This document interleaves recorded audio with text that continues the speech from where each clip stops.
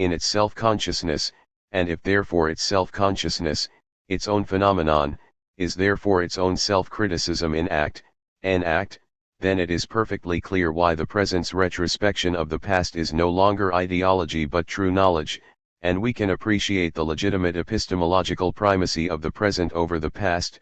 Bourgeois society is the most developed and the most complex historic organization of production. The categories which express its relations, the comprehension of its structure, thereby also its relations, the comprehension of its structure, thereby also allows insights into the structure and the relations of production of all the vanished social formations out of whose ruins and elements it built itself up, whose partly still unconquered remnants are carried along within it, whose mere nuances have developed explicit significance within it, etc. Human anatomy contains a key to the anatomy of the ape. The intimations of higher development among the subordinate animal species, however, can be understood only after the higher development is already known. The bourgeois economy thus supplies the key to the ancient, etc. Ibid.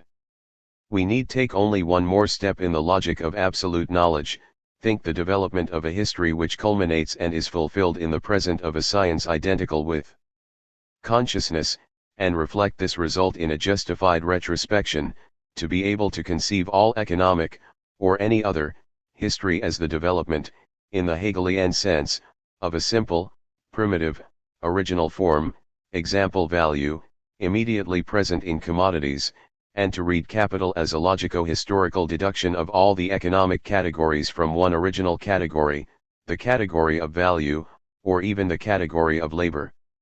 Given this, the method of exposition in capital would coincide with the speculative genesis of the concept. And this speculative genesis of the concept is identical with the genesis of the real concrete itself, i.e., with the process of empirical history. We should thus be dealing with an essentially Hegelian work.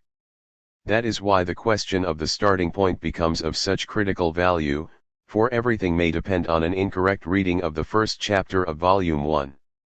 That is also why any critical reading must, as the exposition above has shown, elucidate the status of the concepts and mode of analysis of the first chapter of Volume 1, if it is not to fall into this misunderstanding. This form of historicism may be regarded as a limit form, insofar as it culminates and destroys itself in the negation of absolute knowledge.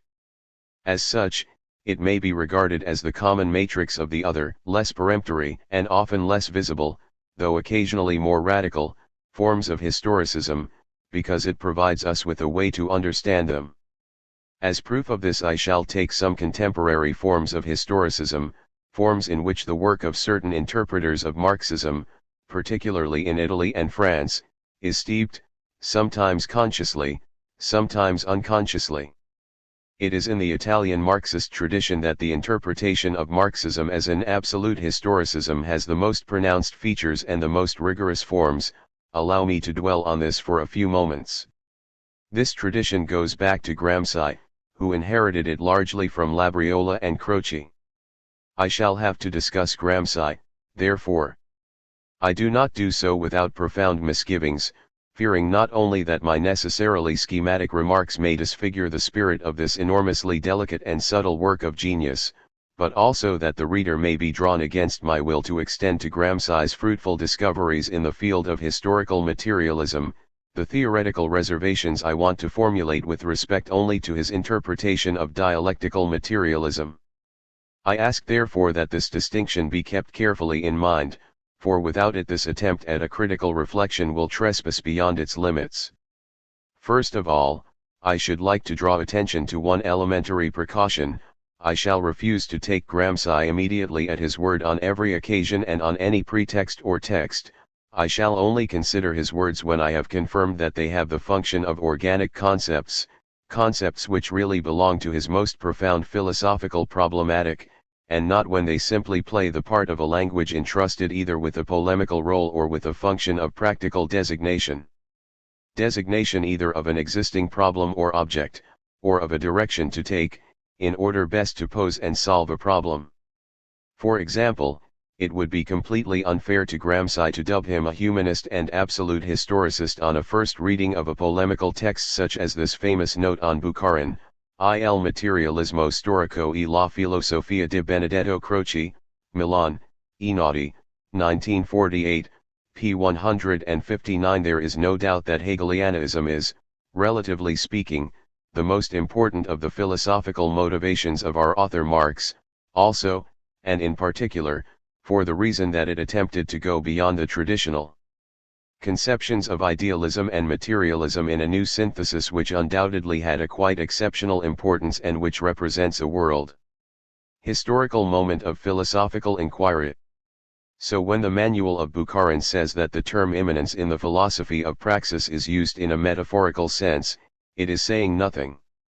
In reality the term immanence has here acquired a special meaning which is not that of the pantheist nor any other metaphysical meaning, but one which is new and needs to be made precise. It has been forgotten that in the case of a certain very common expression historical materialism one should put the accent on the first term, historical, and not on the second, which is of metaphysical origin. The philosophy of praxis is absolute historicism, the absolute secularization and earthliness of thought, an absolute humanism of history. It is along this line that one must trace the thread of the new conception of the world. It is only too clear that these absolute humanist and absolute historicist statements of Gramsci's are primarily critical and polemical in meaning. Their functions are, first and foremost, 1. To reject any metaphysical interpretation of Marxist philosophy, and, 2. To indicate, as practical concepts. 5. The site on which the Marxist conception should be established and the direction it should take in order to break all ties with the previous metaphysics, the site of immanence, of the down here which Marx himself opposed as dies Sates, down here, to transcendence, the beyond, Jenseits, of classical philosophies. This distinction is featured in so many words in one of the theses on Feuerbach, the second. However, we can already draw one first conclusion from the indicative practical nature of these two concepts which Gramsci combines in one and the same function, humanism, historicism, a restricted conclusion, it is true, but a theoretically important one. If these concepts are polemical indicative, they indicate the direction in which an investigation must be begun, the kind of domain in which the problem of the interpretation of Marxism must be posed, but they do not provide the positive concept of this interpretation. In order to be able to judge Gramsci's interpretation we must first of all bring to light the positive concepts in which it is expressed. What does Gramsci mean by absolute historicism? If we go beyond the purely critical aims of his formulations, we immediately find a first positive sense. By presenting Marxism as a historicism, Gramsci is stressing an essential determination of Marxist theory, its practical role in real history. One of Gramsci's constant concerns is the practico-historical role of what, adopting Croce's conception of religion, he calls the great conceptions of the world, or ideologies, theoretical formations which are capable of penetrating deep into men's practical lives, and hence of inspiring and animating a whole historical epoch, by providing not only the intellectuals but also and above all ordinary men, with both a general view of the course of events and at the same time rules of practical conduct. 6. In this respect, the historicism of Marxism is no more than the consciousness of a task and a necessity. Marxism cannot claim to be the theory of history unless, even in its theory, it can think the conditions of this penetration into history, into all strata of society, even into men's everyday lives. This perspective enables us to understand a number of Gramsci's expressions, where, for instance, he says that philosophy must be concrete, real, must be history, that the real philosopher is simply the politician, that philosophy, politics, and history are absolutely one and the same. 7. This perspective enables us to understand his theory of intellectuals and ideology, his distinction between individual intellectuals, who can produce more or less subjective and arbitrary ideologies, and organic intellectuals or the collective intellectual, the party, who ensure the hegemony of a ruling class by carrying its conception of the world, or organic ideology, into the everyday life of all men, and to understand his interpretation of Machiavelli's Prince, whose heritage has, in new conditions, fallen to the modern Communist Party, etc. In all these cases Gramsci is merely expressing a necessity which is inherent in Marxism, not only practically, but consciously and theoretically. Hence the historicism of Marxism is no more than one of the aspects and effects of its own theory, correctly conceived, no more than its own internally consistent theory. A theory of real history, too, must, as other conceptions of the world have already done, pass into real history. What was true of the great religions must a fortiori be true of Marxism itself, not despite but because of the difference between it and those ideologies, because of what is philosophically new in it, since this novelty is that it includes in its theory itself the practical meaning of that theory. 8. However, as the reader will have realized, this last sense of historicism, which refers us to a theme within Marxist theory, is still very largely a critical indication, designed to condemn all bookish Marxists, all those who hope to reduce it to one of the individual philosophies, destined never to achieve any hold on history, and even all those ideologists who, like Croce, return to the unfortunate tradition of the intellectuals of the Renaissance, wishing to educate the human race from above, without engaging in political action and real history. The historicism Gramsci affirms means a vigorous protest against this aristocratism of theory and of its thinkers. 9. The old protest against the bookish Phariseeism of the Second International, the revolution against capital, is still echoing here. This is a direct appeal to practice, to political action, to changing the world, without which Marxism would be no more than the prey of bookworms and passive political functionaries.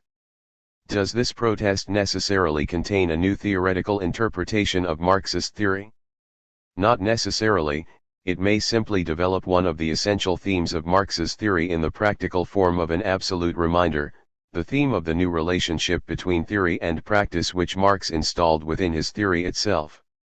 We find this theme in Marx in two places, in historical materialism, in the theory of the role of ideologies and the role of scientific theory in the transformation of existing ideologies, on the one hand, and, on the other, in dialectical materialism with respect to the Marxist theory of theory and practice and their relationship, in what is commonly called the materialist theory of knowledge.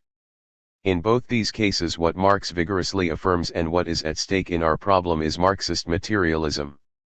Hence the stress Gramsci lays on the historicism of Marxism, in the very precise sense we have just defined, is in reality an allusion to the resolutely materialist character of Marx's conception, both in historical and dialectical materialism. But this reality leads on to a disconcerting comment which contains three aspects, each of which is as disturbing as the next. 1. Whereas it is precisely materialism which is at stake, Gramsci declares that in the expression historical materialism one should put the accent on the first term, historical, and not the second, which, he says, is of metaphysical origin. 2. Whereas the materialist stress involves not only historical materialism but also dialectical materialism, Gramsci hardly ever speaks of anything but historical materialism. Indeed, he suggests that the term materialism inevitably sounds metaphysical, or perhaps more than sounds. 3. It is clear that Gramsci makes the expression historical materialism, which designates only the scientific theory of history, bear a double sense. It means simultaneously both historical materialism and Marxist philosophy. Hence Gramsci tends to make the theory of history and dialectical materialism coincide within historical materialism alone, although they form two distinct disciplines. Obviously I am not basing these remarks or drawing this last conclusion on the authority of the single sentence I am analyzing, but on that of very large number of Gramsci's other arguments. 10. Which confirm it unambiguously and so give it a conceptual meaning.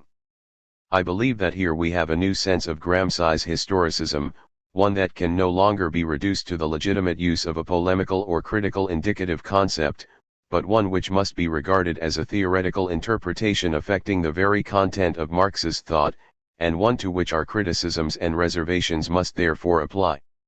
Finally, as well as his polemical and practical use of the concept, Gramsci also has a truly historicist conception of Marx, a historicist conception of the theory of the relationship between Marx's theory and real history.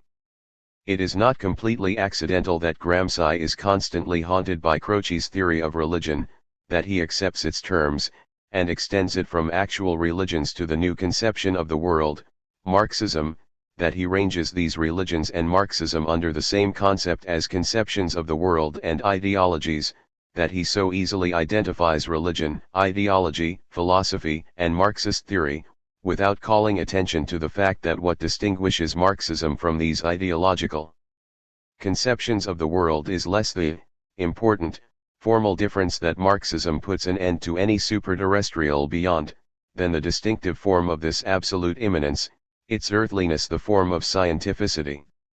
This break between the old religions or ideologies, even the organic ones, and Marxism, which is a science, and which must become the organic ideology of human history by producing a new form of ideology in the masses, an ideology which will depend on a science this time, which has never been the case before. This break was not really reflected by Gramsci, and, absorbed as he was by the necessity and the practical conditions for the penetration of the philosophy of praxis into real history, he neglected the theoretical significance of this break and its theoretical and practical consequences. Hence he often tends to unite under the same head the scientific theory of history, historical materialism, and Marxist philosophy, dialectical materialism, and to think this unity as a conception of the world or as an ideology basically comparable with the old religions. Similarly, he tends to think the relationship between Marxist science and real history according to the model of the relationship between an organic, historically dominant and active, ideology and real history, and ultimately to think this relationship between Marxist scientific theory and real history according to the model of a relationship of direct expression, which does give a fair account of the relationship between an organic ideology and its age. It is here, it seems to me, that the disputable principles of Gramsci's historicism lie. It is here that he spontaneously rediscovers the language and theoretical problematic indispensable to every historicism. Starting from these premises, it is possible to give a theoretically historicist sense to the formulae I referred to at the beginning, for, given the whole underlying context I have just indicated, they also take on this sense in Gramsci, and if I now go on and try to draw out their implications as rigorously as I can in a short space, I do not do so as an attack on Gramsci, who had too fine a historical and theoretical sensitivity not to keep every distance when necessary, so much as to make visible a latent logic, knowledge of which can help us to understand certain of their theoretical effects, whose occurrence would otherwise remain a riddle, whether in Gramsci's own work, or in the works of certain of those inspired by him or comparable with him. So I shall be expounding a limit situation here, too, just as I did with respect to the historicist reading of certain passages from Capital, and I shall be defining not so much any particular interpretation, Gramsci, Della Volpe, Coletti, Sartre, as the field of the theoretical problematic which haunts their reflections and which emerges from time to time in certain of their concepts, problems, or solutions. To this end, and with these reservations, which are not merely stylistic, I shall now take the statement that Marxism must be conceived as an absolute historicism, as a symptomatic thesis which will enable us to bring a whole latent problematic to light. How are we to understand this statement in our present perspective?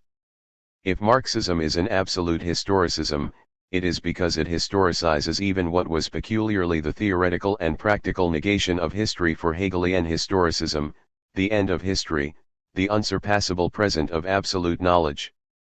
In absolute historicism there is no longer any absolute knowledge, and hence no end for history.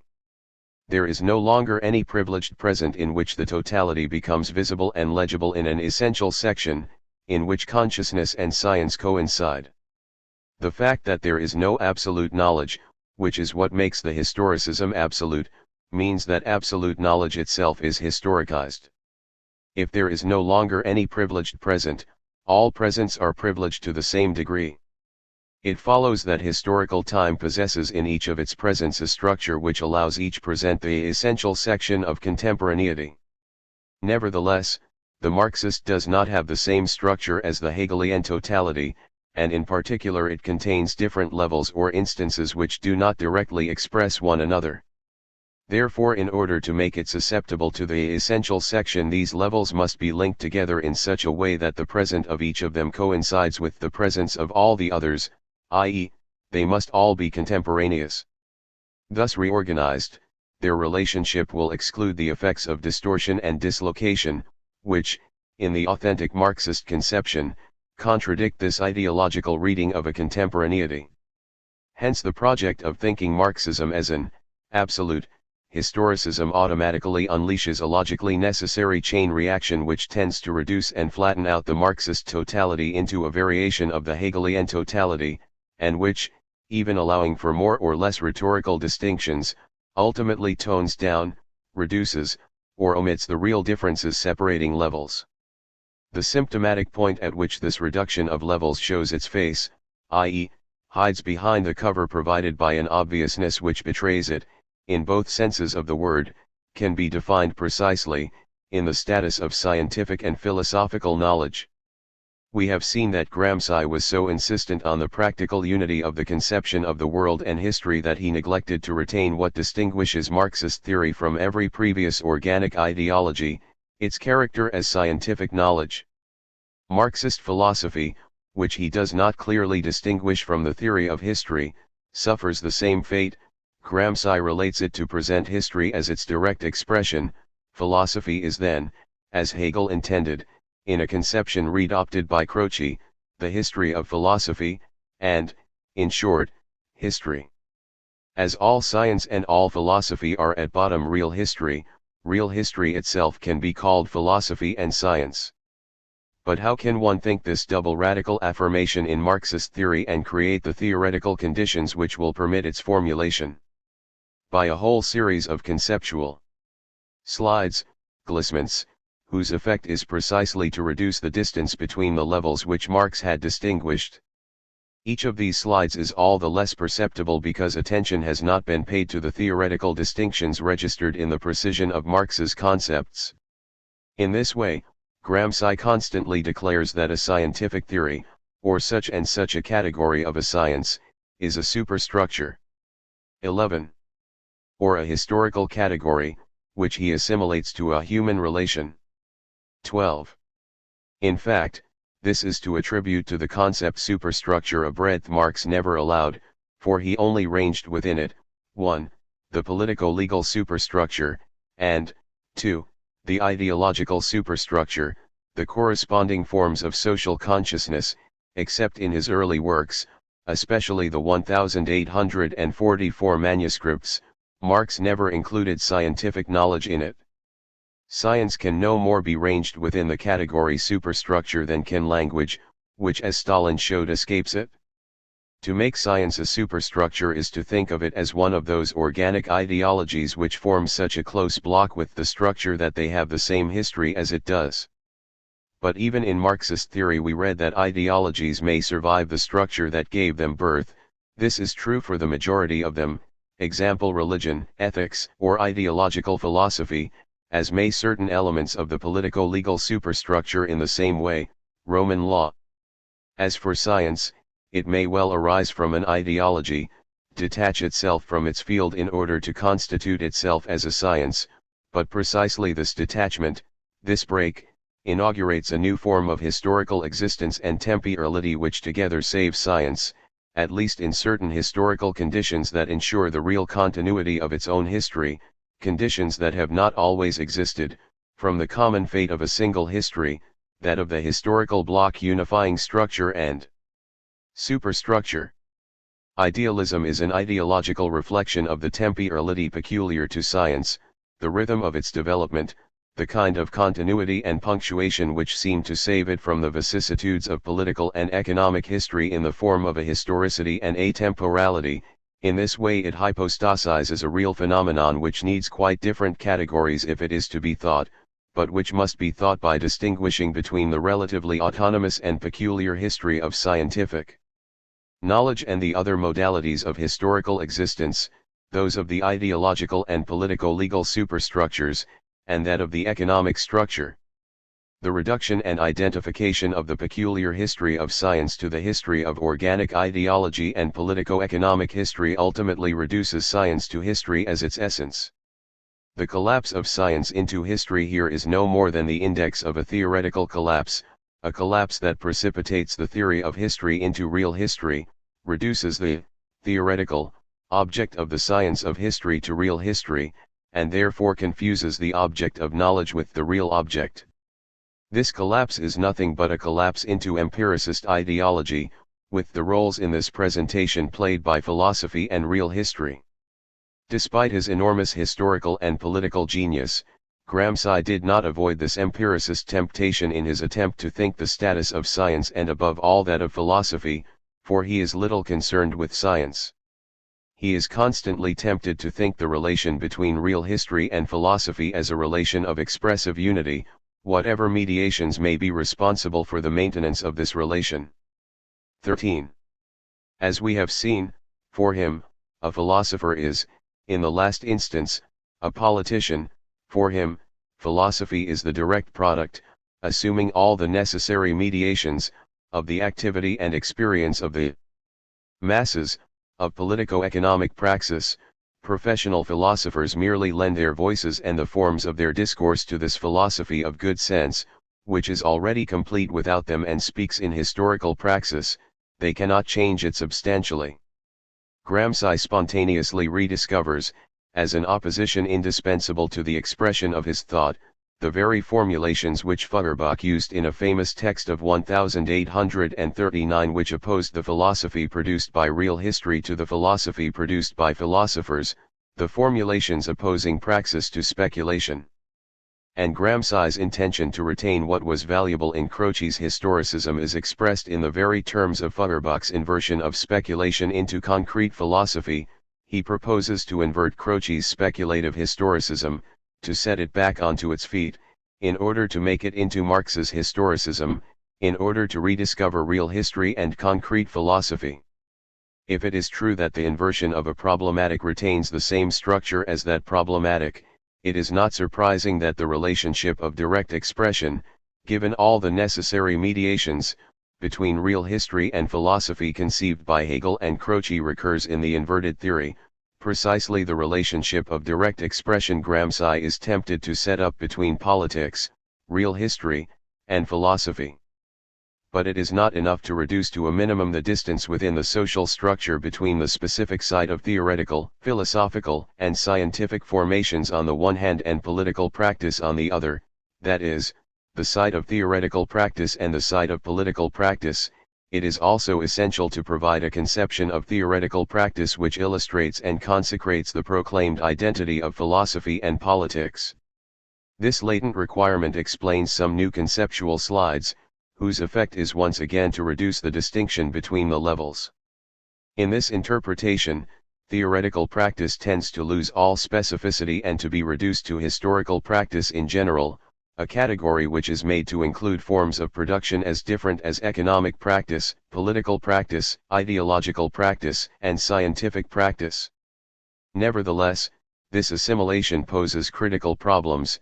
Gramsci himself recognized that absolute historicism threatens to run aground on the rock of the theory of ideologies. But he himself provided the arguments for a solution when he compared the theses on Feuerbach with a phrase of Engels's, history as industry and experiment, by proposing as his model a practice which is capable of uniting all these different practices within its concept. The problematic of absolute historicism required that this problem be solved. It is no accident that it has usually given this empiricist problem a solution which is empiricist in spirit. The model may, for example, be that of experimental practice, borrowed not so much from the reality of modern science as from a certain ideology of modern science. Colletti has taken up this hint of Gramsci's and maintains that history, and even reality itself, have an experimental structure, and therefore that in essence they are structured like an experiment. If real history on the one hand is declared to be industry and experiment in this way, and if all scientific practice on the other is defined as experimental practice, it follows that historical practice and theoretical practice have one and the same structure. Colletti pushes this comparison to its extremes, and suggests that history includes in its being, just like science, the moment of hypothesis which is indispensable to a presentation of the experimental structure, in Claude Bernard's schemata. As history is constantly anticipating itself in living political action, in the predictions of the future indispensable to any action, it is thus hypothesis and verification in action, just like the practice of experimental science. This identity of essential structures makes it possible to assimilate theoretical practice directly, immediately, and adequately to historical practice, and the reduction of the site of theoretical practice to that of political or social practice can then be based on the reduction of these practices to a single structure. I have taken Gramsci and Colletti as my examples. This is not because they are the only possible examples of theoretical variations on a single theoretical invariant, the problematic of historicism. In no sense does a problematic impose absolutely identical variations on the thoughts that cross its field. A field can be crossed by quite different paths, since it can be approached from many different directions. But to come upon it means to submit to its law, which produces as many different effects as there are different thoughts which come upon it.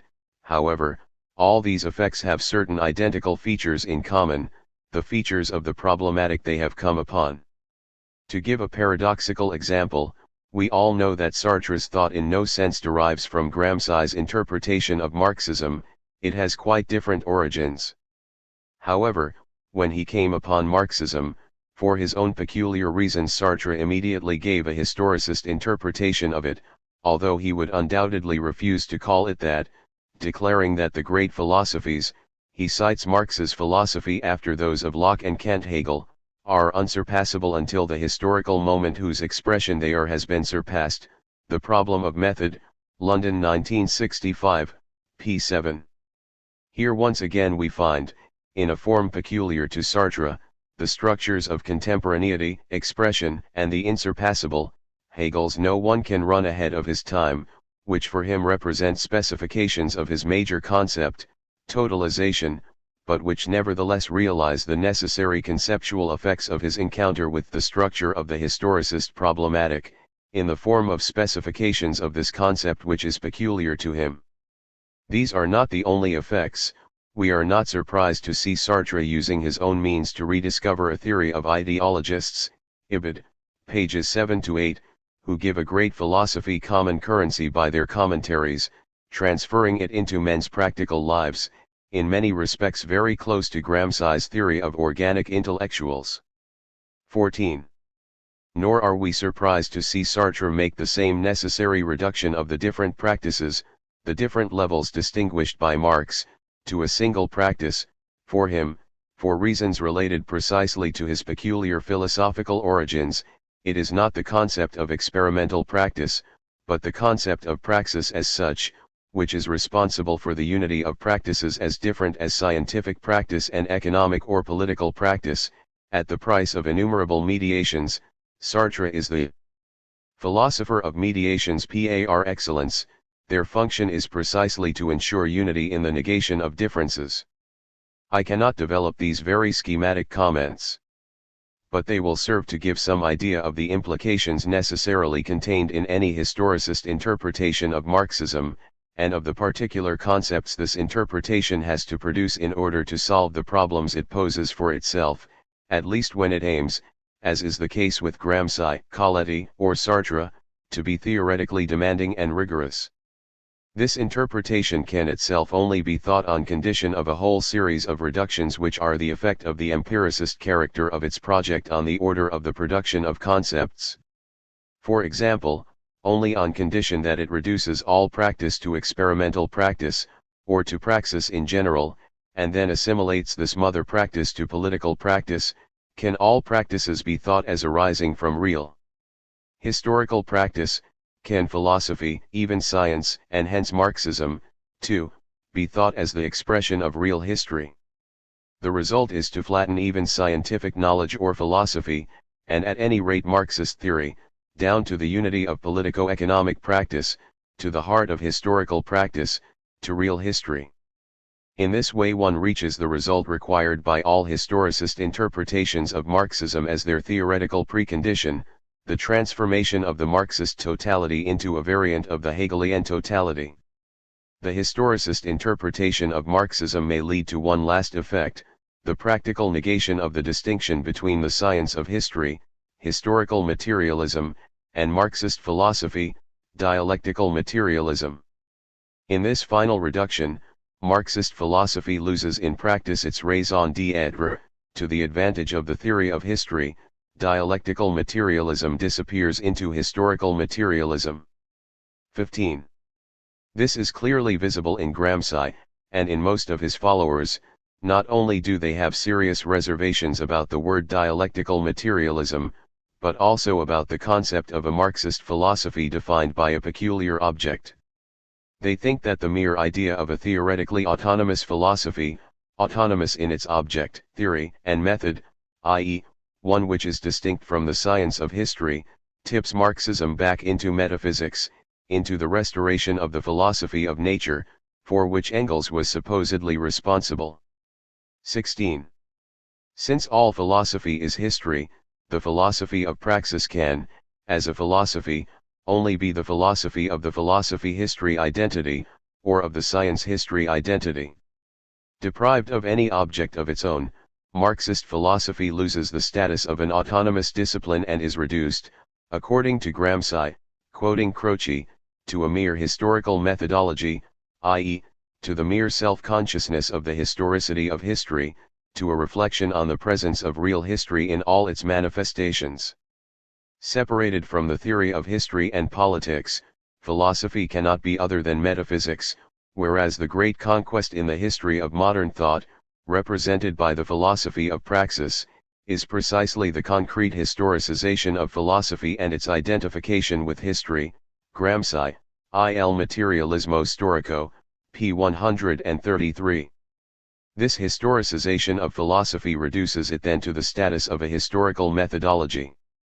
To think of a philosophical affirmation as true in a particular historical period, that is, as the necessary and inseparable expression of a particular historical action, of a particular praxis, but as superseded and rendered vain in a succeeding period, without however falling into scepticism and moral and ideological relativism, in other words to see philosophy as historicity, is quite an arduous and difficult mental operation.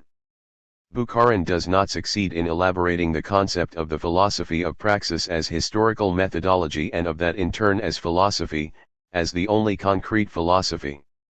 That is to say, he does not succeed in posing and resolving, from the point of view of the real dialectic, the problem which Croce has posed and has attempted to resolve from the speculative point of view. These last words bring us full circle. We have returned to Hegelian historicism radicalized by Croce, which only needs to be inverted to change from speculative philosophy into concrete philosophy, from the speculative dialectic into the real dialectic, etc. The theoretical undertaking which interprets Marxism as a historicism does not escape the absolute limits within which this inversion of speculation into praxis and of abstraction into the concrete has been performed since Feuerbach. These limits are defined by the empiricist problematic, sublimated in Hegelian speculation, and no inversion can deliver us from them. 17. In the different theoretical reductions indispensable to the historicist interpretation, and in their effects, we can therefore clearly see the basic structure of all historicism, the contemporaneity which makes possible a reading in essential section. And of theoretical necessity we can also see the structure imposed willy-nilly on the structure of the Marxist totality, transforming it and reducing the real distance between its different levels. Marxist history relapses into the ideological concept of history, the category of temporal presence and continuity, into the politico-economic practice of real history, by flattening the sciences, philosophy, and ideologies into the unity of the relations and forces of production, i.e., in fact, into the infrastructure. Paradoxical as this conclusion may seem, and I shall doubtless be attacked for expressing it, it must be drawn, from the standpoint of its theoretical problematic, and not of its political style and aims. This humanist and historicist materialism has rediscovered the basic theoretical principles of the Second International's economistic and mechanistic interpretation. If this single theoretical problematic can underlie policies of different inspiration, one fatalist, the other voluntarist, one passive, the other conscious and active, it is because of the scope for theoretical play contained in this ideological theoretical problematic as in every ideology.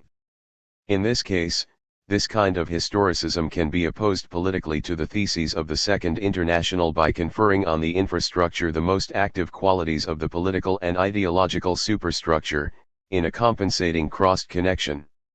This transfer of qualities can be conceived in different ways, example by endowing political practice with the qualities of philosophy and theory, spontaneism, by attributing to economic practice all the active and even explosive virtues of politics, anarcho-syndicalism, or by entrusting to political consciousness and determination the determinism of the economic, voluntarism.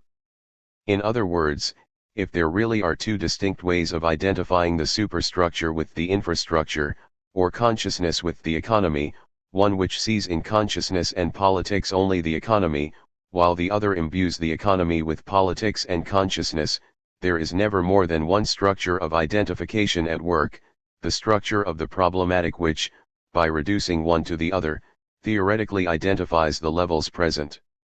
It is this common structure of the problematic which is made visible when, rather than analyzing the theoretical or political intentions of mechanicism economism on the one hand and humanism historicism on the other, we examine the internal logic of their conceptual mechanisms.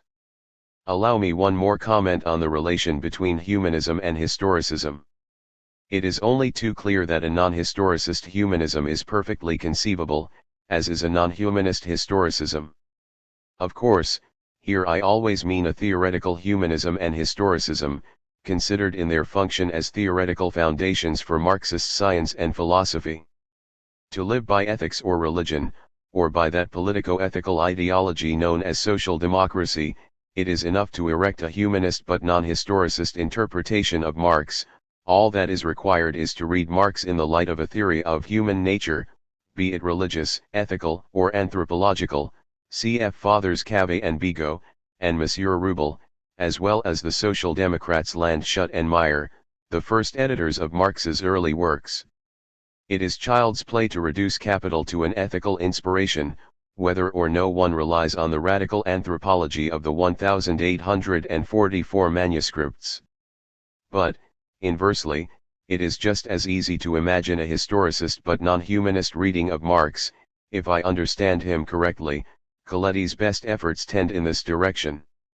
To justify this historicist non-humanist reading of Marx it is necessary to refuse, as Coletti does, to reduce the forces of production/relations of production unity, which constitutes the essence of history, to the mere phenomenon of a human nature, even a historicized one. But let us leave these two possibilities at this point. It must be said that the union of humanism and historicism represents the gravest temptation, for it procures the greatest theoretical advantages, at least in appearance. In the reduction of all knowledge to historical social relations a second underhand reduction can be introduced, by treating the relations of production as mere human relations. 18. This second reduction depends on something obvious. Is not history a human phenomenon through and through, and did not Marx, quoting Vico, declare that men can know it since they have made all of it? But this obviousness depends on a remarkable presupposition. That the actors of history are the authors of its text, the subjects of its production. But this presupposition too has all the force of the obvious, since, as opposed to what the theater suggests, concrete men are, in history, the actors of roles of which they are the authors, too. Once the stage director has been spirited away, the actor-author becomes the twin brother of Aristotle's old dream, the doctor who cures himself, and the relations of production, although they are the real stage directors of history, are reduced to mere human relations. Is not the German ideology stuffed with formulations about these real men, these concrete individuals, who, with their feet firmly on the ground, are the real subjects of history? Do not the theses on Feuerbach declare that objectivity itself is the completely human result of the practico-sensuous activity of these subjects? Once this human nature has been endowed with the qualities of concrete historicity, it becomes possible to avoid the abstraction and fixity of theological or ethical anthropologies and to join Marx in the very heart of his lair, historical materialism. This human nature will therefore be conceived as something produced by history, and changing with it, while man changes, as even the philosophers of the Enlightenment intended, with the revolutions of his own history, and is affected by the social products of his objective history even in his most intimate faculties, seeing, hearing, memory, reason, etc. Even Helvetius claimed this, and Rousseau too. In opposition to Diderot, Feuerbach made it one of the main articles of his philosophy, and in our own day, a horde of cultural anthropologists have adopted it. History then becomes the transformation of a human nature, which remains the real subject of the history which transforms it. As a result, history has been introduced into human nature, making men the contemporaries of the historical effects whose subjects they are, but, and this is absolutely decisive, the relations of production, political and ideological social relations, have been reduced to historicized human relations, i.e., to interhuman, intersubjective relations. This is the favorite terrain of historicist humanism. And what is its great advantage? The fact that Marx is restored to the stream of an ideology much older than himself, an ideology born in the 18th century, credit for the originality of a revolutionary theoretical rupture is taken from him, he is often even made acceptable to modern forms of cultural anthropology, and so on. Is there anyone today who does not invoke this historicist humanism, in the genuine belief that he is appealing to Marx, whereas such an ideology takes us away from Marx? But this has not always been the case, at least not politically speaking. I have said why and how the historicist humanist interpretation of Marxism came to birth in the portents and in the wake of the 1917 revolution. Its significance then was that of a violent protest against the mechanicism and opportunism of the Second International. It appealed directly to the consciousness and will of men to reject the war, overthrow capitalism, and make the revolution. It rejected absolutely anything, even in theory, which might defer or stifle this urgent appeal to the historical responsibility of the real men hurled into the revolution. In the same movement, it demanded the theory of its will. That is why it proclaimed a radical return to Hegel, the young Lukács and Korsch, and worked out a theory which put Marx's doctrine into a directly expressive relationship with the working class. From this period, too, dates the famous opposition between bourgeois science and proletarian science, in which triumphed an idealist and voluntarist interpretation of Marxism as the exclusive product and expression of proletarian practice. This left-wing humanism designated the proletariat as the site and missionary of the human essence. The historical role of freeing man from his alienation was its destiny, through the negation of the human essence whose absolute victim it was. The alliance between the proletariat and philosophy announced in Marx's early texts was no longer seen as an alliance between two mutually exclusive components, the proletariat, the human essence in revolt against its radical negation, became the revolutionary affirmation of the human essence. The proletariat was thus philosophy indeed and its political practice philosophy itself. Marx's role was then reduced to having conferred on this philosophy which was acted and lived in its birthplace, the mere form of self-consciousness. That is why Marxism was proclaimed proletarian science or philosophy, the direct expression, the direct production of the human essence by its sole historical author, the proletariat. Koskai's and Lenin's thesis that Marxist theory is produced by a specific theoretical practice, outside the proletariat, and that Marxist theory must be imported into the proletariat, was absolutely rejected, and all the themes of spontaneism rushed into Marxism through this open breach, the humanist universalism of the proletariat. Theoretically, this revolutionary humanism and historicism together laid claim to Hegel and to those of Marx's early texts then available. As for its political effects, some of Rosa Luxemburg's theses on imperialism, the disappearance of the laws of political economy in the socialist regime, the proletkult, the conceptions of the workers' opposition, etc., and in a general way the voluntarism which deeply marked the period of the dictatorship of the proletariat in the USSR, even in the paradoxical forms of Stalinist dogmatism. Even today, this humanism and historicism find genuinely revolutionary echoes in the political struggles waged by the peoples of the Third World to conquer and defend their political independence and set out on the socialist road.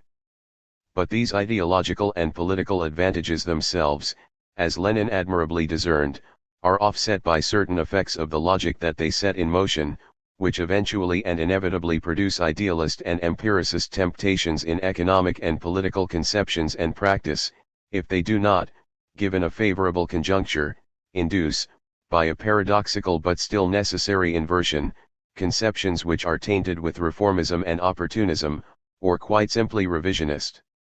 Indeed, it is a peculiarity of every ideological conception, especially if it has conquered a scientific conception by diverting it from its true meaning, that it is governed by interests beyond the necessity of knowledge alone. In this sense, i.e., on condition that it is given the object of which it speaks without knowing it, historicism is not without theoretical value, since it gives an adequate description of an essential aspect of all ideology, which takes its meaning from the current interests in whose service it is subjected. If the ideology does not express the total objective essence of its time, the essence of the historical present, it can at least express the current changes in the historical situation reasonably well by the effect of slight internal displacements of accent. Unlike a science, an ideology is both theoretically closed and politically supple and adaptable. It bends to the interests of the times, but without any apparent movement, being content to reflect the historical changes which it is its mission to assimilate and master by some imperceptible modification of its peculiar internal relations. The ambiguous example of the Vatican II aggiornamento is a sufficiently striking proof, the effect and sign of an indisputable evolution, but at the same time a skillful adjustment to history, thanks to an intelligently handled conjuncture. Ideology changes therefore, but imperceptibly, conserving its ideological form, it moves, but with an immobile motion which maintains it where it is, in its place and its ideological role. It is the immobile motion which, as Hegel said of philosophy itself, reflects and expresses what happens in history without ever running ahead of its own time, since it is merely that time caught in the trap of a mirror reflection, precisely so that men will be caught in it too. That is the essential reason why the revolutionary humanism of the echoes of the 1917 revolution can serve today as an ideological reflection for various political or theoretical preoccupations, some still related to this origin, others more or less foreign to it. This historicist humanism may, for example, serve as a theoretical warning to intellectuals of bourgeois or petty bourgeois origin, who ask themselves, sometimes in genuinely tragic terms, whether they really have a right to be members of a history which is made, as they know or fear, outside them. Perhaps this is Sartre's profoundest problem. It is fully present in his double thesis that Marxism is the unsurpassable philosophy of our time, and yet that no literary or philosophical work is worth an hour's effort in comparison with the sufferings of a poor wretch reduced by imperialist exploitation to hunger and agony. Caught in this double declaration of faith, on the one hand in an idea of Marxism, on the other in the cause of all the exploited, Sartre reassures himself of the fact that he really does have a role to play, beyond the words he produces and regards with derision, in the inhuman history of our times, with a theory of dialectical reason which assigns to all, theoretical, rationality, and to every, revolutionary, dialectic, the unique transcendental origin of the human project. Thus in Sartre historicist humanism takes the form of an exaltation of human freedom, in which by freely committing himself to their fight, he can commune with the freedom of all the oppressed, who have always been struggling for a little human light since the long and forgotten night of the slave revolts. The same humanism, with some shift in accent, can serve other causes, according to conjuncture and needs, example the protest against the errors and crimes of the period of the cult of personality, the impatience to see them dealt with, the hope for a real socialist democracy, etc.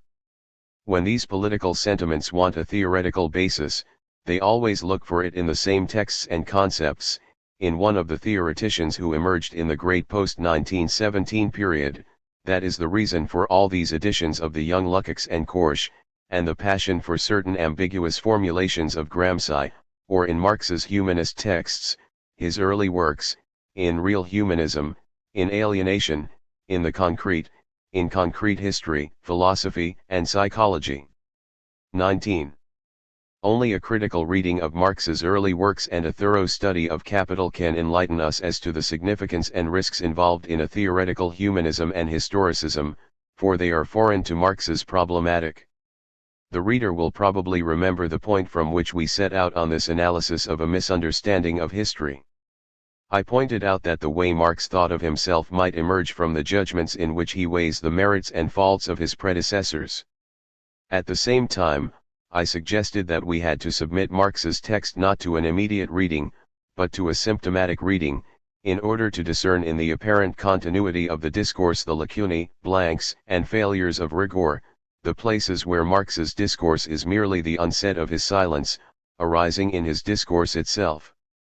I uncovered one of these theoretical symptoms in the judgment Marx himself gave of the absence of a concept in his predecessors, the absence of the concept of surplus value, which, as Engels puts it, Marx generously treated as no more than a matter of the absence of a word.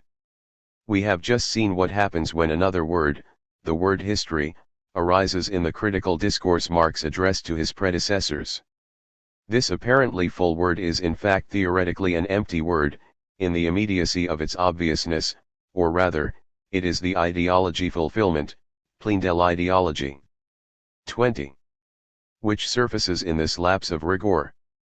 Anyone who reads Capital without posing the critical question of its object sees no malice in this word that speaks to him.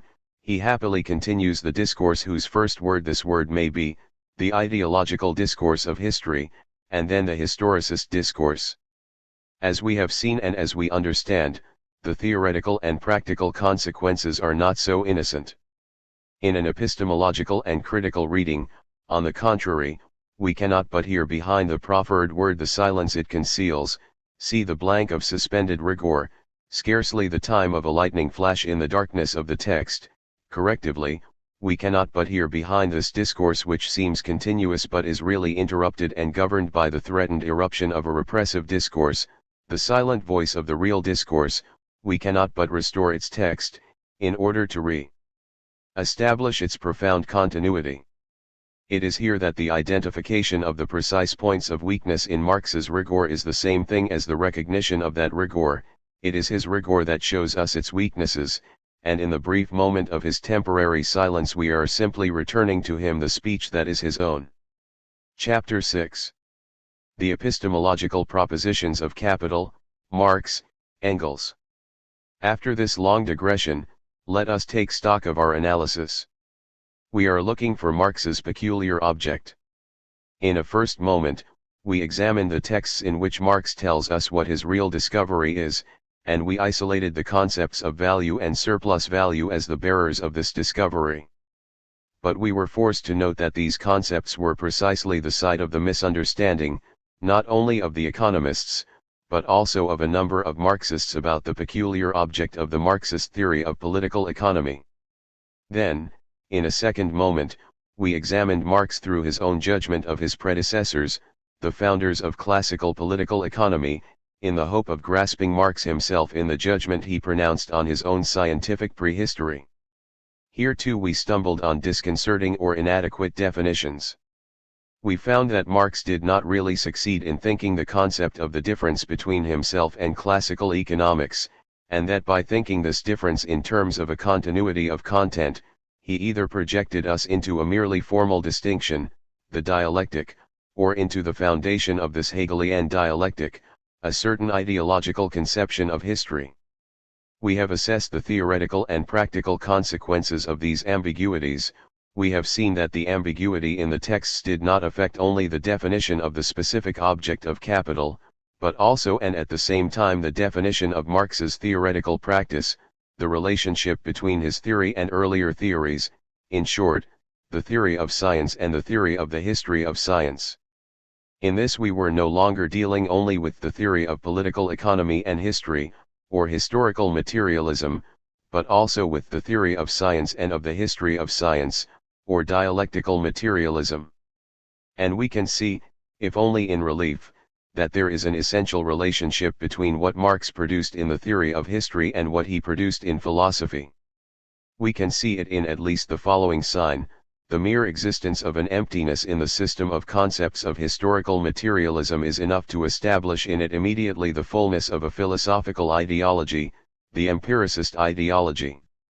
We can only recognize this emptiness by emptying it of the obviousnesses of the ideological philosophy of which it is full.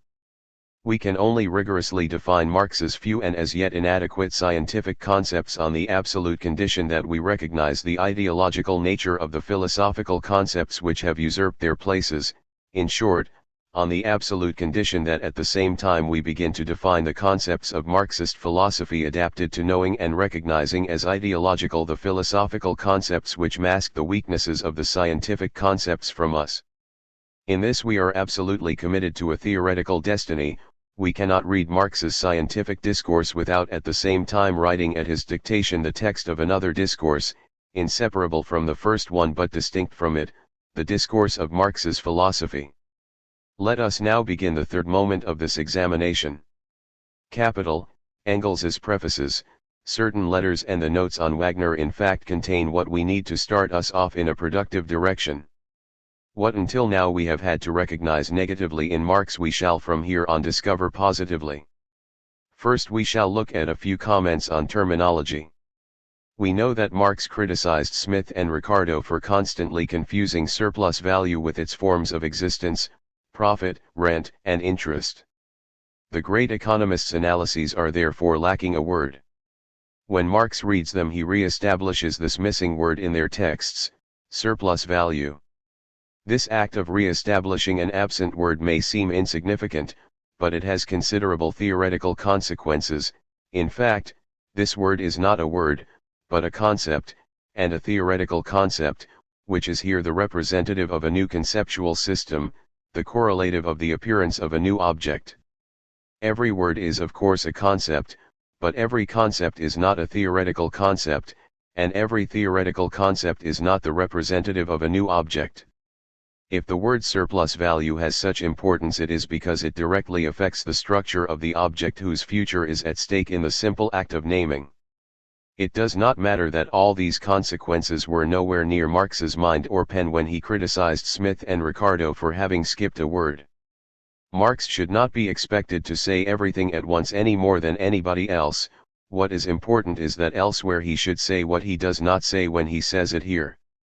Now Marx undoubtedly regarded as a theoretical requirement of the first order the need to constitute an adequate scientific terminology, i.e., a consistent system of defined terms in which not only would the words already used be concepts but in which the new words would also be concepts and moreover ones which define a new object.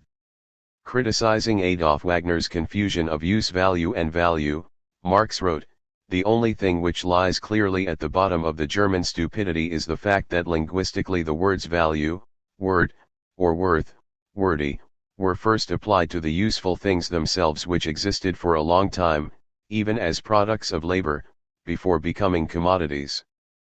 But this has as little to do with the scientific definition of the value of the commodity as the fact that the word salt was first used by the ancients for cooking salt, and consequently sugar, etc. also figure as varieties of salt from Pliny onwards, MECW 24, p. 548.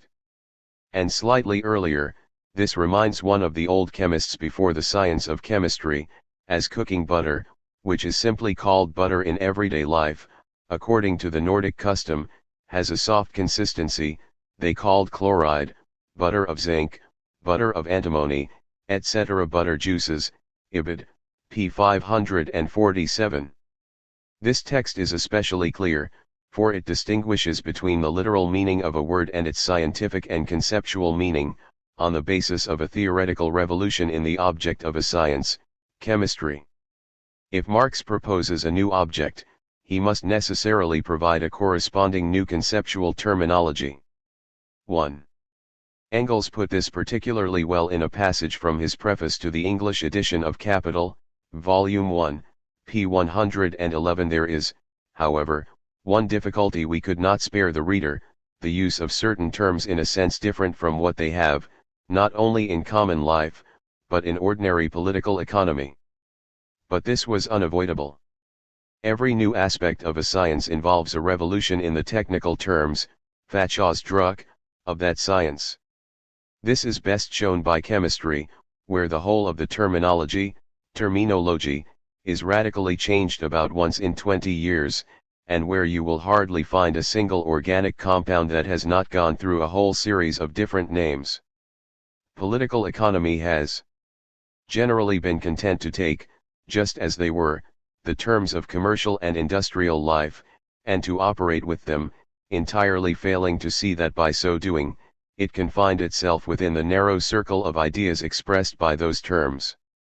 Thus, though perfectly aware that both profits and rent are but subdivisions, fragments of that unpaid part of the product which the laborer has to supply to his employer, its first appropriator, though not its ultimate exclusive owner, yet even classical political economy never went beyond the received notions, Oblickbegriff, of profits and rents, never examined this unpaid part of the product, called by Marx surplus product, in its integrity as a whole, and therefore never arrived at a clear comprehension, either of its origin and nature, or of the laws that regulate the subsequent distribution of its value.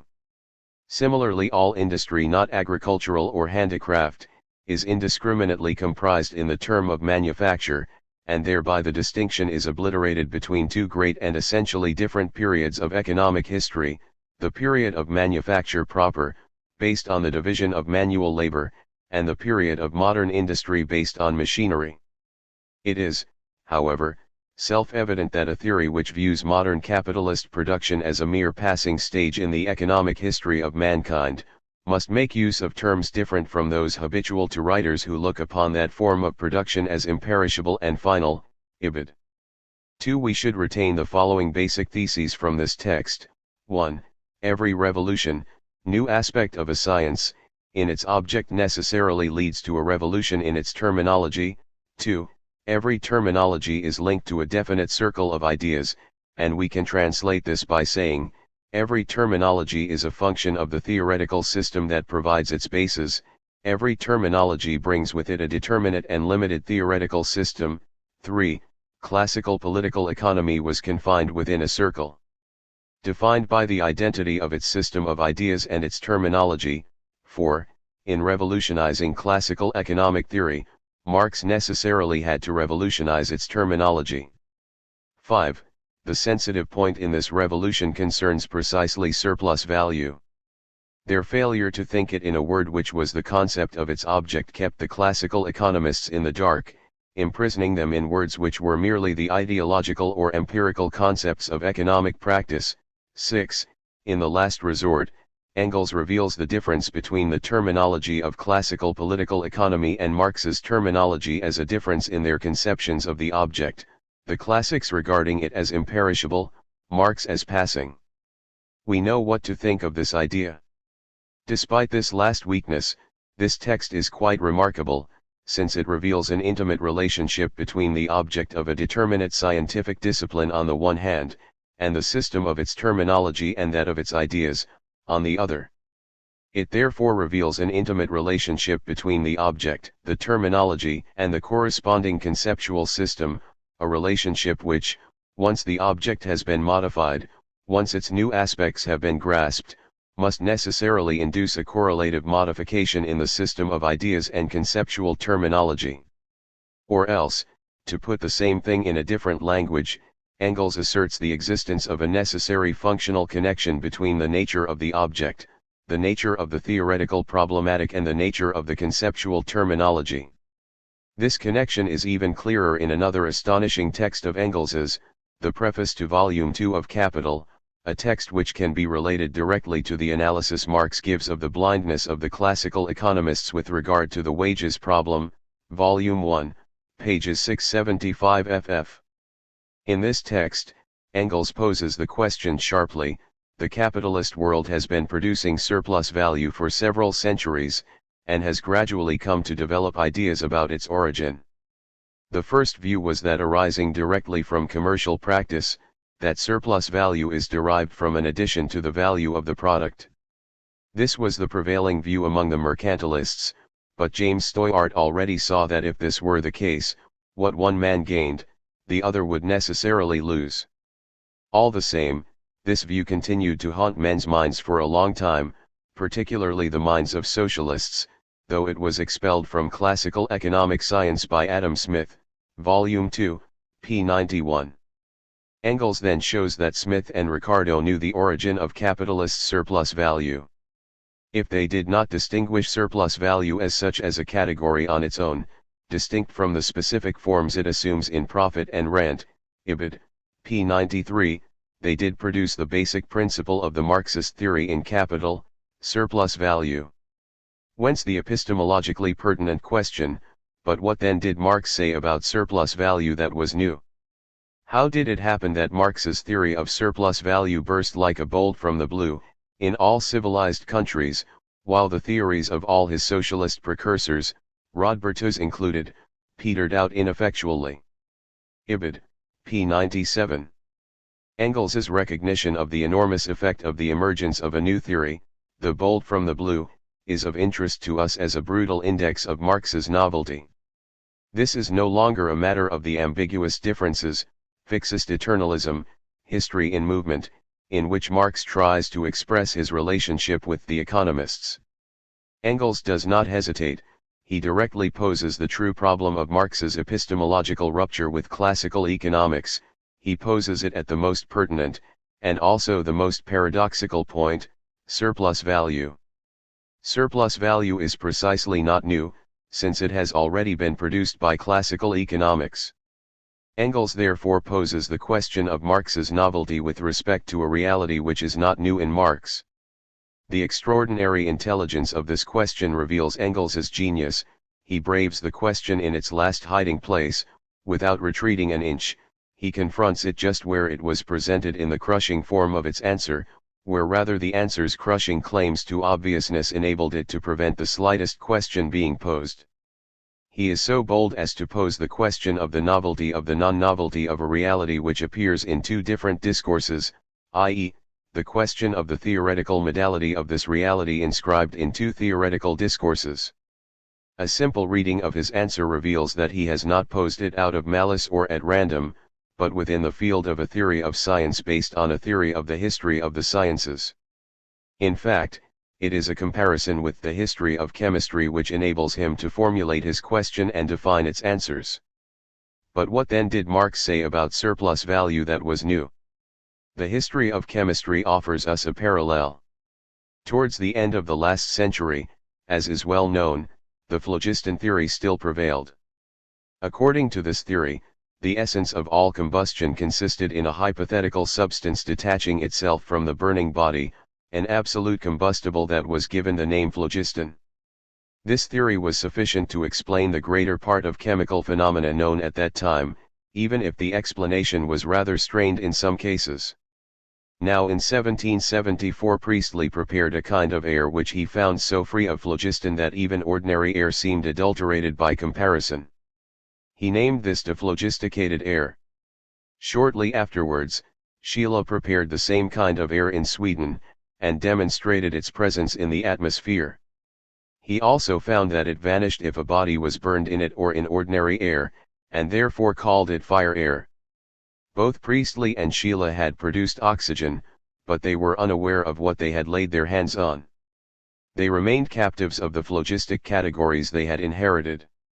The element that was to overthrow the whole phlogistic conception, die ganz phlogistische Anschauung umstoßen, and revolutionize chemistry was stricken with barrenness in their hands.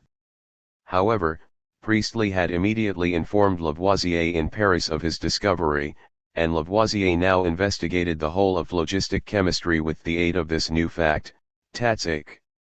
He was the first to discover that the new type of air was a new chemical element, that what happened in combustion was not that a mysterious phlogiston escaped from the burning body, but that this new element combined with this body, and he thus put the whole of chemistry, which in its phlogistic form was standing on its head, onto its feet for the first time, stelt so die ganz Chemie, die in ihrer phlogistisken Form auf dem Kopf gest enden, erst auf die Füße. Even if Lavoisier did not himself produce oxygen at the same time as the others, as he later claimed, he remains nonetheless the real discoverer, der eigentliche Entdecker, of oxygen, as opposed to Priestley and Scheele, who merely produced, dargestellt, it, without having the slightest inkling of what, they had produced. Marx is related to his predecessors in the theory of surplus value as Lavoisier is to Priestley and Scheele. The existence, die Existenz, of the part of the value produced that we now call, Nen, surplus value was established long before Marx. What it consists of, i.e., the product of labor, for which the appropriator has paid no equivalent, was also formulated with a greater or lesser degree of clarity. But this was as far as it went, weiter aber kam man nicht. Some people, the classical bourgeois economists, investigated primarily the ratio in which the product of labor was distributed between the worker and the proprietor of the means of production. Others, the socialists, found this distribution unjust and sought to remove the injustice by utopian means. Both remained captive of the economic categories as they had found them, wie sie vorgefunden hatten. Then Marx appeared. And he stood in direct opposition to all his predecessors, in directem Gegensatz zu allen seinen Vorgängern. Where they had seen a solution, Lösung, he saw only a problem.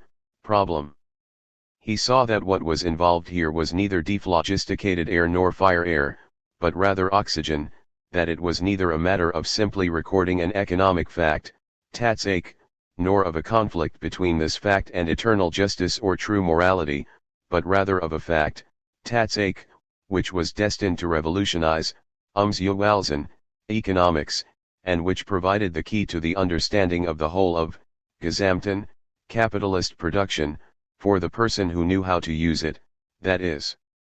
With the aid of this fact Marx investigated, untersucht, all the existing categories of economics, as Lavoisier had investigated the existing categories of phlogistic chemistry with the aid of oxygen. In order to know what surplus value was, he had to know what value was. First and foremost, Ricardo's theory of value itself had to be subjected to criticism. Marx therefore investigated labor from the point of view of its value-forming quality, and established for the first time what labor, why, how it formed value, and that value in general is nothing more than congealed labor of this kind, a point Rodbertus never grasped to the end of his days. Marx then investigated the relation between commodities and money, and demonstrated how and why, by virtue of their inherent value property, commodities and commodity exchange must give rise to the antithesis of commodities and money. The theory of money which Marx founded on this basis is the first comprehensive, Herrschaftsfund, theory of money, and it is now everywhere tacitly accepted. He investigated the transformation of money into capital, and proved that this rested on the sale and purchase of labor power. By substituting, in die Stelle, setzen, labor power for labor as the value-creating property, Marx solved at a single stroke, lest mit einem Schlag, one of the difficulties which had caused the Ricardian school to founder, the impossibility of bringing the mutual exchange of capital and labor into accordance with the Ricardian law of the determination of value by labor. By distinguishing between constant and variable capital, Marx was able for the first time to depict, Darzustellen, the process of surplus value formation in its true course, even in the minutest details, and thus to explain, erklären, it, which none of his predecessors were able to do. He thereby established a distinction within capital itself, which neither Rodbertus nor the bourgeois economists was in a position even to approach, but which provides the key for solving the most intricate economic problems. The present Volume 2, and still more so, as we shall see, Volume 3, offer the most striking proof of this. In the further investigation of surplus value itself, Marx discovered its two forms, absolute and relative surplus value, and demonstrated the different, but in both cases decisive, roles that these have played in the historical development of capitalist production. On the basis of surplus value, Marx developed the first rational theory of wages that we have, and presented for the first time the basic elements of the history of capitalist accumulation, as well as depicting its historical tendency. And Rodbertus, after he had read all this, he took the view that he himself had already described the origin of surplus value more clearly and briefly, and, finally, asserted that, while all this does apply to the present form of capital, as it historically exists, it does not apply to the concept of capital, i.e., the utopian idea that Herr Rodbertus has of capital. Just like old Priestley, who swore by phlogiston to the end, and would hear nothing of oxygen, whereas Rodbertus with his surplus value, or rather rent, simply rediscovered a commonplace, while Marx, in contrast to Lavoisier, disdained to claim that he was the first to have discovered the fact, Tatsache, of the existence of surplus value, Volume 2, pages 98 to 100, translation modified. Let us summarize the theses of this remarkable text. 1. Priestley and Schiele, in the period dominated by phlogistic theory, produce, still and dar, a strange gas, which the former calls dephlogisticated air, and the latter calls fire air. In fact, it was the gas that would later be called oxygen. But, notes Engels, they were unaware of what they had laid their hands on, i.e., they lacked its concept. That is why the element that was to overthrow the whole phlogistic conception and revolutionize chemistry was stricken with barrenness in their hands. Why this barrenness and blindness? Because they remained captives of the phlogistic categories they had inherited. Because, instead of seeing in oxygen a problem, they merely saw a solution. 2. Lavoisier did just the opposite. Lavoisier now investigated the whole of phlogistic chemistry with the aid of this new fact, and put the whole of chemistry, which in its phlogistic form was standing on its head, onto its feet for the first time. Where the others saw a solution, he saw a problem. That is why, if it can be said that the first two produced oxygen, it was Lavoisier alone who discovered it, by giving it its concept. Exactly the same is true of Marx, in his relation with Smith and Ricardo, as of Lavoisier, in his relation with Priestley and Schiele. He truly discovered the surplus value his predecessors had merely produced. This mere comparison, and the terms in which it is expressed, open up vistas deep into Marx's work and into Engels's epistemological insight. In order to understand Marx, we must treat him as one scientist among others and apply to his scientific work the same epistemological and historical concepts we would apply to others, in this case to Lavoisier. Marx thus appears as the founder of a science, comparable with Galileo or Lavoisier. What is more, in order to understand the relation between Marx's work and that of his predecessors, in order to understand the nature of the break or mutation which distinguishes him from them, we must examine the work of other founders who also had to break with their predecessors.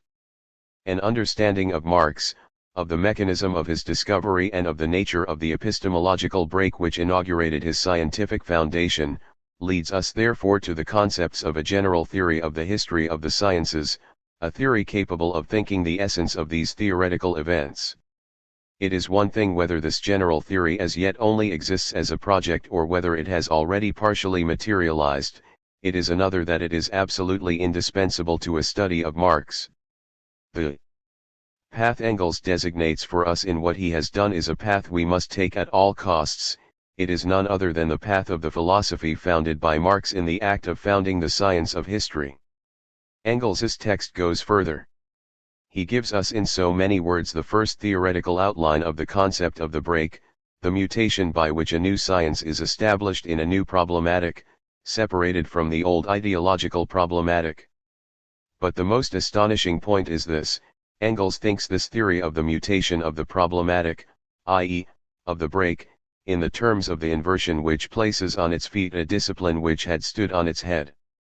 Here we have a familiar idea. The very terms in which Marx, in the afterword to the second edition of Capital, define the treatment he applied to the Hegelian dialectic in order to change it from the idealist state to the materialist state.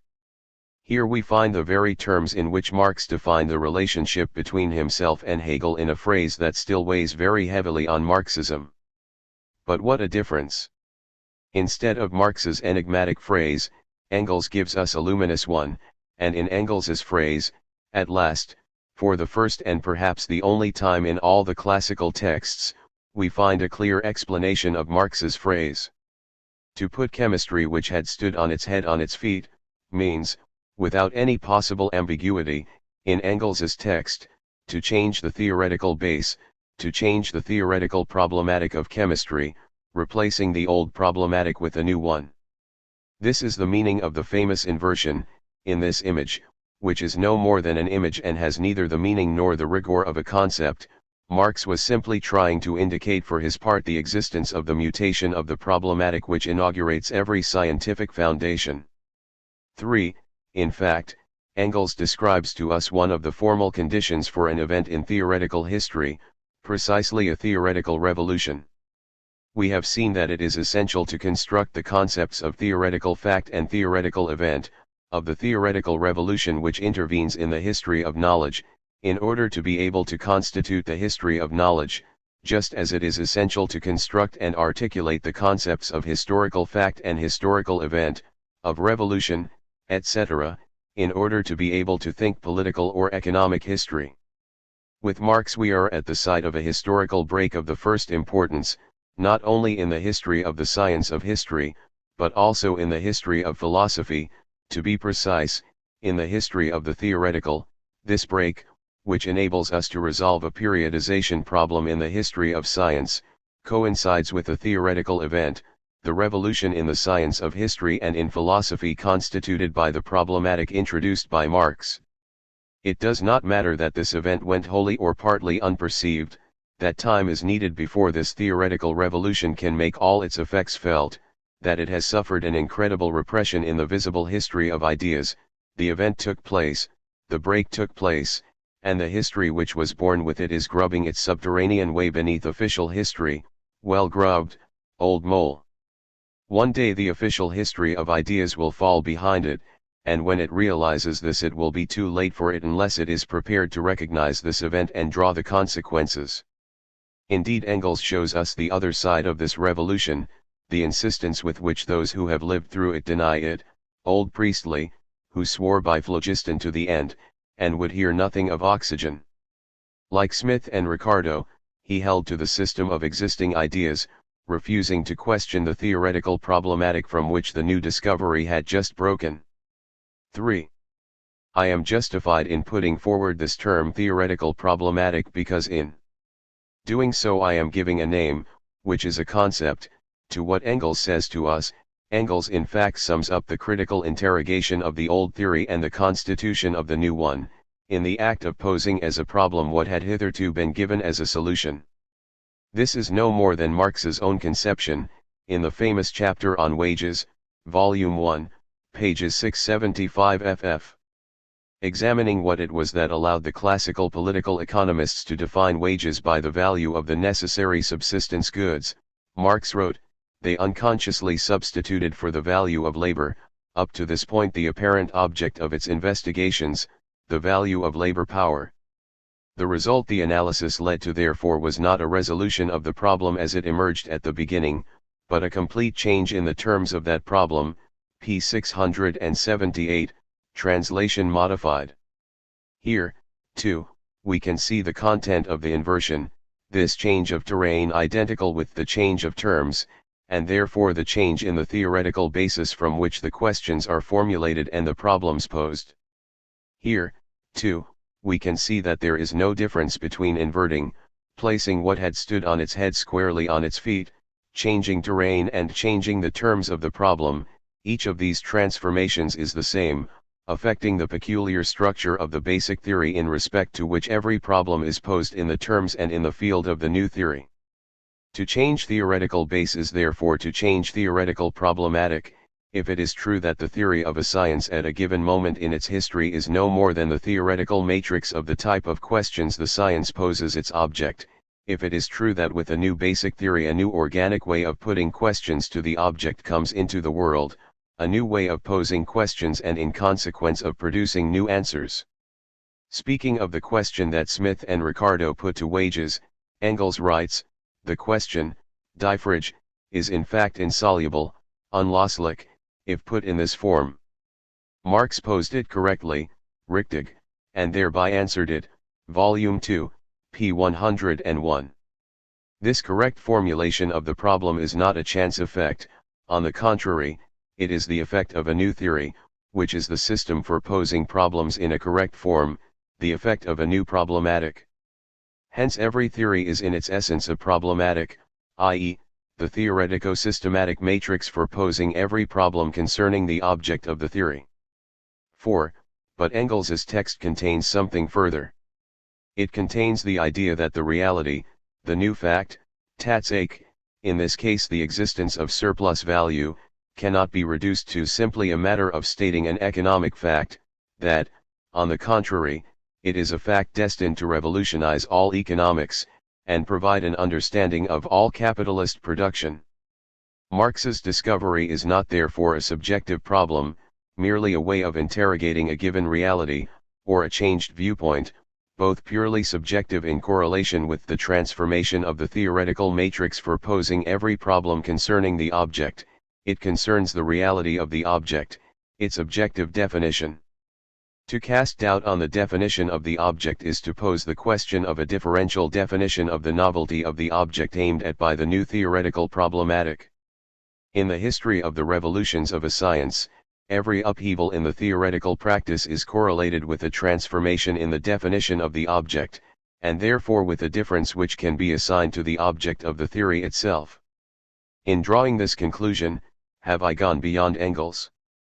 Yes and no. No, for Engels does not only take into account the existence of a system of phlogistic ideas, which, before Lavoisier, determined the way every problem was posed, and therefore the meaning of every corresponding solution, as he takes into account the existence of a system of ideas in Ricardo when he notes the ultimate necessity which forced Marx to criticize above all the Ricardian theory of value, Volume 2, p. 99.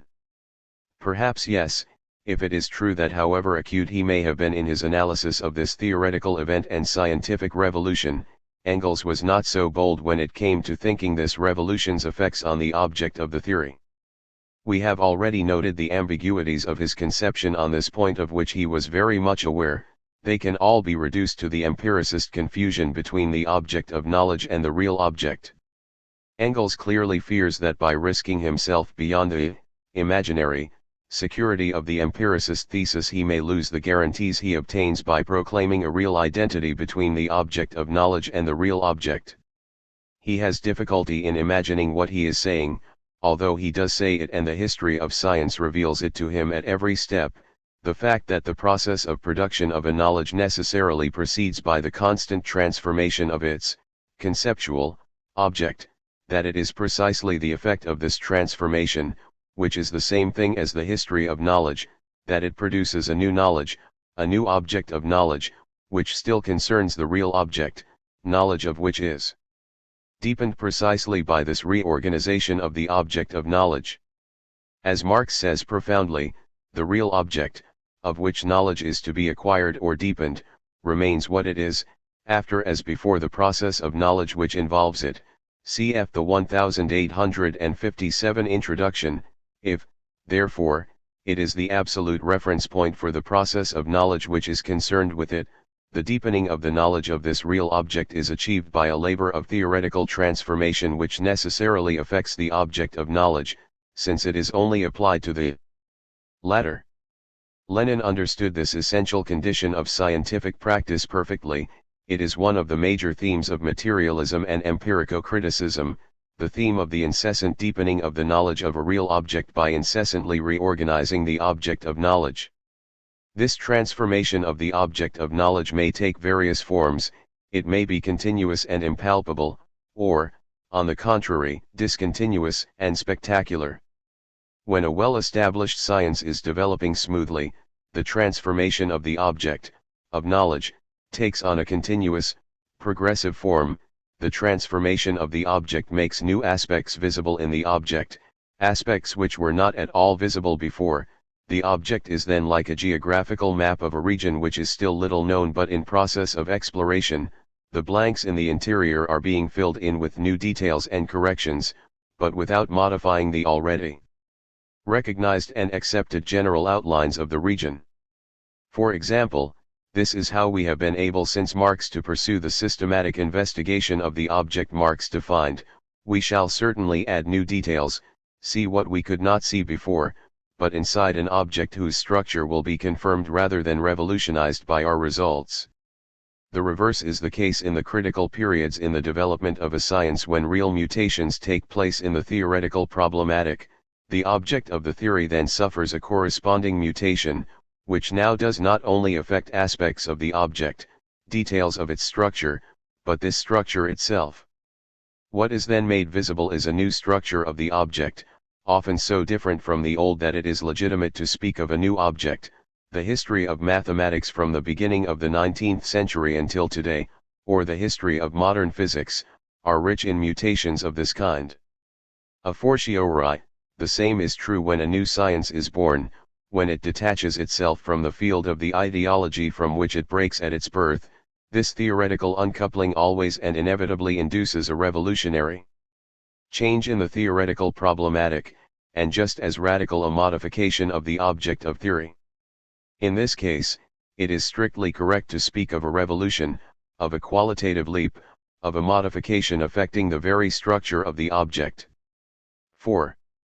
The new object may well still retain some link with the old ideological object, elements may be found in it which belong to the old object, too, but the meaning of these elements changes with the new structure, which precisely confers on them their meaning.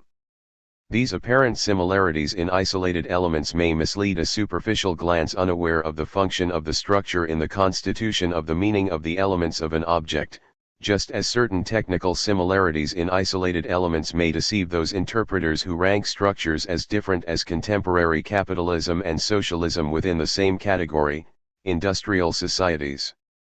In fact, this theoretical revolution which is visible in the break that separates a new science from the ideology which gave it birth, reverberates profoundly in the object of the theory, which is at the same moment itself the site of a revolution, and becomes peculiarly a new object. This mutation in the object, like the mutation in the corresponding problematic, may become the object of a rigorous epistemological study. And as a single movement constitutes both the new problematic and the new object, the study of this double mutation is in fact only a single study, belonging to the discipline which reflects on the history of the forms of knowledge and on the mechanism of their production. Philosophy. With this we reach the threshold of our question: what is the peculiar object of the economic theory founded by Marx in Capital? What is the object of Capital? What is the specific difference between Marx's object and that of his predecessors? Chapter 7. The object of political economy. To answer this question, I shall take literally the subtitle of Capital, a critique of political economy. If the view I have put forward is correct, to criticize political economy cannot mean to criticize or correct certain inaccuracies or points of detail in an existing discipline, nor even to fill in its gaps, its blanks, pursuing further an already largely initiated movement of exploration. To criticize political economy means to confront it with a new problematic and a new object, i.e., to question the very object of political economy. But since political economy is defined as political economy by its object, the critique directed at it from the new object with which it is confronted could strike political economy's vital spot. This is indeed the case. Marx's critique of political economy cannot challenge the latter's object without disputing political economy itself, in its theoretical pretensions to autonomy and in the divisions it creates in social reality in order to make itself the theory of the latter. Marx's critique of political economy is therefore a very radical one. It queries not only the object of political economy, but also political economy itself as an object. In order to give this thesis the benefit of its radicalism, let us say that political economy, as it is defined by its pretensions, has no right to exist as far as Marx is concerned. If political economy thus conceived cannot exist, it is for de jure, not de facto reasons. If this really is the case, we can understand what misunderstanding separates Marx not only from his predecessors, critics, and certain of his supporters, but also from the economists who have come after him. This misunderstanding is a simple one, but at the same time it is paradoxical. Simple, because the economists make their living from political economy's pretensions to existence, and these pretensions revoke all its rights to exist. Paradoxical, because the consequence Marx has drawn from the de jure non-existence of political economy is a vast book called Capital, which seems to speak of nothing but political economy from beginning to end. We must therefore go into detail, uncovering the indispensable corrections, little by little, in the rigorous relationship that unites them. In order to anticipate them, which is necessary if we are to understand them, let us give one first reference point. Political economy's pretensions to existence are a function of the nature and hence of the definition of its object. Political economy gives itself as an object the domain of economic facts which it regards as having the obviousness of facts, absolute givens which it takes as they give themselves, without asking them for any explanations. Marx's revocation of the pretensions of political economy is identical with his revocation of the obviousness of this given, which in fact it gives itself arbitrarily as an object, pretending that this object was given it. Marx's whole attack is directed at this object, at its pretensions to the modality of a given object, political economy's pretensions being no more than the mirror reflection of its object's pretensions to have been given it. By posing the question of the givenness of the object, Marx poses the question of the object itself, of its nature and limits, and therefore of the domain of its existence, since the modality according to which a theory thinks its object affects not only the nature of that object but also the situation and extent of its domain of existence. As an indication, let us adopt a famous thesis of Spinoza's. As a first approximation, we can suggest that political economy's existence is no more possible than the existence of any science of conclusions as such. A science of conclusions is not a science, since it would be the actual ignorance in act, of its premises. It is only the imaginary in action, the first kind. The science of conclusions is merely an effect, a product of the science of premises, but if we suppose that the science of premises exists, the pretended science of conclusions, the first kind, is known as imaginary, and as the imaginary in action, once known it disappears with the disappearance of its pretensions and its object. The same is true grosso modo of Marx. If political economy cannot exist for itself, it is because its object does not exist for itself, because it is not the object of its concept, or because its concept is the concept of an inadequate object. Political economy cannot exist unless the science of its premises, or if you prefer, the theory of its concepts, already exists, but once this theory exists, then political economy's pretensions disappear into what they are, imaginary pretensions. From these very schematic indications, we can draw two provisional conclusions. If the critique of political economy does have the meaning we have proposed, it must at the same time be a construction of the true concept of the object, at which classical political economy is aiming in the imaginary of its pretensions, a construction which will produce the concept of the new object with which Marx confronts political economy.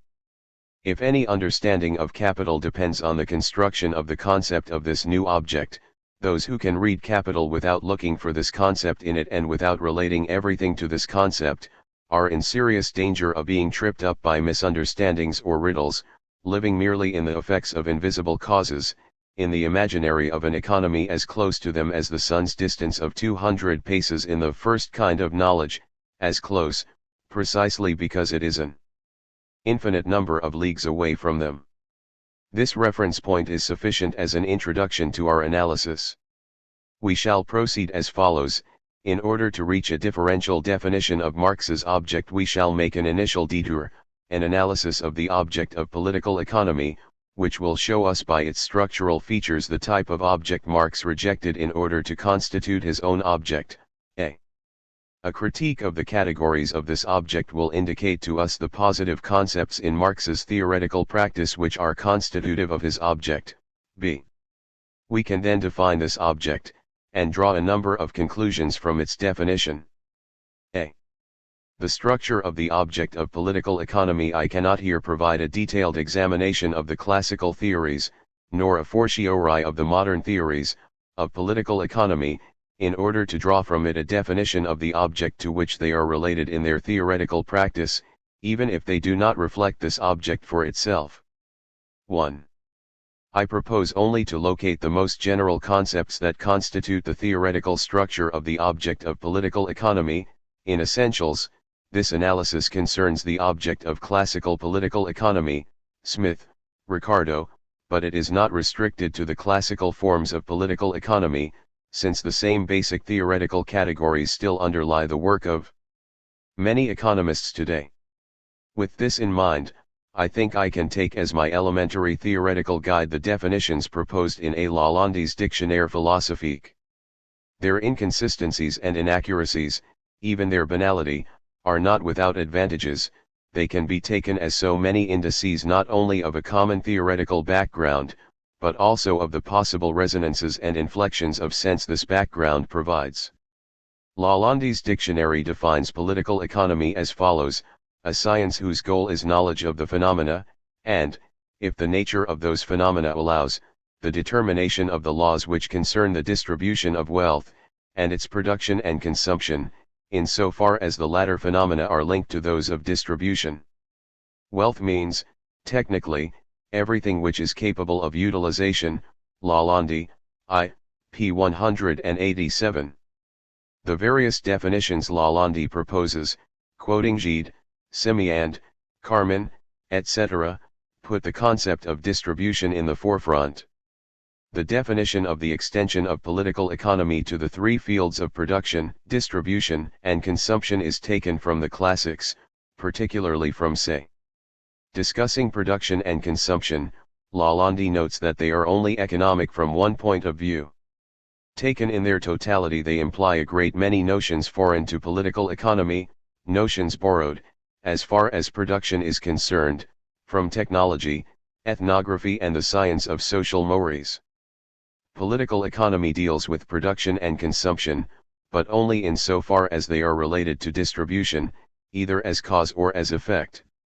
Let us take this schematic definition as the most general basis of political economy, and see what it implies, from a theoretical point of view, where the structure of its object is concerned. a. First of all, it implies the existence of economic facts and phenomena distributed within a definite field which has the property of being a homogeneous field. The field and the phenomena that constitute it and fill it are given, i.e., accessible to direct observation and attention. Their apprehension does not depend on the prior theoretical construction of their concepts. This homogeneous field is a defined space in which the different economic determinations, facts, or phenomena are, by virtue of the homogeneity of the field in which they exist, comparable, and, to be precise, measurable, i.e., quantifiable. Every economic fact is therefore in essence measurable. This was already the great principle of classical economics, precisely the first point at which Marx directed his critique. Smith's great error was, in Marx's eyes, the fact that he sacrificed the analysis of the value form to a consideration of the quantity of value only. Their attention is entirely absorbed by the analysis of the magnitude of value, capital, Volume 1, p. 174 and 34. On this point modern economists, despite the differences in their conception, are on the side of the classics in attacking Marx for producing in his theory concepts which are non-operational, i.e., which exclude the measurement of their object, example surplus value. But this attack backfires on its authors, since Marx accepts and uses measurement, for the developed forms of surplus value, profit, rent, and interest. If surplus value is not measurable, that is precisely because it is the concept of its forms, which are measurable. Of course, this simple distinction changes everything. The homogeneous planar space of the phenomena of political economy is no longer a mere given, since it requires the posing of its concept, i.e., the definition of the conditions and limits which allow phenomena to be treated as homogeneous, i.e., measurable. Let us merely note this difference, but without forgetting that modern political economy remains faithful to the empiricist, quantitative tradition of the classics, if it is true that, to use a phrase of André Marchel's, it knows only measurable facts. But this empiricist positivist conception of economic facts is not as plain, flat, as it might seem. Here I am talking about the plainness of the planar, plan, space of its phenomena. If this homogeneous space does not refer to the depth of its concept, it does do so to a certain world outside its own plane which has the theoretical role of underlying it in existence and founding it. The homogeneous space of economic phenomena implies a determinate relationship with the world of the men who produce, distribute, receive, and consume. This is the second theoretical implication of the object of political economy. This implication is not always as visible as it is in Smith and Ricardo. It may remain latent and not be so directly thematized in economics, but it is no less essential to the structure of its object for that. Political economy relates economic facts to their origin in the needs, or utility, of human subjects. It therefore tends to reduce exchange values to use values, and the latter, wealth, to use the expression of classical economics, to human needs. This is also the position of F. Simiand, quoted by Lalande. What makes a phenomenon economic? Instead of defining that phenomenon with respect to wealth, richesses, a classical term in the French tradition, but one that could be improved on, I believe it would be better to follow more recent economists who take as their central notion the satisfaction of material needs. Lalande, p. 188. Simiand is wrong to put forward his request as a novelty. His definition merely repeats the classical one, for behind men and their needs it presents their theoretical function as the subjects of the economic phenomena. That is to say that classical economics can only think economic facts as belonging to the homogeneous space of their positivity and measurability on condition that it accepts a naive anthropology which founds all the acts involved in the production, distribution, reception, and consumption of economic objects on the economic subjects and their needs. Hegel provided the philosophical concept of the unity of this naive anthropology with the economic phenomena in his famous expression the sphere of needs, or civil society. 2. As distinct from political society. In the concept of the sphere of needs, economic facts are thought as based in their economic essence on human subjects who are a prey to need, on the homo economicus, who is a, visible, observable, given, 2. The homogeneous positivist field of measurable economic facts depends on a world of subjects whose activity as productive subjects in the division of labor has as its aim and effect the production of objects of consumption, destined to satisfy these same subjects of needs. The subjects, as subjects of needs, support the activity of the subjects as producers of use values, exchangers of commodities and consumers of use values. The field of economic phenomena is thus, in origin as in aim, founded on the ensemble of human subjects whose needs define them as economic subjects. The peculiar theoretical structure of political economy depends on immediately and directly relating together a homogeneous space of given phenomena and an ideological anthropology which bases the economic character of the phenomena and its space on man as the subject of needs, the givenness of the homo economicus. Let us examine this more closely.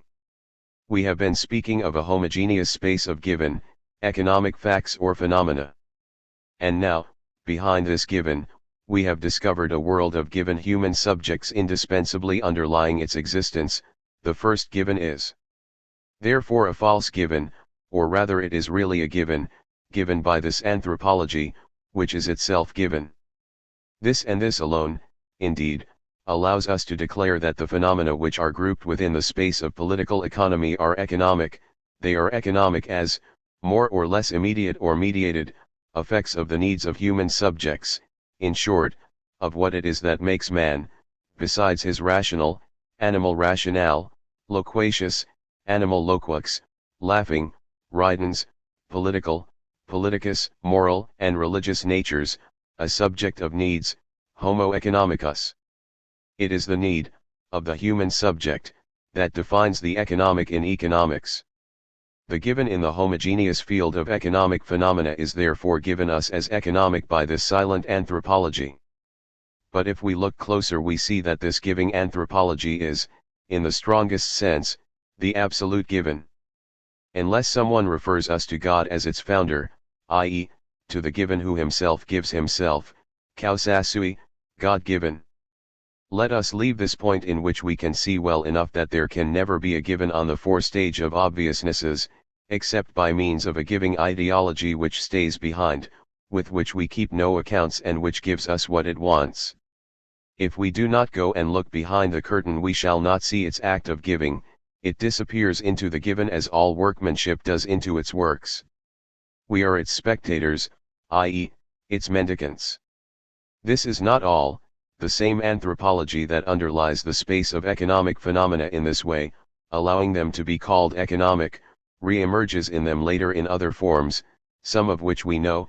If classical political economy was able to present itself as a happy providential order, as economic harmony, from the physiocrats to Saviah Smith, it was by the direct projection of the moral or religious attributes of its latent anthropology onto the space of economic phenomena.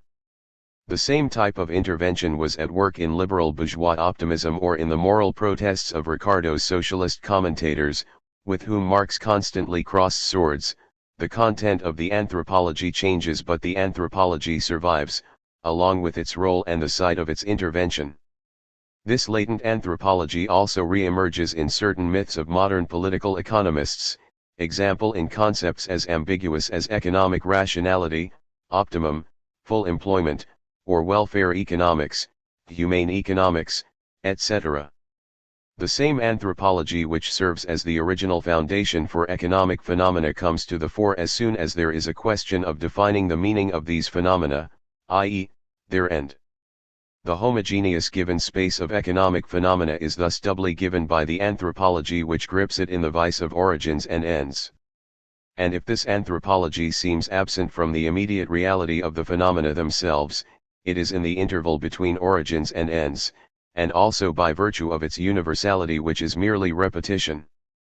As all the subjects are equally subjects of needs, their effects can be dealt with by bracketing out the ensemble of these subjects. Their universality is then reflected in the universality of the laws of the effects of their needs, which naturally leads political economy towards its pretensions to deal with economic phenomena in the absolute, in all forms of society, past, present, and future. The taste for false eternity Marx found in the classics may have come to them politically from their wish to make the bourgeois mode of production everlasting. This is obvious enough for some of them, Smith, say, etc. But it may have come to them from a different cause, one older than the bourgeoisie, living in the time of a different history, not from a political cause but from a theoretical cause, from theoretical effects produced by this silent anthropology which ratifies the structure of the object of political economy. This is surely the case with Ricardo, who knew perfectly well that one day the bourgeoisie would have had its day, who already read this destiny into the mechanism of its economy and yet continued to speak the discourse of eternity at the top of his voice. Need we go further in our analysis of the structure of the object of political economy than this functional unity between the homogeneous field of given economic phenomena and a latent anthropology, and reveal the presuppositions, the theoretical, philosophical, concepts which in their specific connections underlie this unity? We should then be faced by philosophical concepts as fundamental as given, subject, origin, and order, and connections such as that of linear and teleological causality. All these concepts deserve a detailed analysis showing the role they are forced to play in political economy's stage direction. But this would lead us much too far afield, and, in any case, we shall come across them again from the other side when we see Marx either rejecting them or giving them quite different roles. Chapter 8. Marx's critique. Marx rejected both the positive conception of a homogeneous field of given economic phenomena, and the ideological anthropology of the Homo economicus, etc., which underlies it. Along with this unity he therefore rejected the very structure of the object of political economy. First let us see what was the fate of classical anthropology in Marx's work. For this purpose I shall make a rapid survey of the major regions of the economic space, consumption, distribution, and production, in order to see what theoretical place is occupied in it by anthropological concepts. A. Consumption. We can begin with consumption, which seems a direct concern of anthropology since it involves the concept of human needs. In the 1857 introduction, Marx showed that economic needs cannot be defined unambiguously by relating them to the human nature of the economic subjects. In fact, consumption is double. It does include the individual consumption of the men in a given society, but also productive consumption, which would have to be defined as the consumption which satisfies the needs of production to consecrate the universal use of the concept of need. This kind of consumption includes the objects of production, natural materials or raw materials, the result of labor transforming natural materials, and the instruments of production, tools, machines, etc., necessary for production. A large part of consumption is therefore directly and exclusively the concern of production itself. A whole part of consumption is therefore devoted not to the satisfaction of the needs of individuals, but to allowing either simple or extended reproduction of the conditions of production. From this statement Marx drew two absolutely essential distinctions, both of which are absent from classical political economy, the distinction between constant capital and variable capital, and the distinction between two departments of production, Department I, devoted to the reproduction of the conditions of production on a simple or extended basis, and Department II, devoted to the production of the objects of individual consumption. The proportion between these two departments is governed by the structure of production, which intervenes directly to determine the nature and the quantity of a large part of the use values which never enter consumption for need but only production itself. This discovery plays an essential part in the theory of the realization of value, in the process of capitalist accumulation, and in all the laws that flow from it. This point is the object of an interminable polemic of Marx's against Smith, which he returns to several times in volumes 2 and 3 and which is echoed in Lenin's critique of the populists and their teacher, the romantic economist Sismondi. 1. However, this distinction does not settle all the questions. It may be true that the needs of production avoid any anthropological determination, but it remains true also that part of the product is consumed by individuals, who satisfy their needs with it. But here, too, we find that anthropology's theoretical pretensions have been shattered by Marx's analysis. Not only does Marx define these needs as historical and not as absolute givens, The Poverty of Philosophy, MECW 6, pages 118-9, Capital, Volume 1, pages 275, 341, Volume 3, pages 998-9, etc., but also and above all he recognizes them as needs in their economic function, on condition that they are effective, Volume 3, pages 282, 294. The only needs that play an economic part are those that can be satisfied economically. Those needs are not defined by human nature in general but by their effectivity, i.e., by the level of the income at the disposal of the individuals concerned, and by the nature of the products available, which are, at a given moment, the result of the technical capacities of production. The determination of the needs of individuals by the forms of production goes even further, since production produces not only definite means of consumption, use values, but also their mode of consumption, including even the wish for these products, Grundriss, p. 92.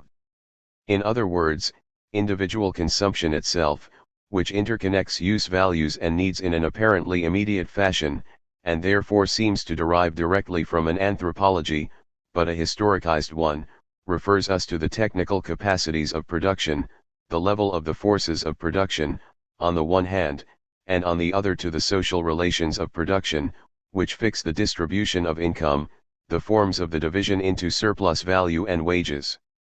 This last point leads on to the distribution of men into social classes, which then become the real subjects, in so far as that term is applicable, of the production process. The direct relationship between needs thus defined and an anthropological basis becomes therefore purely mythical, or rather, we must invert the order of things and say that the idea of an anthropology, if it is possible at all, must first take into consideration the economic, non-anthropological, definition of those needs. Those needs are subject to a double structural, i.e., no longer anthropological, determination, the determination which divides the products between departments I and II, and assigns to needs their content and meaning, the structure of the relation between the productive forces and the relations of production. This conception therefore rejects classical anthropology's founding role in economics. B. Distribution. Since distribution has been revealed as an essential factor in the determination of needs, alongside production, let us examine this new category. Distribution, too, has two aspects. It is not only the distribution of income, which refers to the relations of production, but also the distribution of the use values produced by the production process. But we know that these use values include the products of Department I, or means of production, and the products of Department II, or means of consumption. The products of Department II are exchanged for individuals' incomes, hence as a function of their incomes, hence as a function of the distribution of incomes, hence as a function of the first distribution. As for the products of Department I, the means of production, intended for the reproduction of the conditions of production, they are not exchanged for income, but directly between the owners of the means of production. This results from the realization diagrams in Volume 2 between the members of the capitalist class, who have a monopoly of the means of production.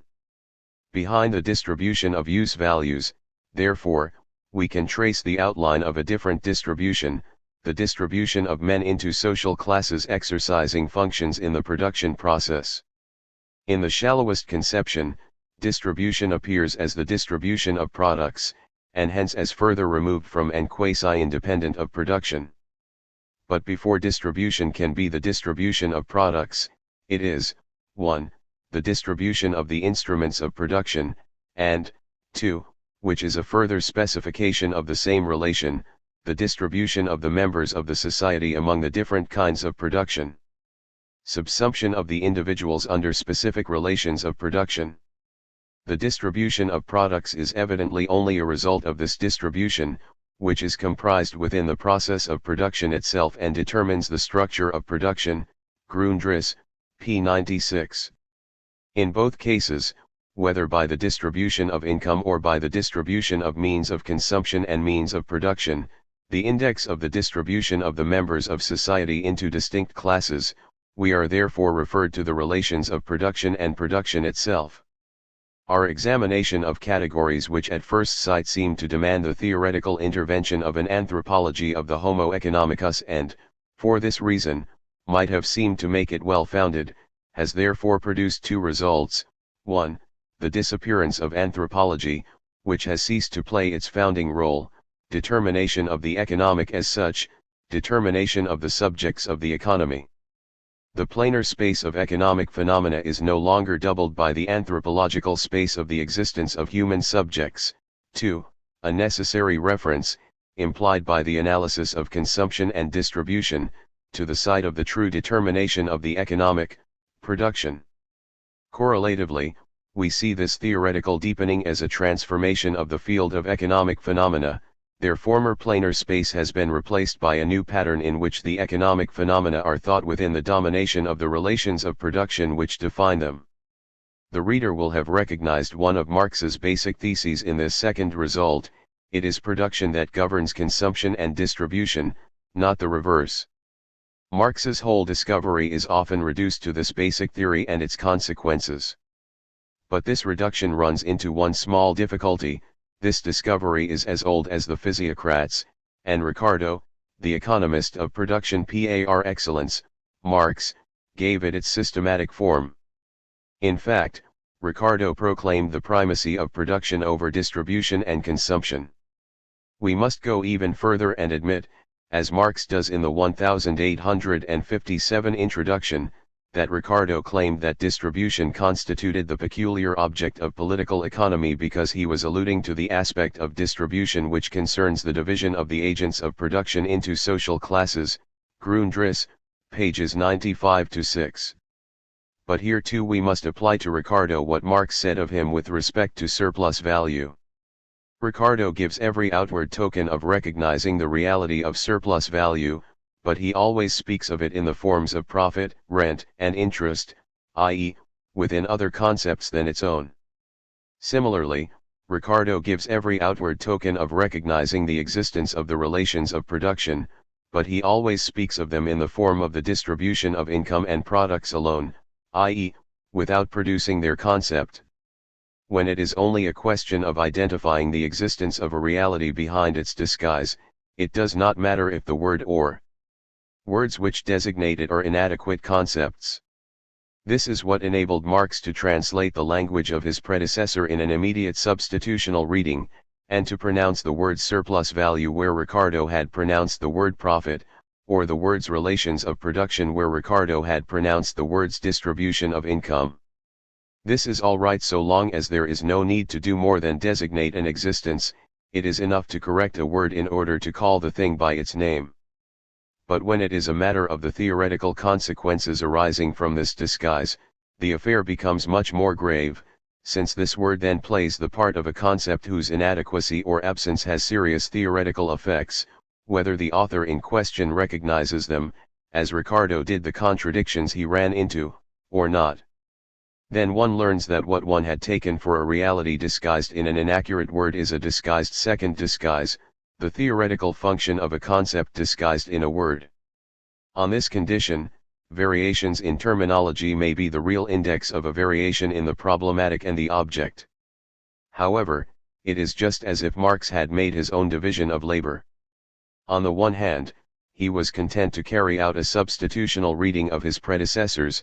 This was a sign of the generosity, Engels, which always made him calculate his debts unselfishly, and in practice treat producers as discoverers. But on the other hand, though in different places, Marx revealed that he was as pitiless towards the theoretical consequences drawn by his predecessors in this blindness as he was to the conceptual meaning of the facts which they had produced. When Marx criticized Smith or Ricardo with the utmost severity because they were unable to distinguish between surplus value and its forms of existence, he was in fact attacking them because they did not give a concept to the fact that they had managed to produce.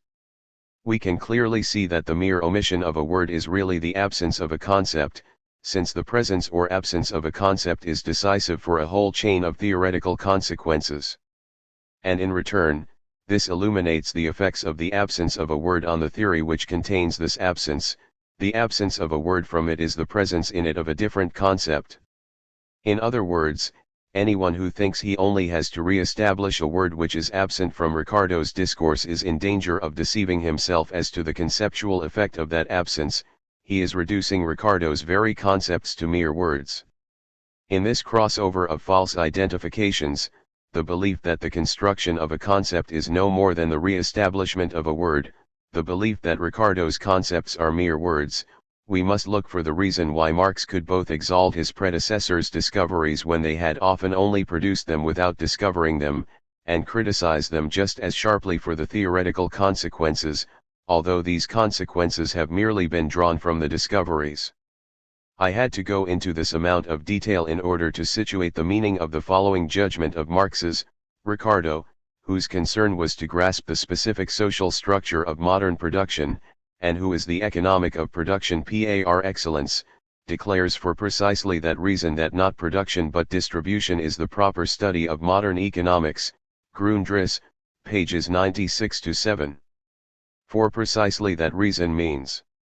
He instinctively conceived the forms of distribution as the most specific expression of the relations into which the agents of production of a given society are cast, Ibid, pages 95-6.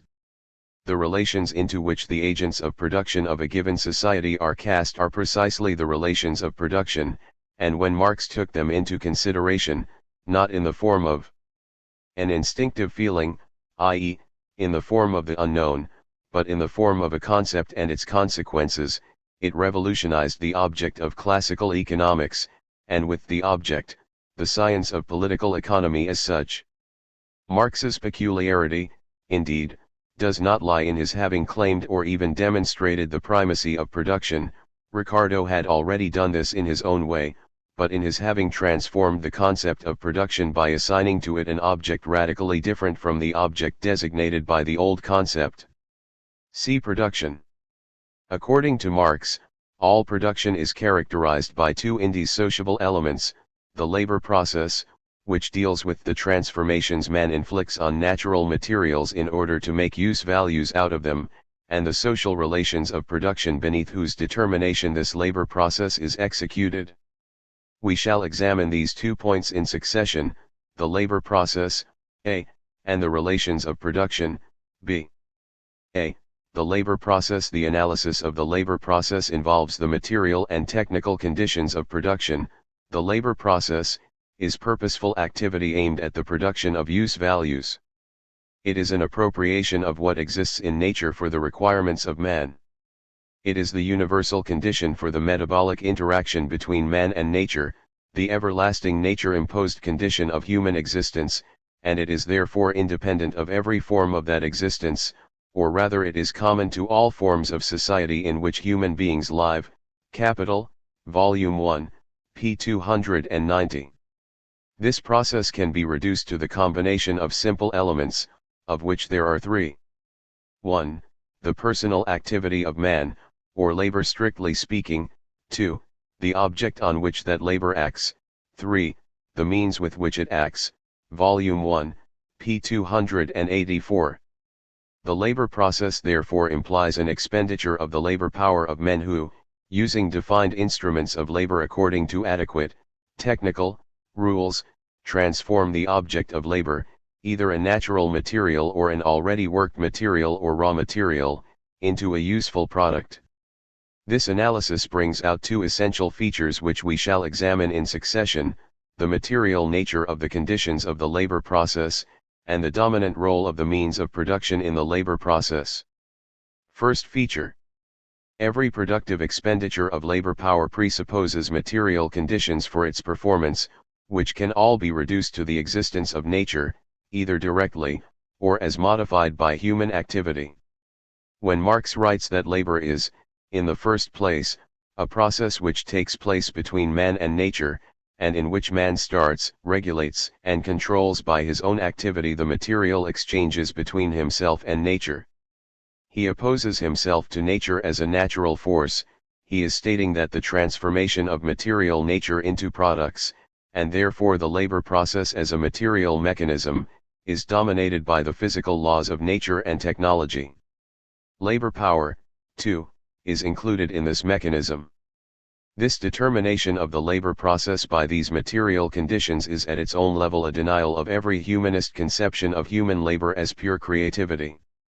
As we know, this idealism has not remained in the state of a myth, but has reigned in political economy itself, and from there, in the economic utopias of vulgar socialism, example in Proudhon, the People's Bank Project, Gray, labor bonds, and finally in the Gotha program, whose opening line proclaimed, "Labor is the source of all wealth and culture," to which Marx replied, "Labor is not the source of all wealth.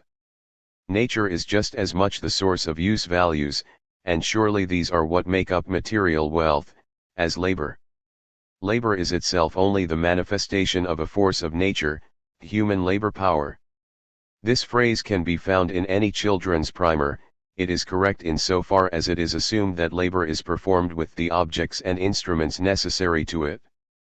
A socialist program, however, cannot allow such bourgeois formulations to silence the conditions which give them the only meaning they possess. There is every good reason for the bourgeoisie to ascribe supernatural creative power to labor. Critique of the Gotha Program, the First International and After, London, Verso, 2010, p. 341. It was this same utopianism that led Smith, and all the utopians who followed him on this point, to leave out of their economic concepts any formal representation of the necessity for the reproduction of the material conditions of the labor process, as essential to the existence of that process, and therefore to abstract from the current materiality of the productive forces, the object and the material instruments of labor, implied in every production process. In this respect, Smith's political economy lacks a theory of reproduction, an indispensable element of any theory of production. The same idealism of labor made it possible for Marx, in the 1844 manuscripts, to call Smith the Luther of political economy because he reduced all wealth, all use value, to human labor alone, and to seal the theoretical union of Smith and Hegel, the first because he reduced the whole of political economy to the subjectivity of labor, the second because he conceived labor as the essence of man. In Capital, Marx breaks with this idealism of labor by thinking the concept of the material conditions of every labor process and by providing the concept of the economic forms of existence of these material conditions. In the capitalist mode of production, the decisive distinctions between constant capital and variable capital on the one hand, and between Department I and Department II on the other. This simple example enables us to assess the theoretical and practical effects induced in the field of economic analysis itself by merely thinking the concept of its object. Once Marx thought the reality of the material conditions of production as belonging to the concept of production, economically operational concepts emerged in the field of economic analysis: constant capital, variable capital, Department I, Department II, which revolutionized its arrangement and nature. The concept of its object is not a para-economic concept, it is the concept of the construction of the economic concepts necessary for an understanding of the nature of the economic object itself. The economic concepts of constant capital and variable capital, of Department I and Department II, are merely the economic determinations, in the field of economic analysis itself, of the concept of the material conditions of the labor process. The concept of the object exists immediately then in the form of directly operational economic concepts. But without the concept of the object, these concepts would not have been produced, and we should have remained in Smith's economic idealism, exposed to all the temptations of ideology. This is a crucial point, for it shows us that to call ourselves Marxists it is not enough for us to believe that the economy, and in the economy, production, govern all the other spheres of social existence. It is possible to proclaim this position and yet, at the same time, develop an idealist conception of the economy and of production, by declaring that labor constitutes both the essence of man and the essence of political economy, in short by developing an anthropological ideology of labor, of the civilization of labor, etc. Marx's materialism, on the contrary, presupposes a materialist conception of economic production, i.e., among other conditions, a demonstration of the irreducible material conditions of the labor process. This is one of the points where a sentence from one of Marx's letters to Engels which I have referred to above is directly applicable, the sentence in which Marx points out that he attributed much more importance to the category use value than did any of his predecessors. This is a stumbling block for all the interpretations of Marxism as a philosophy of labor, whether ethical, personalist or existentialist, especially Sartre's theory of the practico-inert, since it lacks any concept of the modality of the material conditions of the labor process. Smith had already related the current material conditions of the labor process to past labor. He thus dissolved the currency of the material conditions required at a given moment for the existence of the labor process in an infinite regression, in the non-currency of earlier labors, in their memory. Hegel was to resurrect this idea in his theory of Erinnerung. Similarly, Sartre dissolves the current material conditions whose structural combination governs all effective labor and every current transformation of a raw material into a useful product in the philosophical memory of an earlier praxis, itself second to another or several other earlier praxes, and so on down to the praxis of the original subject. In Smith, who was writing an economic work, this ideal dissipation had important theoretical consequences in the realm of the economy itself.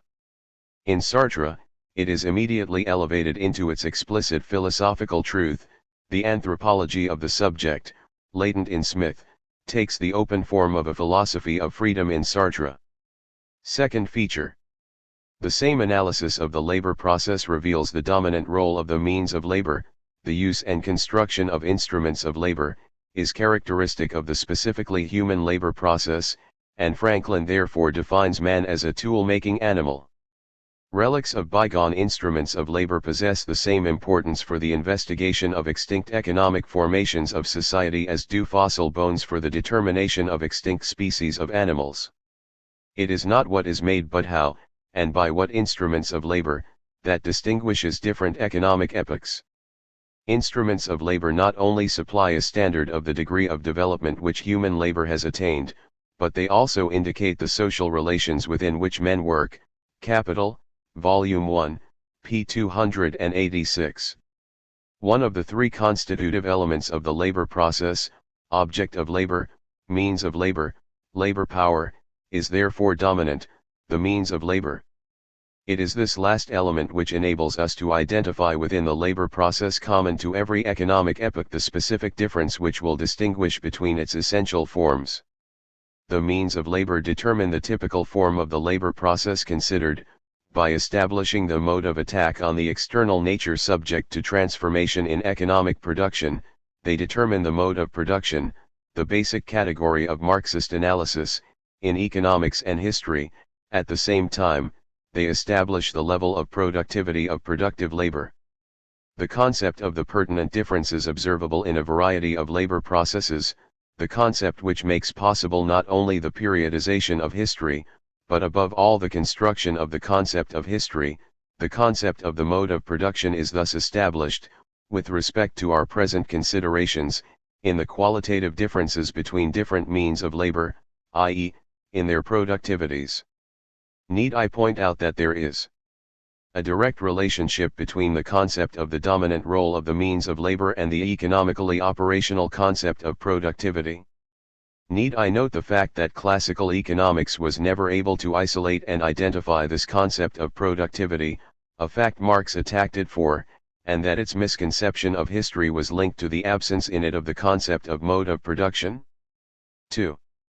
By producing his key concept of the mode of production, Marx was indeed able to express the differential degree of material attack on nature by production, the differential mode of unity existing between man and nature, and the degree of variation in that unity. But as well as revealing to us the theoretical significance of taking into consideration the material conditions of production, the concept of the mode of production simultaneously reveals to us another determinant reality, corresponding to the degree of variation in the man-nature unity, the relations of production. Instruments of labor not only supply a standard of the degree of development which human labor has attained, but they also indicate, Anzijan, the social relations within which men work. Ibid. Here we discover that the man-nature unity expressed in the degree of variation in that unity is at the same time both the unity of the man-nature relationship and the unity of the social relations in which production takes place. The concept of the mode of production therefore contains the concept of the unity of this double unity. b. The relations of production. We have thus arrived at a new condition of the production process. After studying the material conditions of the production process, which express the specific nature of the relations between men and nature, we must now turn to a study of the social conditions of the production process, the social relations of production. These new conditions involve the specific type of relations between the agents of production which exist as a function of the relations between these agents on the one hand and the material means of production on the other. This adjustment is crucial. The social relations of production are on no account reducible to mere relations between men, to relations which only involve men, and therefore to variations in a universal matrix, to intersubjectivity, recognition, prestige, struggle, master-slave relationship, etc. For Marx, the social relations of production do not bring men alone onto the stage, but the agents of the production process and the material conditions of the production process, in specific combinations. I insist on this point, for reasons which are related to Ranciere's analysis of certain of Marx's expressions. 3. Where, in a terminology still inspired by his early anthropological philosophy, it is tempting to oppose, literally, relations between men and relations between things. But the relations of production necessarily imply relations between men and things, such that the relations between men and men are defined by the precise relations existing between men and the material elements of the production process. How did Marx think these relations? He thought them as a distribution or combination, Verbindung. Discussing distribution in the 1857 introduction, Marx wrote, "In the shallowest conception, distribution appears as the distribution of products, and hence as further removed from and quasi-independent of production.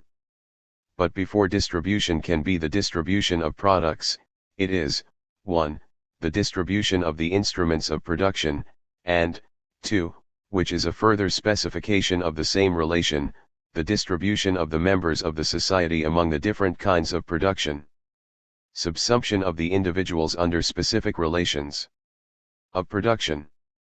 The distribution of products is evidently only a result of this distribution, which is comprised within the process of production itself and determines the structure of production. To examine production while disregarding this internal distribution within it is obviously an empty abstraction, while conversely, the distribution of products follows by itself from this distribution, which forms an original moment, of production. Production must begin with a certain distribution of the instruments of production, Grundriss, pages 96-7. This distribution thus consists of a certain attribution of the means of production to the agents of production, in a certain regular proportion fixed between, on the one hand, the means of production, and on the other, the agents of production. Thus attribution can be formally conceived as the combination, Verbindung, of a certain number of elements which belong either to the means of production or to the agents of production, a combination which occurs according to definite modalities. This is Marx's own expression: whatever the social form of production, workers and means of production always remain its factors. But if they are in a state of mutual separation, they are only potentially factors of production. For any production to take place, they must be connected. The particular form and mode, die besondere Art und Weise, in which this connection is effected is what distinguishes the various economic epochs of the social structure, Gesellschaftsstruktur, Capital, Volume 2, p. 120. In another and probably more important text, Capital, Volume 3, p. 927, on the feudal mode of production, Marx writes, "The specific economic form in which unpaid surplus labor is pumped out of the direct producers determines the relationship of domination and servitude, as this grows directly out of production itself and reacts back on it in turn as a determinant. On this is based the entire configuration, Gestaltung, of the economic community arising from the actual relations of production, and hence also its specific political form, Gestalt. It is in each case the direct relationship of the owners of the conditions of production to the immediate producers, a relationship whose particular form naturally corresponds always to a certain level of development of the type and manner, Art und Weise, of labor, and hence to its social productive power, in which we find the innermost secret, Innersaintgeheimnis, the hidden basis, Grundlage, of the entire social edifice, construction, and hence also the political form of the relationship of sovereignty and dependence, in short, the specific form of state in each case. This text's developments reveal behind the two elements hitherto considered, agents of production, means of production, distinctions of quite crucial importance. On the side of the means of production we find the already familiar distinction between the object of production, example land, which played a determinant part directly in all the modes of production before capitalism, and the instruments of production. On the side of the agents of production we find, besides the distinction between laborer and labor power, an essential distinction between the direct agents, Marx's own expression, whose labor power is set to work in production, and other men whose role in the general process of production is that of owners of the means of production, but who do not feature in it as workers or direct agents, since their labor power is not used in the production process. By combining or interrelating these different elements, labor power, direct workers, masters who are not direct workers, object of production, instruments of production, etc., we shall reach a definition of the different modes of production which have existed and can exist in human history. This operation interrelating determinate pre-existing elements might make us think of a combinatory, if the very specific nature of the relations brought into play in these different combinations did not strictly define and limit its field. To obtain the different modes of production, these different elements do have to be combined, but by using specific modes of combination or Verbindungen which are only meaningful in the peculiar nature of the result of the combinatory, this result being real production, and which are property, possession, disposition, enjoyment, community, etc. The application of specific relations to the different distributions of the elements present produces a limited number of formations which constitute the relations of production of the defined modes of production. These relations of production determine the connections between the different groups of agents of production and the objects and instruments of production, and thereby they simultaneously divide the agents of production into functional groups, each occupying a definite place in the production process. The relations between the agents of production are then the result of the typical relations they maintain with the means of production, object, instruments, and of their distribution into groups defined and localized functionally in their relations with the means of production by the structure of production. I cannot give a theoretical analysis of this concept of combination and of its different forms here. On this point I refer the reader to Balibar's paper. But it is clear that the theoretical nature of this concept of combination may provide a foundation for the thesis I have already suggested in a critical form, the thesis that Marxism is not a historicism, since the Marxist concept of history depends on the principle of the variation of the forms of this combination. I should just like to insist on the special nature of these relations of production, which are remarkable in two respects. In the text I have just quoted, we have seen Marx prove that a certain form of combination of the elements present necessarily implies a certain form of domination and servitude indispensable to the survival of this combination, i.e., a certain political configuration, Gestaltung, of society. We can see precisely where the necessity and form of the political formation is founded, at the level of the Verbindungen which constitute the modes of liaison between the agents of production and the means of production, at the level of the relations of property, possession, disposition, etc. 4. These types of connection, according to the diversification or non-diversification of the agents of production into direct workers and masters, make the existence of a political organization intended to impose and maintain the defined types of connections by means of material force, that of the state, and of moral power, that of ideologies, either necessary, class societies, or superfluous, classless societies. This shows that certain relations of production presuppose the existence of a legal political and ideological superstructure as a condition of their peculiar existence, and why this superstructure is necessarily specific, since it is a function of the specific relations of production that call for it. It also shows that certain other relations of production do not call for a political superstructure, but only for an ideological superstructure, classless societies. Finally, it shows that the nature of the relations of production considered not only calls or does not call for a certain form of superstructure, but also establishes the degree of effectivity delegated to a certain level of the social totality. Irrespective of all these consequences, we can draw one conclusion at any rate where the relations of production are concerned: they relate to the superstructural forms they call for as so many conditions of their own existence. The relations of production cannot therefore be thought in their concept while abstracting from their specific superstructural conditions of existence. To take only one example, it is quite clear that the analysis of the buying and selling of labor power in which capitalist relations of production exist, the separation between the owners of the means of production on the one hand and the wage workers on the other, directly presupposes, for an understanding of its object, a consideration of the formal legal relations which establish the buyer, the capitalist, as much as the seller, the wage worker, as legal subjects, as well as a whole political and ideological superstructure, which maintains and contains the economic agents in the distribution of roles, which makes a minority of exploiters the owners of the means of production, and the majority of the population producers of surplus value. The whole superstructure of the society considered is thus implicit and present in a specific way in the relations of production, i.e., in the fixed structure of the distribution of means of production and economic functions between determinate categories of production agents.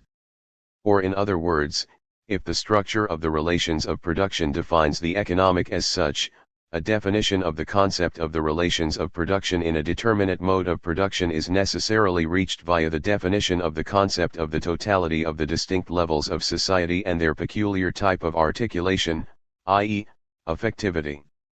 In no sense is this a formal demand, it is the absolute theoretical condition governing the definition of the economic itself. It is enough to refer to the innumerable problems raised by this definition where modes of production other than the capitalist one are concerned to realize the decisive importance of this recourse. Marx often says that what is hidden in capitalist society is clearly visible in feudal society or in the primitive community, but precisely in the latter societies we can clearly see that the economic is not directly and clearly visible. Just as in these same societies we can also clearly see that the degree of effectivity of the different levels of the social structure is not clearly visible. Anthropologists and ethnologists know what to confine themselves to when, seeking the economic, they come upon kinship relations, religious institutions, etc. Specialists in medieval history know what to confine themselves to when, seeking for the dominant determination of history in the economy, they find it in politics or religion. 5. In all these cases, there is no immediate grasp of the economic, there is no raw economic given, any more than there is any immediately given effectivity in any of the levels.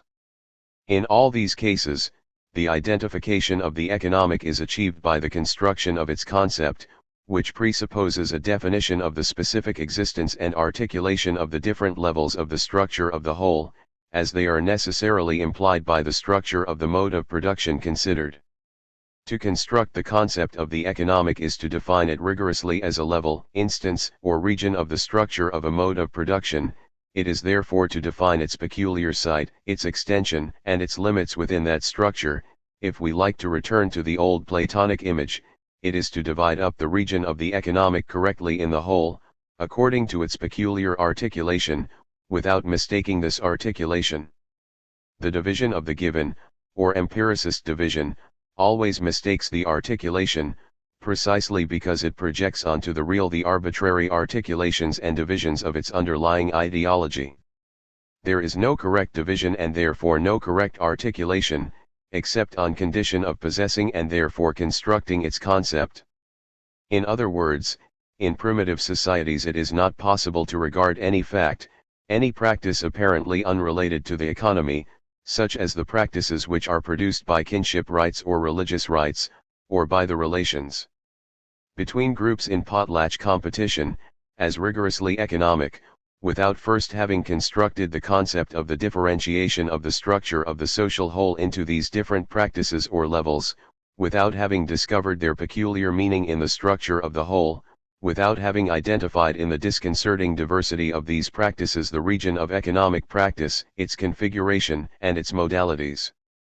It is probable that the majority of the difficulties of contemporary ethnology and anthropology arise from their approaching the facts, the givens of descriptive ethnography, without taking the theoretical precaution of constructing the concept of their object. This omission commits them to projecting onto reality the categories which define the economic for them in practice, i.e., the categories of the economics of contemporary society, which, to make matters worse, are often themselves empiricist. This is enough to multiply aporia.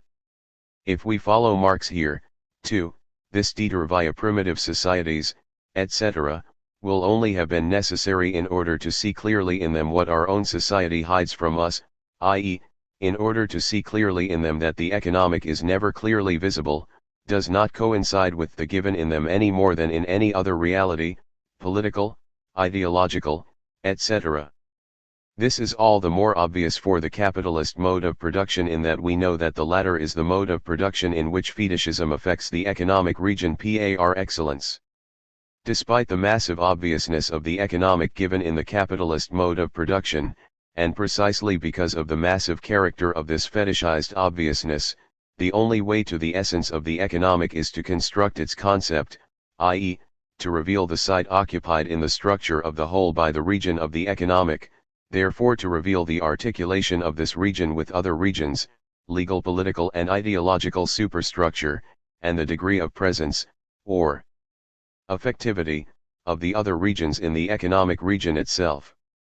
Here, too, this requirement can be faced directly as a positive theoretical requirement, it can also be omitted, and it then reveals itself in peculiar effects, either theoretical, contradictions and thresholds in the explanation, or practical, example difficulties in planning techniques, whether socialist or capitalist. That, very schematically, is the first conclusion we can draw from Marx's determination of the economic by the relations of production. The second conclusion is not less important. If the relations of production now appear to us as a regional structure, itself inscribed in the structure of the social totality, we are interested in this because of its structural nature.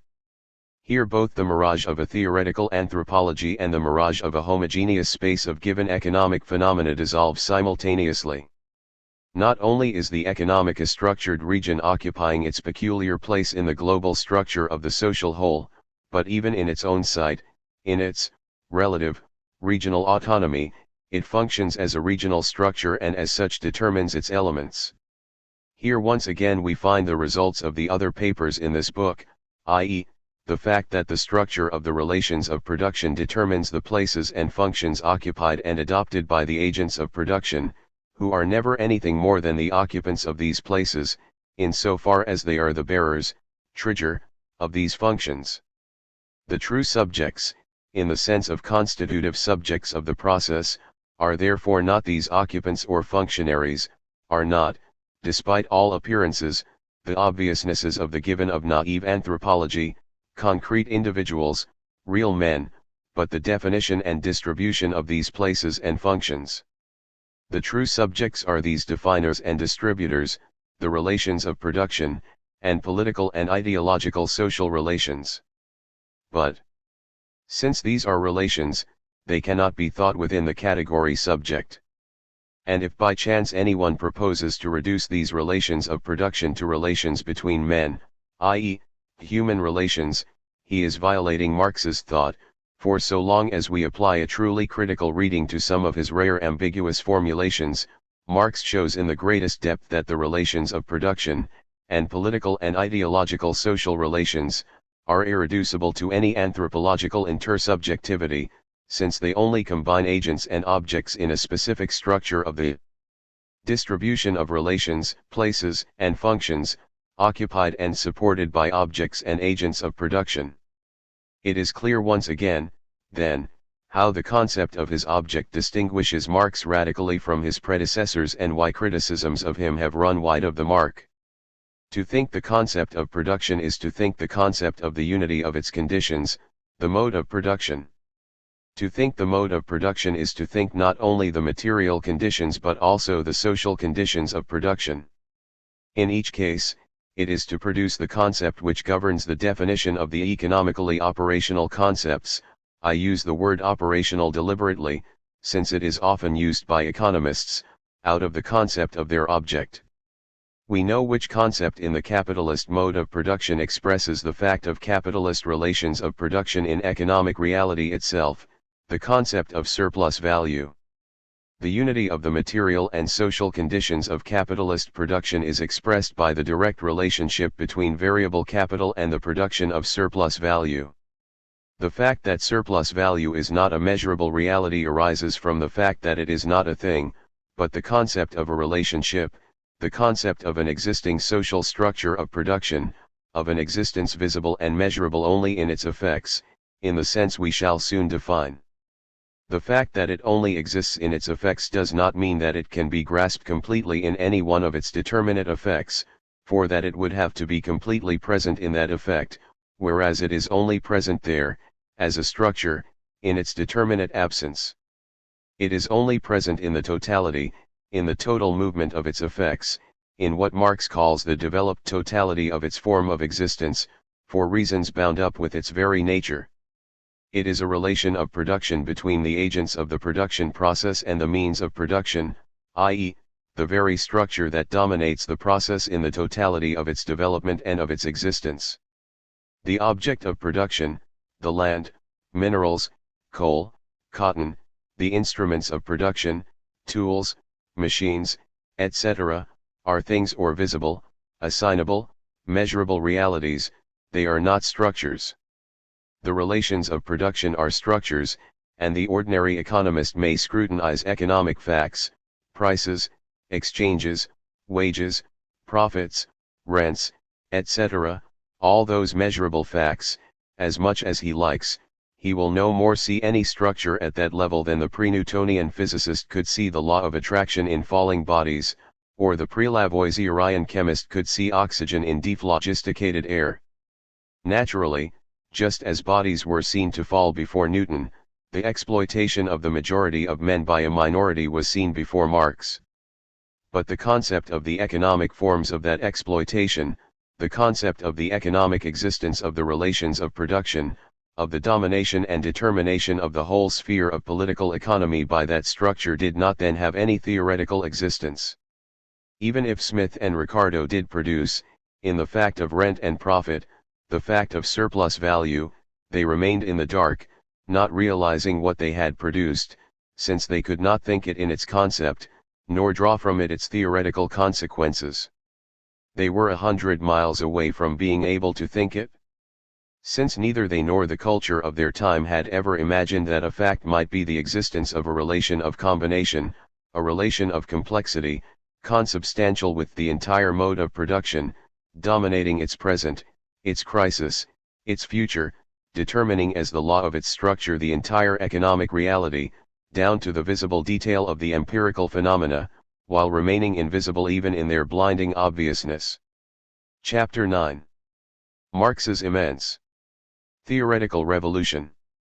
We can now go back to the past and assess the distance between Marx and his predecessors, and between his object and theirs. From now on we can abandon the issue of anthropology, whose function in political economy was to establish both the economic nature of economic phenomena, by the theory of the homo economicus, and their existence in the homogeneous space of a given. Once this anthropological given has been removed, the space remains, which is precisely what interests us. What happens to it, in its being, once it can no longer be based on an anthropology?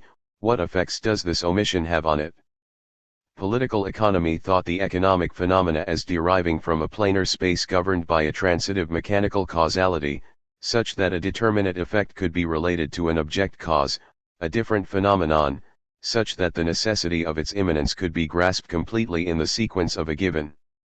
The homogeneity of this space, its planar character, its property of givenness, its type of linear causality, these are so many theoretical determinations which, as a system, constitute the structure of a theoretical problematic, i.e., of a certain way of conceiving its object, and at the same time of posing it definite questions, defined by the problematic itself, as to its being, while anticipating the form of its answers, the quantitative schema in short, an empiricist problematic. Marx's theory is radically opposed to this conception. Not that it is an inversion of it, it is different, theoretically unrelated to it, and therefore in rupture with it. Because he defined the economic by its concept, Marx does not present economic phenomena, to illustrate his thought temporarily with a spatial metaphor, in the infinity of a homogeneous planar space, but rather in a region determined by a regional structure and itself inscribed in a site defined by a global structure, therefore as a complex and deep space, itself inscribed in another complex and deep space. But let us abandon this spatial metaphor, since this first opposition exhausts its virtues.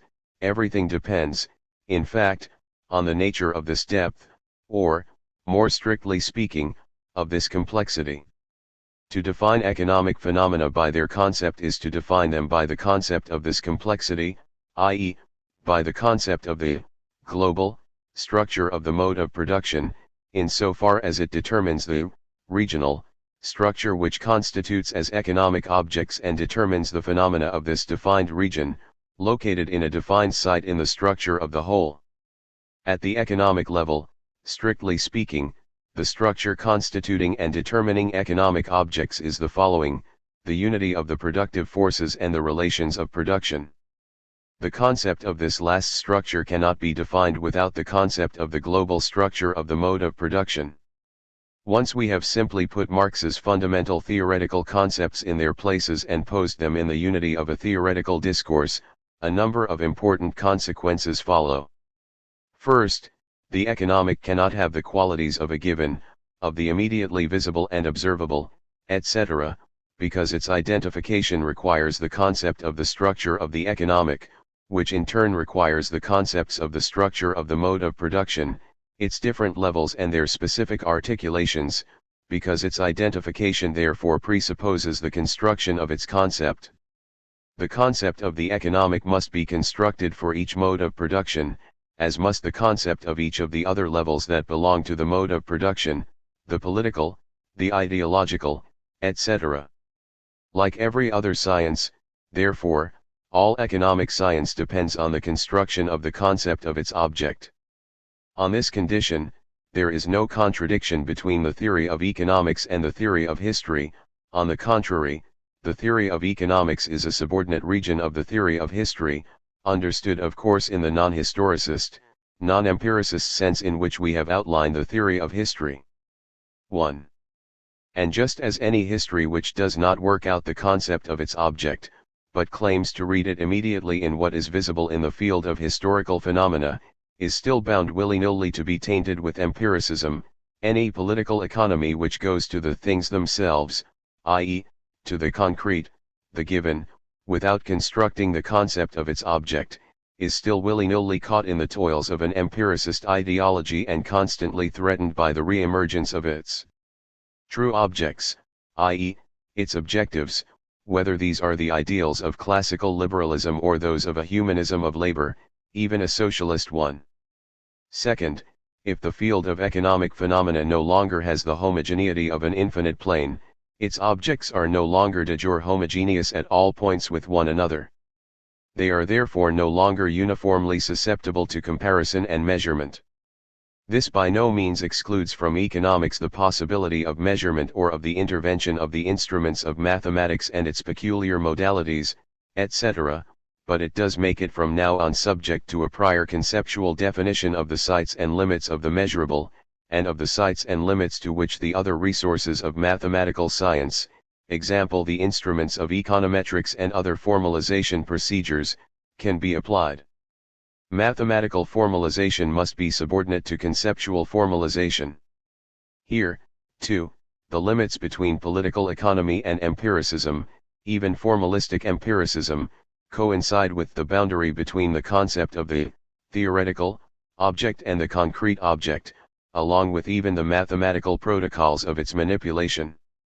The practical consequences of this principle are obvious, example in the solution of the technical problems of planning, in which problems which arise quite simply from the absence of the concept of the object, i.e., from economic empiricism, are frequently treated as real technical problems. The intellectual technocracy lives by this kind of confusion, securing its full-time employment with it, for nothing takes so long to resolve as a problem which does not exist or has been badly posed. Third, if the field of economic phenomena is no longer this planar space but a deep and complex one, if economic phenomena are determined by their complexity, i.e., their structure, the concept of linear causality can no longer be applied to them as it has been hitherto. A different concept is required in order to account for the new form of causality, required by the new definition of the object of political economy, by its complexity, i.e., by its peculiar determination, the determination by a structure. This third consequence deserves our whole attention, for it introduces us to an absolutely new theoretical domain. An object cannot be defined by its immediately visible or sensuous appearance. It is necessary to make a detour via its concept in order to grasp it. Begriffen equals grasp, Begriff equals concept. These theses have a familiar ring to them, at least they are the lesson of the whole history of modern science, more or less reflected in classical philosophy, even if this reflection took place in the element of an empiricism, whether transcendent, as in Descartes, transcendental, Kant and Husserl, or objective idealist, Hegel. It is true that much theoretical work is needed to deal with all the forms of this empiricism sublimated in the theory of knowledge which dominates Western philosophy, to break with its problematic of subject, cogito, and object, and all their variations. But at least all these philosophical ideologies do allude to a real necessity, imposed against this tenacious empiricism by the theoretical practice of the real sciences, i.e., that the knowledge of a real object is not reached by immediate contact with the concrete but by the production of the concept of that object, in the sense of object of knowledge, as the absolute condition of its theoretical possibility. If, formally, the task which Marx has allotted to us in forcing us to produce the concept of the economic in order to be able to constitute a theory of political economy, in obliging us to define by its concept the domain, limits, and conditions of validity of a mathematization of that object, if it does break with all the empiricist idealist traditions of Western critical philosophy, then it is in no sense in rupture with effective scientific practice. On the contrary, Marx's requirements restate in a new domain the requirements which have long been imposed on the practices of those sciences which have achieved autonomy. These requirements often conflict with the practices that have reigned and still do reign in economic science, practices which are deeply steeped in empiricist ideology, but this is undoubtedly because of the youth of this science, and also because economic science is especially exposed to the pressures of ideology. The sciences of society do not have the serenity of the mathematical sciences. As Hobbes put it, geometry unites men, social science divides them. Economic science is the arena and the prize of history's great political battles. But our third conclusion is quite different, and so is the requirement it imposes on us to think the economic phenomena as determined by a regional structure of the mode of production, itself determined by the global structure of the mode of production.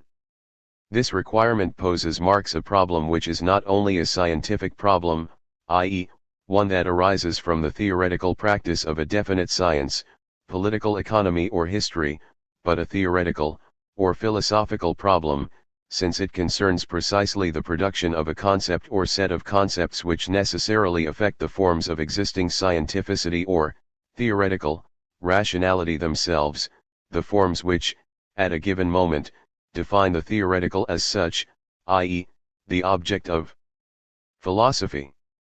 2. This problem certainly does involve the production of a theoretical, philosophical, concept which is absolutely indispensable to the constitution of a rigorous discourse in the theory of history and the theory of political economy, the production of an indispensable philosophical concept which does not exist in the form of a concept. Perhaps it is too soon to suggest that the birth of every new science inevitably poses theoretical, philosophical, problems of this kind. Engels thought so, and we have every reason to believe him, if we examine what happened at the time of the birth of mathematics in Greece, at the time of the constitution of Galilean physics, of infinitesimal calculus, at the time of the foundation of chemistry and biology, etc. In several of these conjunctures we find the following remarkable phenomenon: the reprise of a basic scientific discovery in philosophical reflection, and the production by philosophy of a new form of rationality. Plato after the discoveries of the mathematicians of the 5th and 4th centuries before Christ, Descartes after Galileo, Leibniz with infinitesimal calculus, etc. This philosophical reprise, this production by philosophy of new theoretical concepts which solve the theoretical problems contained in the practical state, if not explicitly posed, in the great scientific discoveries in question, mark the great breaks in the history of the theoretical, i.e., in the history of philosophy. However, it seems that certain scientific disciplines have established themselves or thought themselves established by the mere extension of an existing form of rationality, psychophysiology, psychology, etc., which would tend to suggest that not any scientific foundation ipso facto induces a revolution in the theoretical, but presumably only a scientific foundation which is obliged to reorganize practically the existing problematic in the theoretical in order to think its object, the philosophy capable of reflecting the upheaval produced by the emergence of such a science by bringing to light a new form of rationality, scientificity, apodicticity, etc., would then mark by its existence a decisive punctuation, a revolution in the history of the theoretical. Bearing in mind what has been said elsewhere of the delay required for the philosophical production of this new rationality and even of the historical repressions to which certain theoretical revolutions may be subjected, it seems that Marx offers us precisely an example of this importance. The epistemological problem posed by Marx's radical modification of political economy can be expressed as follows: by means of what concept is it possible to think the new type of determination which has just been identified as the determination of the phenomena of a given region by the structure of that region? More generally, by means of what concept, or what set of concepts, is it possible to think the determination of the elements of a structure, and the structural relations between those elements, and all the effects of those relations, by the effectivity of that structure? And a fortiori, by means of what concept or what set of concepts is it possible to think the determination of a subordinate structure by a dominant structure? In other words, how is it possible to define the concept of a structural causality? This simple theoretical question sums up Marx's extraordinary scientific discovery, the discovery of the theory of history and political economy, the discovery of capital. But it sums it up as an extraordinary theoretical question contained in the practical state in Marx's scientific discovery, the question Marx practiced in his work, in answer to which he gave his scientific work, without producing the concept of it in a philosophical opus of the same rigor. This simple question was so new and unforeseen that it contained enough to smash all the classical theories of causality, or enough to ensure that it would be unrecognized, that it would pass unperceived and be buried even before it was born. Very schematically, we can say that classical philosophy, the existing theoretical, had two and only two systems of concepts with which to think effectivity. The mechanistic system, Cartesian in origin, which reduced causality to a transitive and analytical effectivity, it could not be made to think the effectivity of a whole on its elements, except at the cost of extraordinary distortions, such as those in Descartes' psychology and biology. But a second system was available, one conceived precisely in order to deal with the effectivity of a whole on its elements, the Leibnizian concept of expression. This is the model that dominates all Hegel's thought. But it presupposes in principle that the whole in question be reducible to an inner essence, of which the elements of the whole are then no more than the phenomenal forms of expression, the inner principle of the essence being present at each point in the whole, such that at each moment it is possible to write the immediately adequate equation: such and such an element, economic, political, legal, literary, religious, etc., in Hegel, equals the inner essence of the whole. Here was a model which made it possible to think the effectivity of the whole on each of its elements, but if this category, inner essence/outer phenomenon, was to be applicable everywhere and at every moment to each of the phenomena arising in the totality in question, it presupposed that the whole had a certain nature, precisely the nature of a spiritual whole in which each element was expressive of the entire totality as a pars totalis. In other words, Leibniz and Hegel did have a category for the effectivity of the whole on its elements or parts, but on the absolute condition that the whole was not a structure. If the whole is posed as structured, i.e., as possessing a type of unity quite different from the type of unity of the spiritual whole, this is no longer the case. Not only does it become impossible to think the determination of the elements by the structure in the categories of analytical and transitive causality, it also becomes impossible to think it in the category of the global expressive causality of a universal inner essence immanent in its phenomenon. The proposal to think the determination of the elements of a whole by the structure of the whole posed an absolutely new problem in the most theoretically embarrassing circumstances, for there were no philosophical concepts available for its resolution. The only theoretician who had had the unprecedented daring to pose this problem and outline a first solution to it was Spinoza. But, as we know, history had buried him in impenetrable darkness. Only through Marx, who, however, had little knowledge of him, do we even begin to guess at the features of that trampled face. This is merely to return to the most general form of a fundamental and dramatic theoretical problem of which the preceding studies have given us a precise idea. I call it a fundamental problem because it is clear that by other paths contemporary theory in psychoanalysis, linguistics, other disciplines such as biology, and perhaps even physics, has had to confront it, without suspecting that Marx had produced it in the true sense, long ago. I call it a dramatic theoretical problem because although Marx produced this problem he did not pose it as a problem, but set out to solve it practically in the absence of its concept, with extraordinary ingenuity, but without completely avoiding a relapse into earlier schemata which were necessarily inadequate to pose and solve this problem. It is on this problem that Marx is attempting to focus in the tentative sentences we can read in the 1857 introduction. In all forms of society there is one specific kind of production which predominates over the rest, whose relations thus assign rank and influence to the others. It is a general illumination, Beleuchtung, which bathes all the other colors and modifies their particularity. It is a particular ether which determines the specific gravity of every being which has materialized within it. Grundriss, pages 106-7.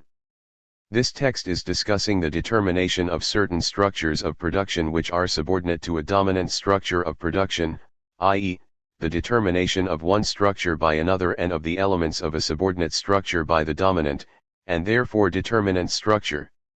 I have previously attempted to account for this phenomenon with the concept of overdetermination, which I borrowed from psychoanalysis. As one might suppose, this transfer of an analytical concept to Marxist theory was not an arbitrary borrowing but a necessary one, for the same theoretical problem is at stake in both cases. With what concept are we to think the determination of either an element or a structure by a structure? It is this same problem that Marx has in view and which he is trying to focus by introducing the metaphor of a variation in the general illumination, of the ether in which bodies are immersed, and of the subsequent alterations produced by the domination of one particular structure in the localization, function, and relations, in his own words, the relations, their rank and influence, in the original color and the specific weight of the objects. The constant and real presence of this problem in Marx has been demonstrated by the rigorous analysis of his expressions and forms of reasoning in the preceding papers. It can be entirely summed up in the concept of Darstellung, the key epistemological concept of the whole Marxist theory of value, the concept whose object is precisely to designate the mode of presence of the structure in its effects, and therefore to designate structural causality itself. The fact that we have isolated the concept of Darstellung does not mean that it is the only one which Marx uses in order to think the effectivity of the structure. A reading of the first 30 pages of Capital shows that he uses at least a dozen different expressions of a metaphorical kind in order to deal with this specific reality, unthought before him. We have retained this term because it is both the least metaphorical and, at the same time, the closest to the concept Marx is aiming at when he wants to designate at once both absence and presence, i.e., the existence of the structure in its effects. This is an extremely important point if we are to avoid even the slightest, in a sense inadvertent relapse into the diversions of the classical conception of the economic object, if we are to avoid saying that the Marxist conception of the economic object is, for Marx, determined from the outside by a non-economic structure. The structure is not an essence outside the economic phenomena which comes and alters their aspect, forms and relations and which is effective on them as an absent cause, absent because it is outside them. The absence of the cause in the structure's metonymic causality. 3. On its effects is not the fault of the exteriority of the structure with respect to the economic phenomena, on the contrary, it is the very form of the interiority of the structure, as a structure, in its effects. This implies therefore that the effects are not outside the structure, are not a pre-existing object, element, or space in which the structure arrives to imprint its mark. On the contrary, it implies that the structure is immanent in its effects, a cause immanent in its effects in the Spinozist sense of the term, that the whole existence of the structure consists of its effects, in short that the structure, which is merely a specific combination of its peculiar elements, is nothing outside its effects. This specification is very important when we have to deal with the occasionally strange form which the discovery of this reality and the search for expressions for it take, even in Marx. To understand these strange forms, it is essential to note that the exteriority of the structure with respect to its effects can be conceived either as a pure exteriority or as an interiority on the sole condition that this exteriority or interiority are posed as distinct from their effects. In Marx, this distinction often takes the classical form of the distinction between the inside and the outside, between the intimate essence of things and their phenomenal surface, between the intimate relations, the intimate links of things and the external relations and links of the same things. And it is well known that this opposition, which derives in principle from the classical distinction between essence and phenomenon, i.e., from a distinction which situates in being itself, in reality itself, the inner side of its concept, and therefore opposes it to the surface of concrete appearances, which therefore transposes as a difference of level or of components in the real object itself, a distinction which does not belong to that real object since it is a matter of the distinction which separates the concept or knowledge of the real from that real as an existing object. It is well known that this opposition sometimes leads Marx to the following disarming pleonasm: if the essence were not different from the phenomena, if the essential interior were not different from the inessential or phenomenal exterior, there would be no need for science. 4. It is also well known that this singular formula may gain strength from all those arguments of Marx's which present the development of the concepts as the transition from the abstract to the concrete, a transition understood as the transition from the essential, in principle abstract interiority to the concrete, visible and palpable outer determinations, a transition summed up in the transition from Volume 1 to Volume 3. All these ambiguous arguments depend once again on the confusion between the thought concrete, which Marx completely isolated from the real concrete in the introduction, and this same real concrete, whereas in reality, the concrete of Volume 3, i.e., the knowledge of ground rent, profit and interest, is, like all knowledge, not the empirical concrete but the concept, and therefore still always an abstraction, what I have been able to and have had to call a generality 3, in order to stress that it was still a product of thinking, the knowledge of an empirical existence and not that empirical existence itself. It is therefore essential to be rigorous and draw the conclusion that the transition from Volume 1 to Volume 3 of Capital has nothing to do with the transition from the abstract in thought to the real concrete, with the transition from the abstractions of thought necessary in order to know it to the empirical concrete. We never leave abstraction on the way from Volume 1 to Volume 3, i.e., we never leave knowledge, the product of thinking and conceiving, we never leave the concept. We simply pass within the abstraction of knowledge from the concept of the structure and of its most general effects, to the concepts of the structure's particular effects. Never for an instant do we set foot beyond the absolutely impassable frontier which separates the development or specification of the concept from the development and particularity of things, and for a very good reason. This frontier is impassable in principle because it cannot be a frontier, because there is no common homogeneous space, mental or real, between the abstract of the concept of a thing and the empirical concrete of this thing which could justify the use of the concept of a frontier. I am very insistent on this ambiguity because I want to show clearly the difficulty Marx found when he had to think in a really reflected concept the epistemological problem which he had nevertheless produced: how was he to account theoretically for the effectivity of a structure on its elements? This difficulty was not without its consequences. I have pointed out that theoretical reflection before Marx had provided two and only two models in thought for an effectivity: the model of a transitive causality, Galilean and Cartesian in origin, and the model of an expressive causality, Leibnizian in origin and adopted by Hegel. But by playing on the ambiguity of the two concepts, these two models could quite easily find common ground in the classical opposition between phenomenon and essence. The ambiguity of these concepts is indeed obvious. The essence does refer to the phenomenon, but at the same time secretly to the inessential. The phenomenon does refer to the essence of which it can be the manifestation and expression, but at the same time, and secretly, it refers to what appears to be an empirical subject to perception and therefore to the empirical state of mind of a possible empirical subject. It then becomes quite simple to accumulate these ambiguous determinations in reality itself, and to locate in the real itself a distinction which is only meaningful as a function of a distinction outside the real, since it brings into play a distinction between the real and the knowledge of the real. In his search for a concept with which to think the remarkable reality of the effectivity of a structure on its elements, Marx often slipped into the really almost inevitable use of the classical opposition between essence and phenomenon, adopting its ambiguities by force rather than merit, and transposing the epistemological difference between the knowledge of a reality and that reality itself into reality in the form of the inside and the outside, of the real movement and the apparent movement of the intimate essence and its concrete, phenomenal determinations, perceived and manipulated by subjects. There are surely consequences in this for his conception of science, as we could have seen when Marx had to provide the concept of what his predecessors had either found or missed, or the concept of the difference between himself and them. But there were also consequences in this ambiguity for the interpretation of the phenomenon he baptized fetishism.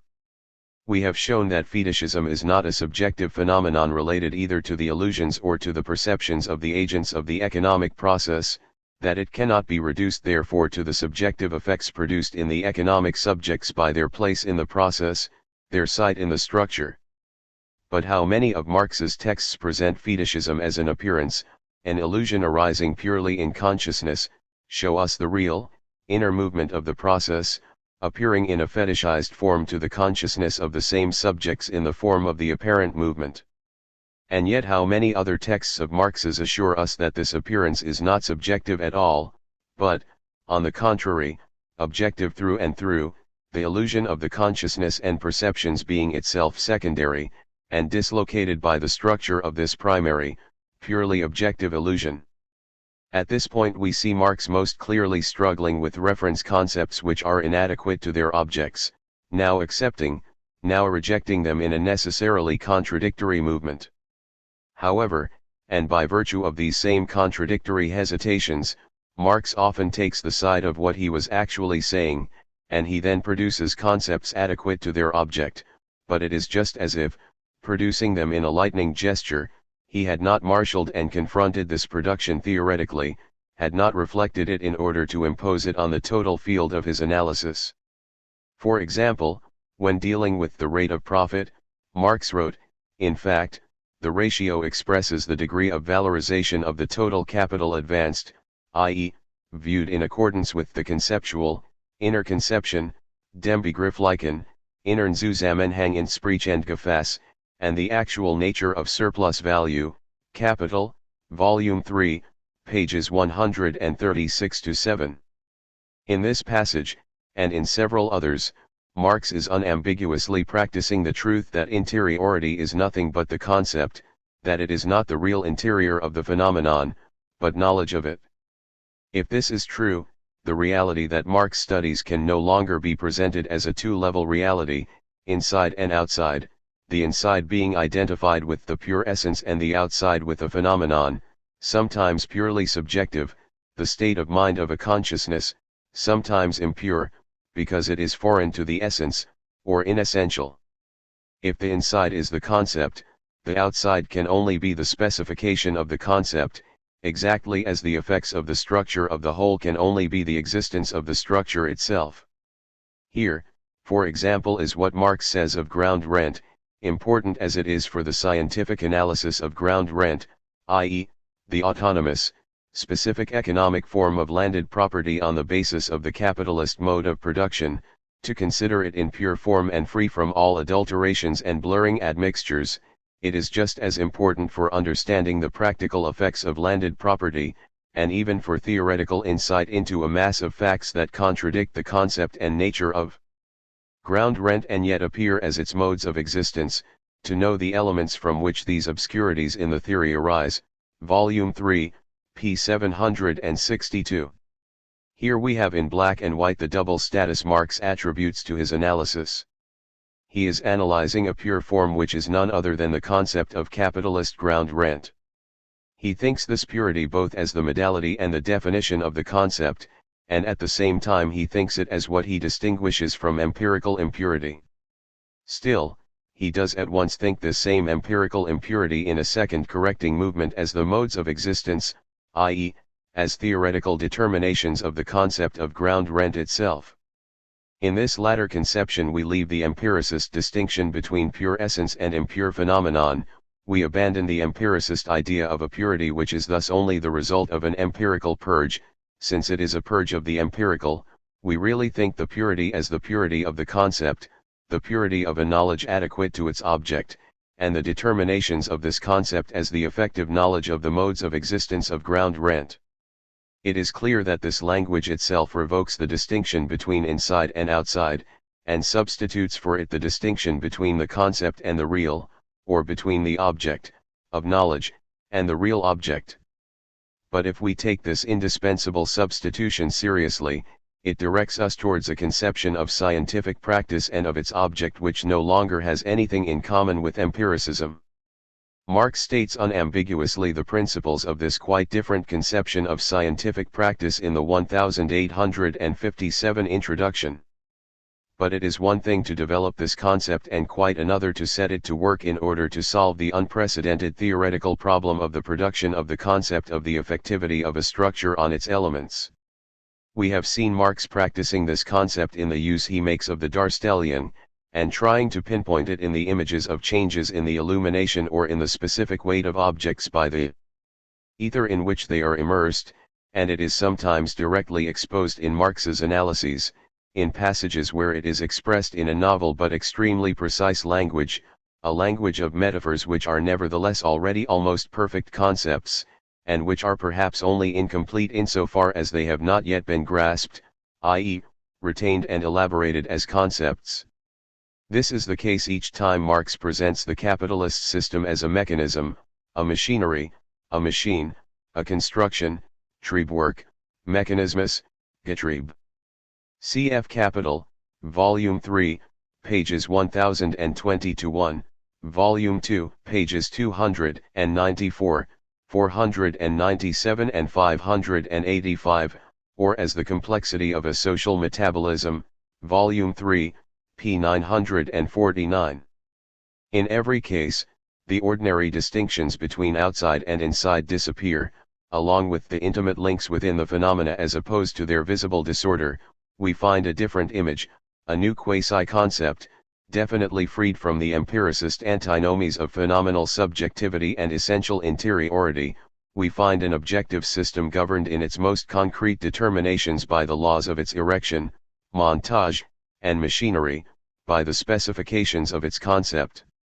Now we can recall that highly symptomatic term Darstellion, compare it with this machinery and take it literally, as the very existence of this machinery in its effects, the mode of existence of the stage direction, mise en scene, of the theatre which is simultaneously its own stage, its own script, its own actors, the theatre whose spectators can, on occasion, be spectators only because they are first of all forced to be its actors, caught by the constraints of a script and parts whose authors they cannot be, since it is in essence an authorless theatre.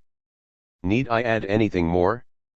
Marx's repeated efforts to break down the objective limits of the existing theoretical, in order to forge a way of thinking the question that his scientific discovery has posed philosophy, his failures and even his relapses are a part of the theoretical drama he lived, in absolute solitude, long ago, and we are only just beginning to suspect from the signs in our heavens that his question is our question, and will be for a long time, that it commands our whole future. Alone, Marx looked around him for allies and supporters, who can reproach him for allowing himself to lean on Hegel. As for us, We can thank Marx for the fact that we are not alone, our solitude only lies in our ignorance of what he said. We should accuse this ignorance in us and in all those who think they have forestalled him, and I only include the best of them, when they were only on the threshold of the land he discovered and opened for us. We even owe it to him that we can see his weaknesses, his lacunae, his omissions, they concur with his greatness, for, in returning to them we are only returning to the beginnings of a discourse interrupted by death. The reader will know how Volume 3 ends. A title, Classes. 40 lines, then silence. Appendix. On the ideal average and the forms of transition. Just a few words on two important theoretical problems which are directly related to Marx's discovery and to the forms in which he expressed it, the problem of the definition of the object of capital as the ideal average of real capitalism, and the problem of the forms of transition from one mode of production to another. In a general analysis of the present kind, it is assumed throughout that actual conditions correspond to their concept, or, and this amounts to the same thing, actual conditions are depicted only in so far as they express their own general type, Allgemeinum Typus, Capital, Volume 3, p. 242. Marx defines this general type several times as the ideal average, idealer Durchschnitt, of capitalist production. This name, in which average and ideality are combined on the concept's side while being referred to a certain existing real, poses anew the question of the philosophical problematic which underlies this terminology: is it not tainted with empiricism? This is certainly the impression given by a passage from the preface to the first German edition of Capital. The physicist either observes natural processes where they occur in their most significant form, and are least affected by disturbing influences, or, wherever possible, he makes experiments under conditions which ensure that the process will occur in its pure state. What I have to examine in this work is the capitalist mode of production, and the relations of production and forms of intercourse that correspond to it. Until now, their locus clas siecus has been England. This is the reason why England is used as the main illustration of the theoretical developments I make, Volume 1, p. 90. Marx therefore chooses the English example. However, he subjects even this example to a remarkable purification, since, on his own admission, he analyzes it on the assumption that there are only ever two classes present in his object, a situation which has never existed anywhere, and that the world market is entirely subject to the capitalist mode of production, which is just as far from reality. Marx therefore does not even study the English example, however classical and pure it may be, but a non-existent example, precisely what he calls the ideal average of the capitalist mode of production. Lenin restated this apparent difficulty in 1899 in his Once More on the Theory of Realization, Collected Works, Moscow 1960, Volume 4, pages 86-7. Let us dwell for a while on the problem that has long interested Struve: what is the real scientific value of the theory of realization? It has exactly the same value as have all the other postulates of Marx's abstract theory. If Struve is bothered by the circumstances that perfect realization is the ideal of capitalist production, but by no means its reality, we must remind him that all the other laws of capitalism, revealed by Marx, also depict only the ideal of capitalism and not its reality. We need present, wrote Marx, only the inner organization of the capitalist mode of production, in its ideal average, in ihrem idealen Durchschnitt, as it were, Capital, Volume 3, p. 970. The theory of capital assumes that the worker receives the full value of his labor power. This is the ideal of capitalism, but by no means its reality. The theory of rent presupposes that the entire agrarian population has been completely divided into landowners, capitalists, and hired laborers. This is the ideal of capitalism, but by no means its reality. The theory of realization presupposes the proportional distribution of production. This is the ideal of capitalism, but by no means its reality. Lenin is merely repeating Marx's own words, opposing the ideality of Marx's object to actual historical reality on the basis of the term ideal in the expression ideal average. It would not be necessary to take this opposition very far to fall back into the traps of empiricism, particularly if we remember that Lenin described Marx's theory as an abstract theory, a theory which seems to be naturally opposed to the concrete historical character of the reality of the actual forms of capitalism. But here again we can grasp Marx's true intention if we conceive this ideality as an ideaness, i.e., as the mere conceptuality of his object, and the average as the content of the concept of his object, and not as the result of an empirical abstraction. Marx's object is not an ideal object opposed to a real object and distinct from it through this opposition, as ought is from is, the norm from the fact.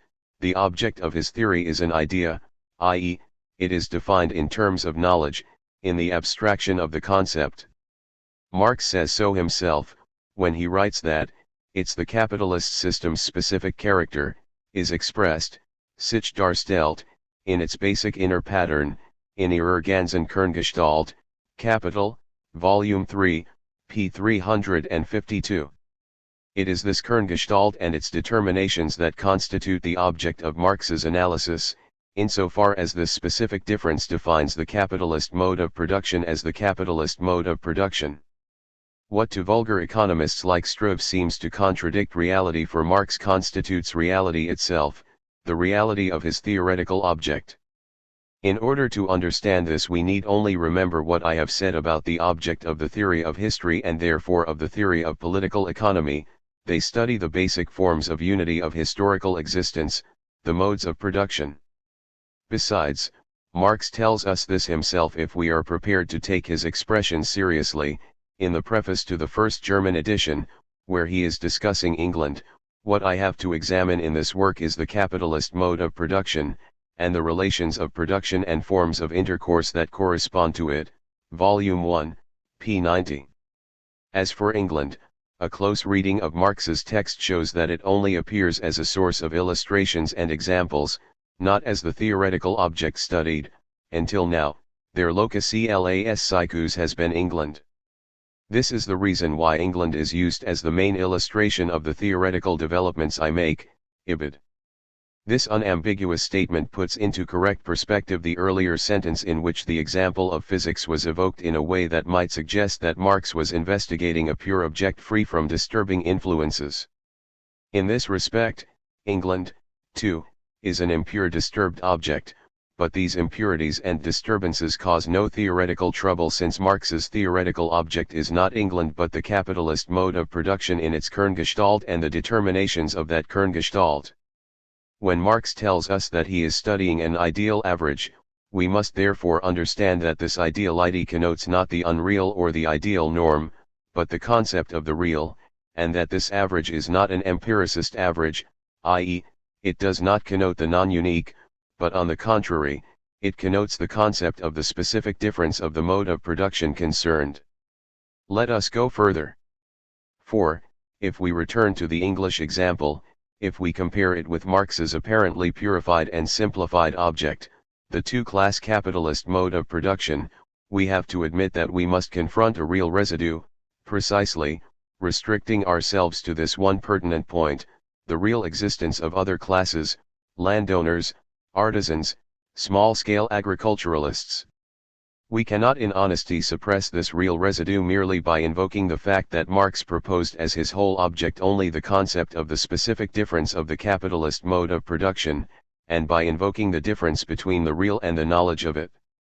But it is in this apparently urgent difficulty, which is also the major argument of the empiricist interpretation of the theory of capital, that what has been said of the theory of history acquires all its meaning. For Marx could only study the specific difference of the capitalist mode of production on condition that at the same time he studied the other modes of production, not only the other modes of production as types of specific Verbindung or unity between the factors of production, but also the relations between different modes of production in the process of the constitution of modes of production. The impurity of English capitalism is a real, definite object which Marx did not propose to study in Capital, but which is relevant to Marxist theory nevertheless. This impurity is, in its immediate form, what we can for the time being call the survivals of forms within the dominant capitalist mode of production in Britain from modes of production subordinate to but not yet eliminated by the capitalist mode of production. This supposed impurity constitutes an object relevant to the theory of modes of production, in particular to the theory of the transition from one mode of production to another, which is the same thing as the theory of the process of constitution of a determinate mode of production, since every mode of production is constituted solely out of the existing forms of an earlier mode of production. This object is in principle part of Marxist theory, and the fact that we can recognize the status of this object in principle does not mean that we can criticize Marx for not providing us with the theory of it. All Marx's texts on the primitive accumulation of capital constitute the material if not already the outline of this theory, where the constitution process of the capitalist mode of production is concerned, i.e., the transition from the feudal mode of production to the capitalist mode of production. We must recognize what Marx actually gave us and what he enabled us to obtain for ourselves, although he could not give it to us. Just as we can say that we possess only the outline of a Marxist theory of the modes of production before the capitalist mode of production, we can say, and even, since the existence of this problem and above all the necessity of posing it in its peculiar theoretical form are not generally recognized, we must say that Marx did not give us any theory of the transition from one mode of production to another, i.e., of the constitution of a mode of production. We know that this theory is indispensable. Without it we shall be unable to complete what is called the construction of socialism, in which the transition from the capitalist mode of production to the socialist mode of production is at stake, or even to solve the problems posed by the so-called underdeveloped countries of the Third World. I cannot go into any detail concerning the theoretical problems posed by this new object, but we can regard it as certain that posing and solving these burning contemporary problems is a first priority of Marxist investigation. Not only the problem of the period of the cult of personality, but also the current problems expressed in the form of national roads to socialism, peaceful roads, etc., relate directly to these theoretical investigations. Here, too, even if certain of his formulations take us to the brink of ambiguity, Marx did not leave us without suggestions or resources. If we can pose the question of the transition from one mode of production to another as a theoretical problem, and therefore account not only for past transitions, but also anticipate the future and run ahead of our time, which Hegelian historicism could not do, it is not because of any claim to the experimental structure of history, but because of the Marxist theory of history as a theory of modes of production, of the definition of the constitutive elements of the different modes of production, and of the fact that the theoretical problems posed by the process of the constitution of a mode of production, in other words, the problems of the transformation of one mode of production into another, are directly a function of the theory of the modes of production concerned. 1. That is why we can say that Marx did give us enough to think this theoretically and practically decisive problem.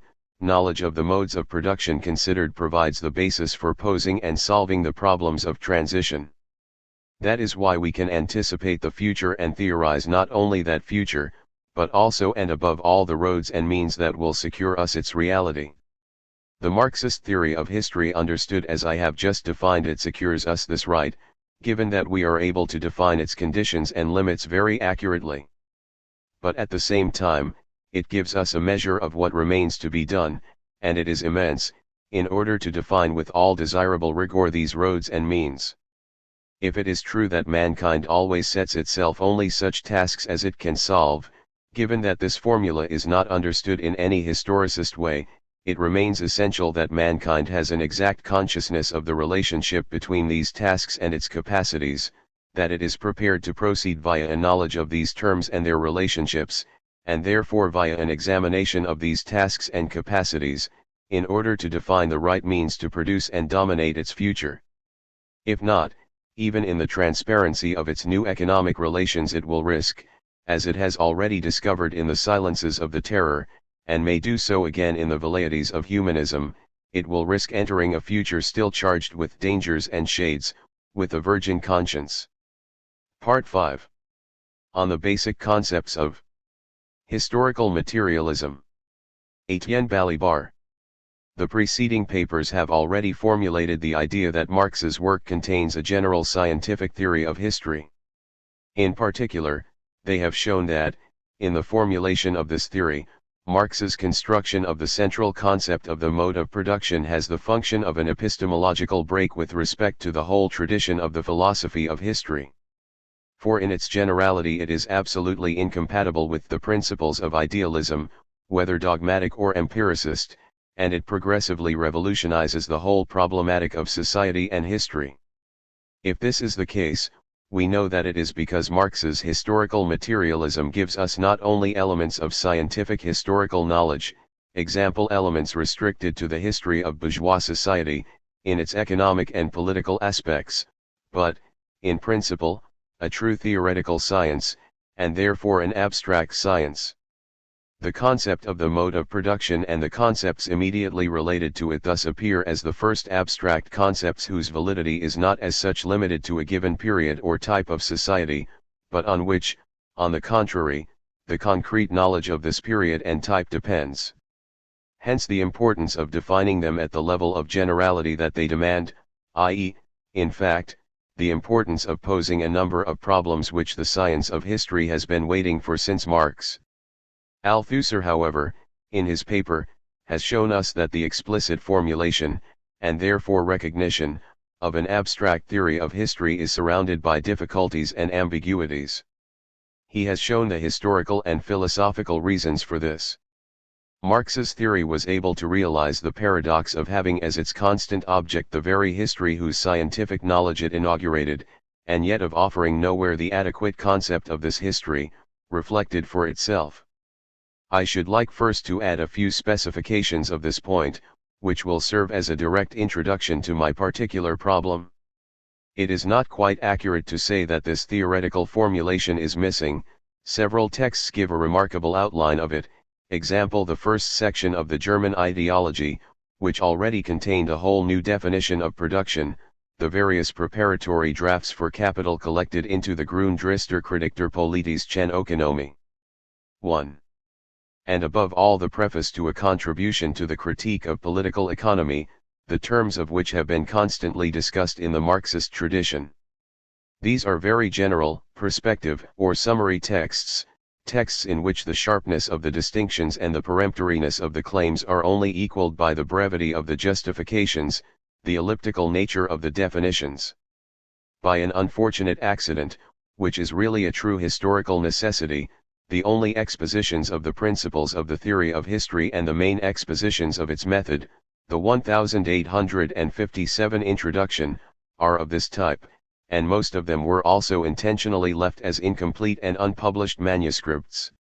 So despite the malicious critical intentions that inspire those readers of Marx who have asked where precisely did Marx set out his conception of history, they have not been completely unfair. The reader will be familiar with the young Lenin's answer in What the Friends of the People Really Are. 2.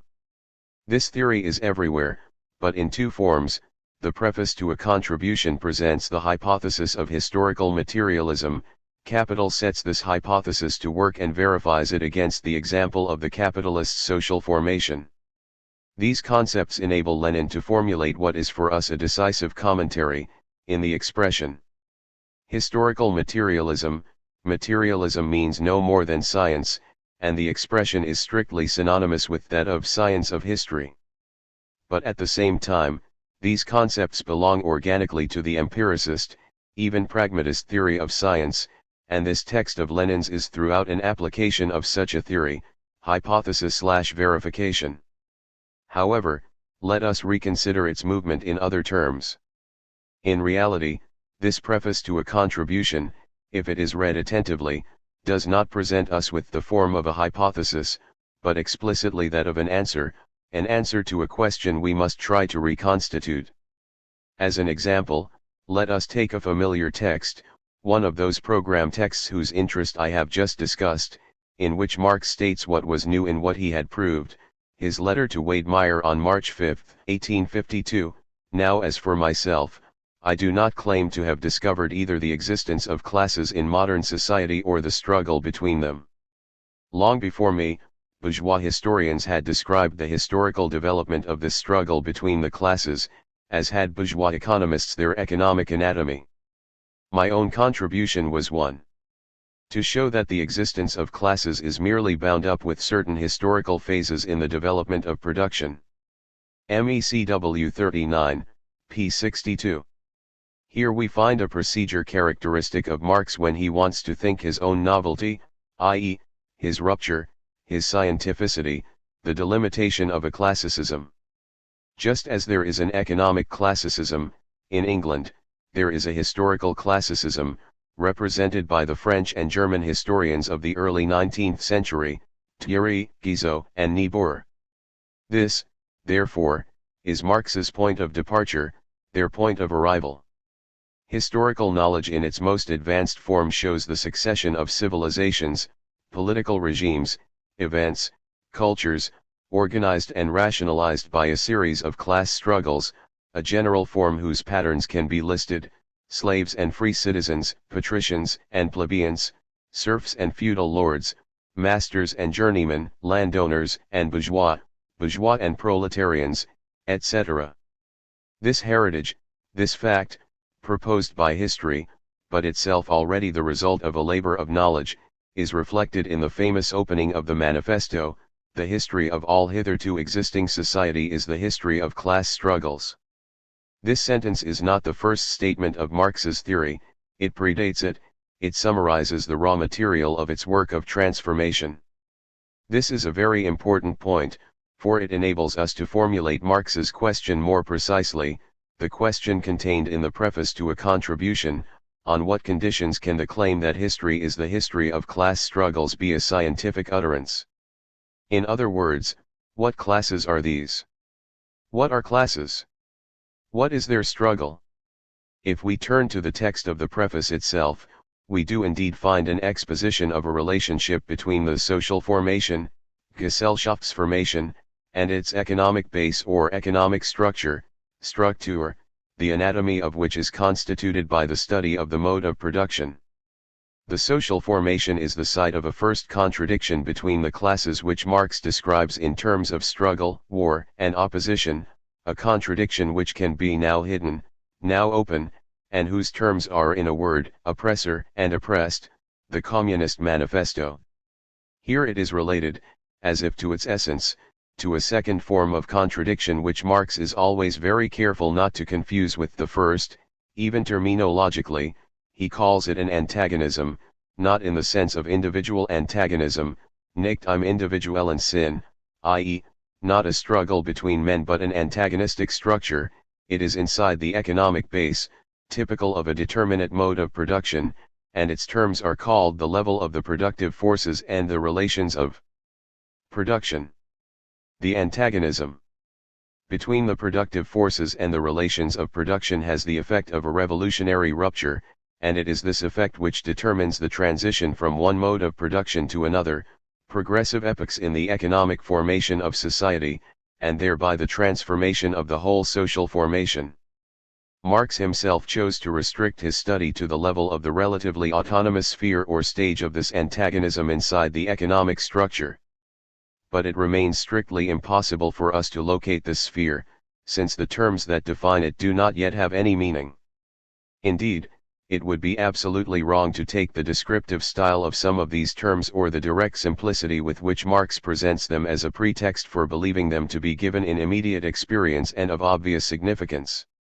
On the contrary, they have been produced by Marx, who is careful to remind us, notably in his use of the term civil society, that a considerable part of the raw material of this production had been constituted by economic and philosophical tradition, and they are so little obvious that it is extremely difficult to make use of them in actual sociological analyses without first mastering the definitions that Marx gave of them elsewhere.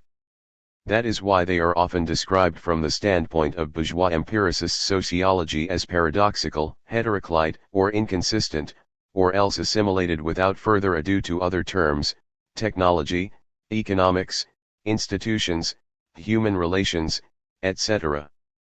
Taking this textual reading further, we can draw from it the two principles on which is based the transformation of history into a science: the principle of periodization and the principle of the articulation of the different practices in the social structure. One diachronic principle, it seems, and one synchronic principle.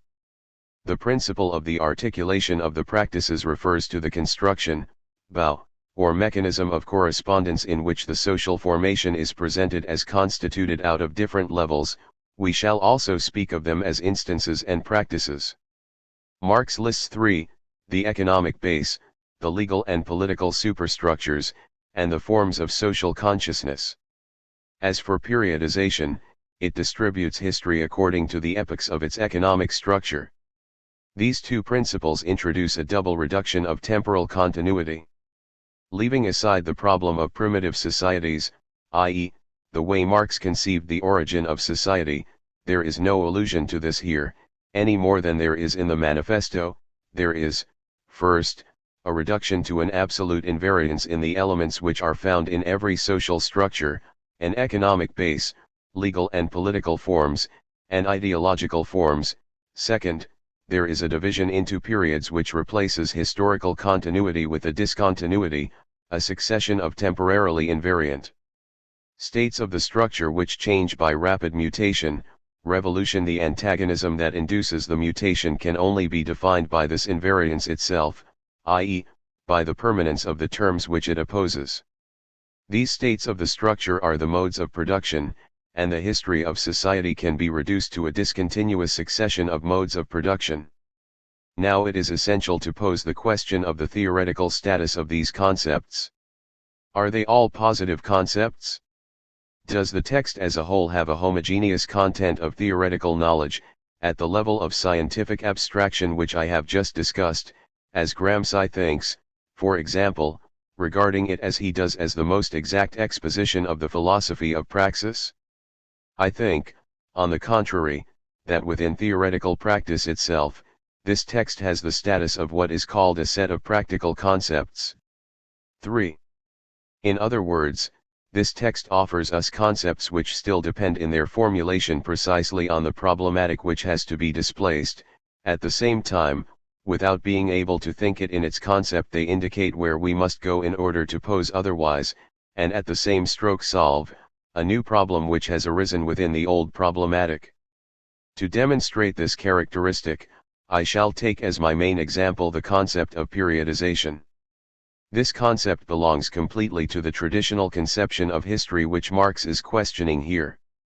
It is the concept of discontinuity in continuity, the concept which fragments the line of time, thereby finding the possibility of understanding historical phenomena in the framework of an autonomous totality. In this general form, the problem does not change whether we look for civilizations or for structures as opposed to conjunctures. Thus the concept of periodization gives theoretical form to a problem which historians have never been able to evade in their practice, but without itself providing them with a theoretical solution, a precise theoretical methodology, for fundamental reasons which the rest of this paper will reveal. A problem which manifestly haunts these texts of Marx's. 2. The problem of the right break. If the right break or breaks are found, history, without ceasing to unfold in the linear flux of time, becomes intelligible as the relationship between an essential permanence and a subordinate movement. The questions necessarily contained in this problematic do not differ in their essence whether it is economic structures or ages, the age of Louis XIV, that have to be distinguished.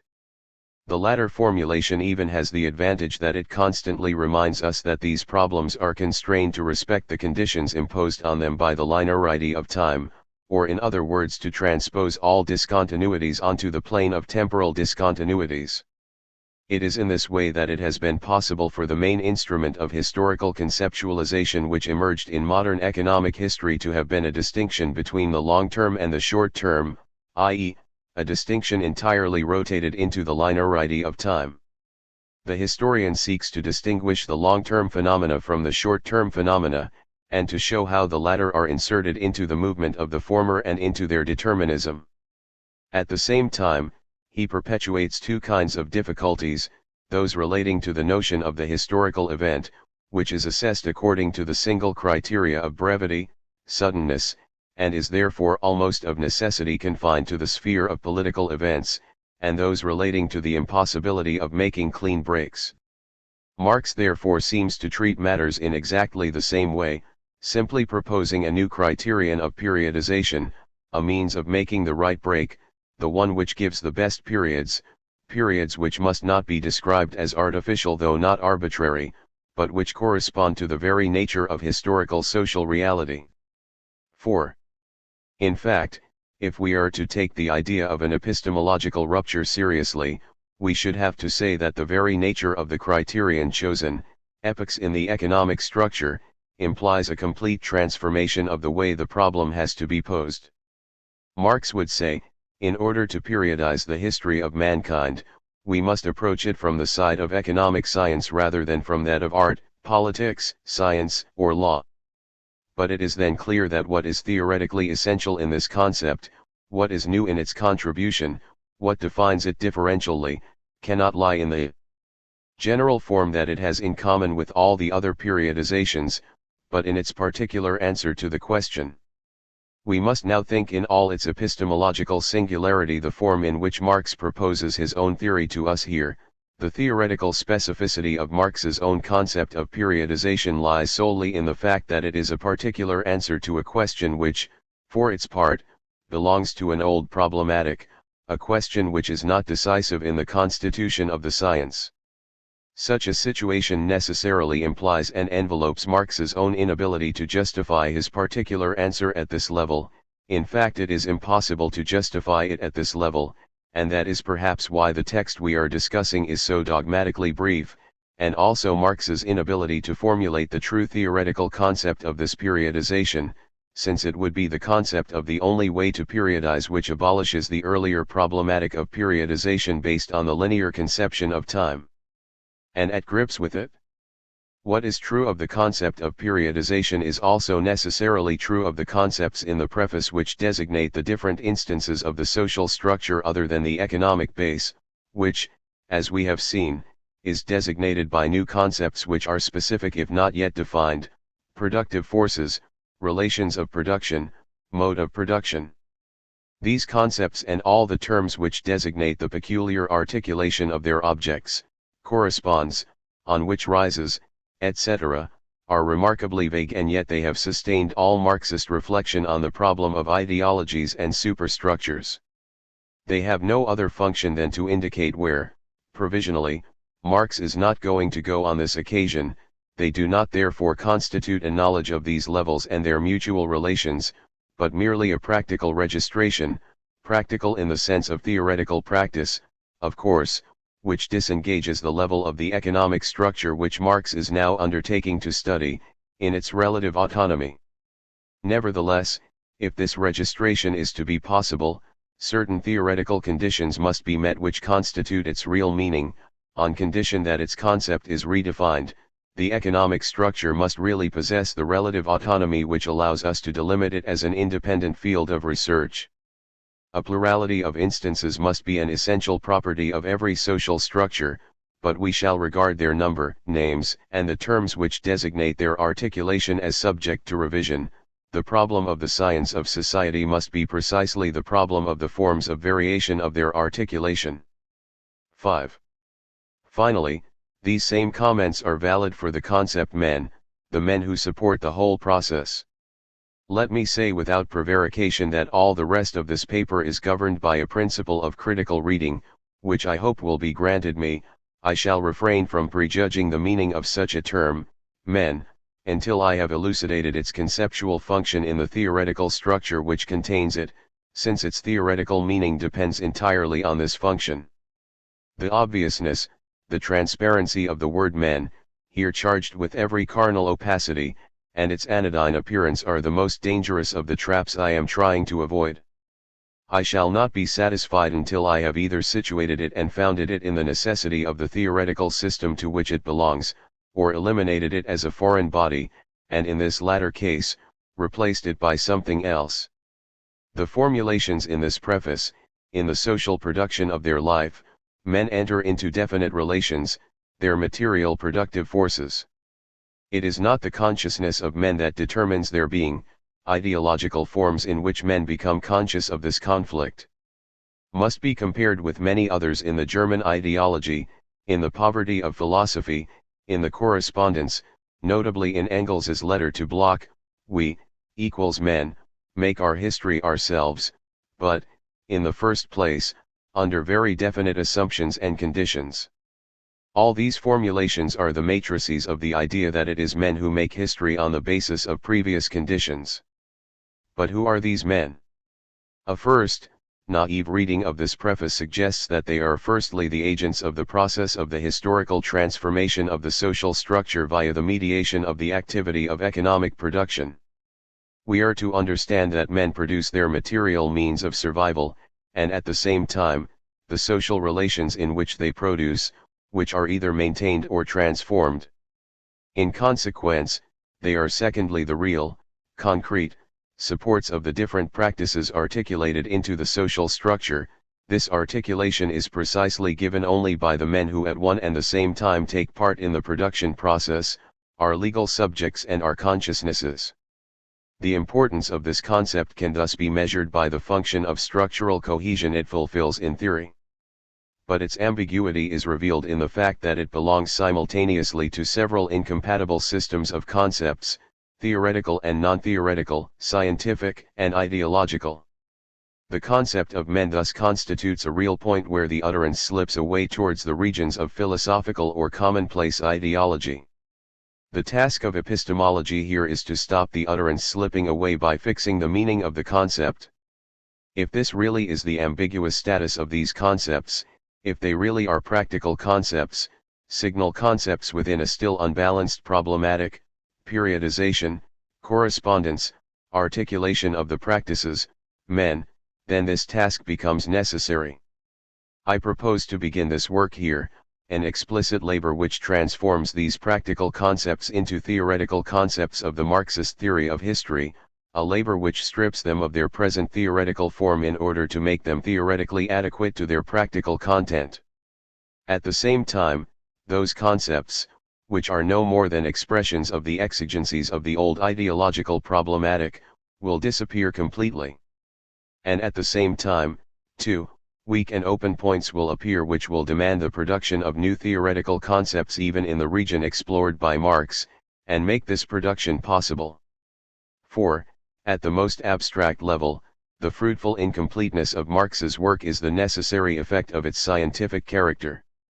Since the theoretical concepts of the preface to a contribution have this compound status as the anticipations and summaries, or results, of an analysis, the text of Capital cannot therefore constitute a mere verification or application of them.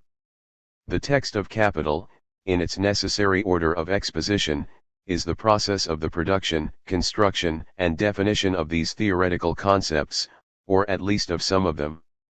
If we take the mode of production as the main object of our analysis, it is because in that very exposition Marx himself designates the theoretical object of capital as the concept of the capitalist mode of production.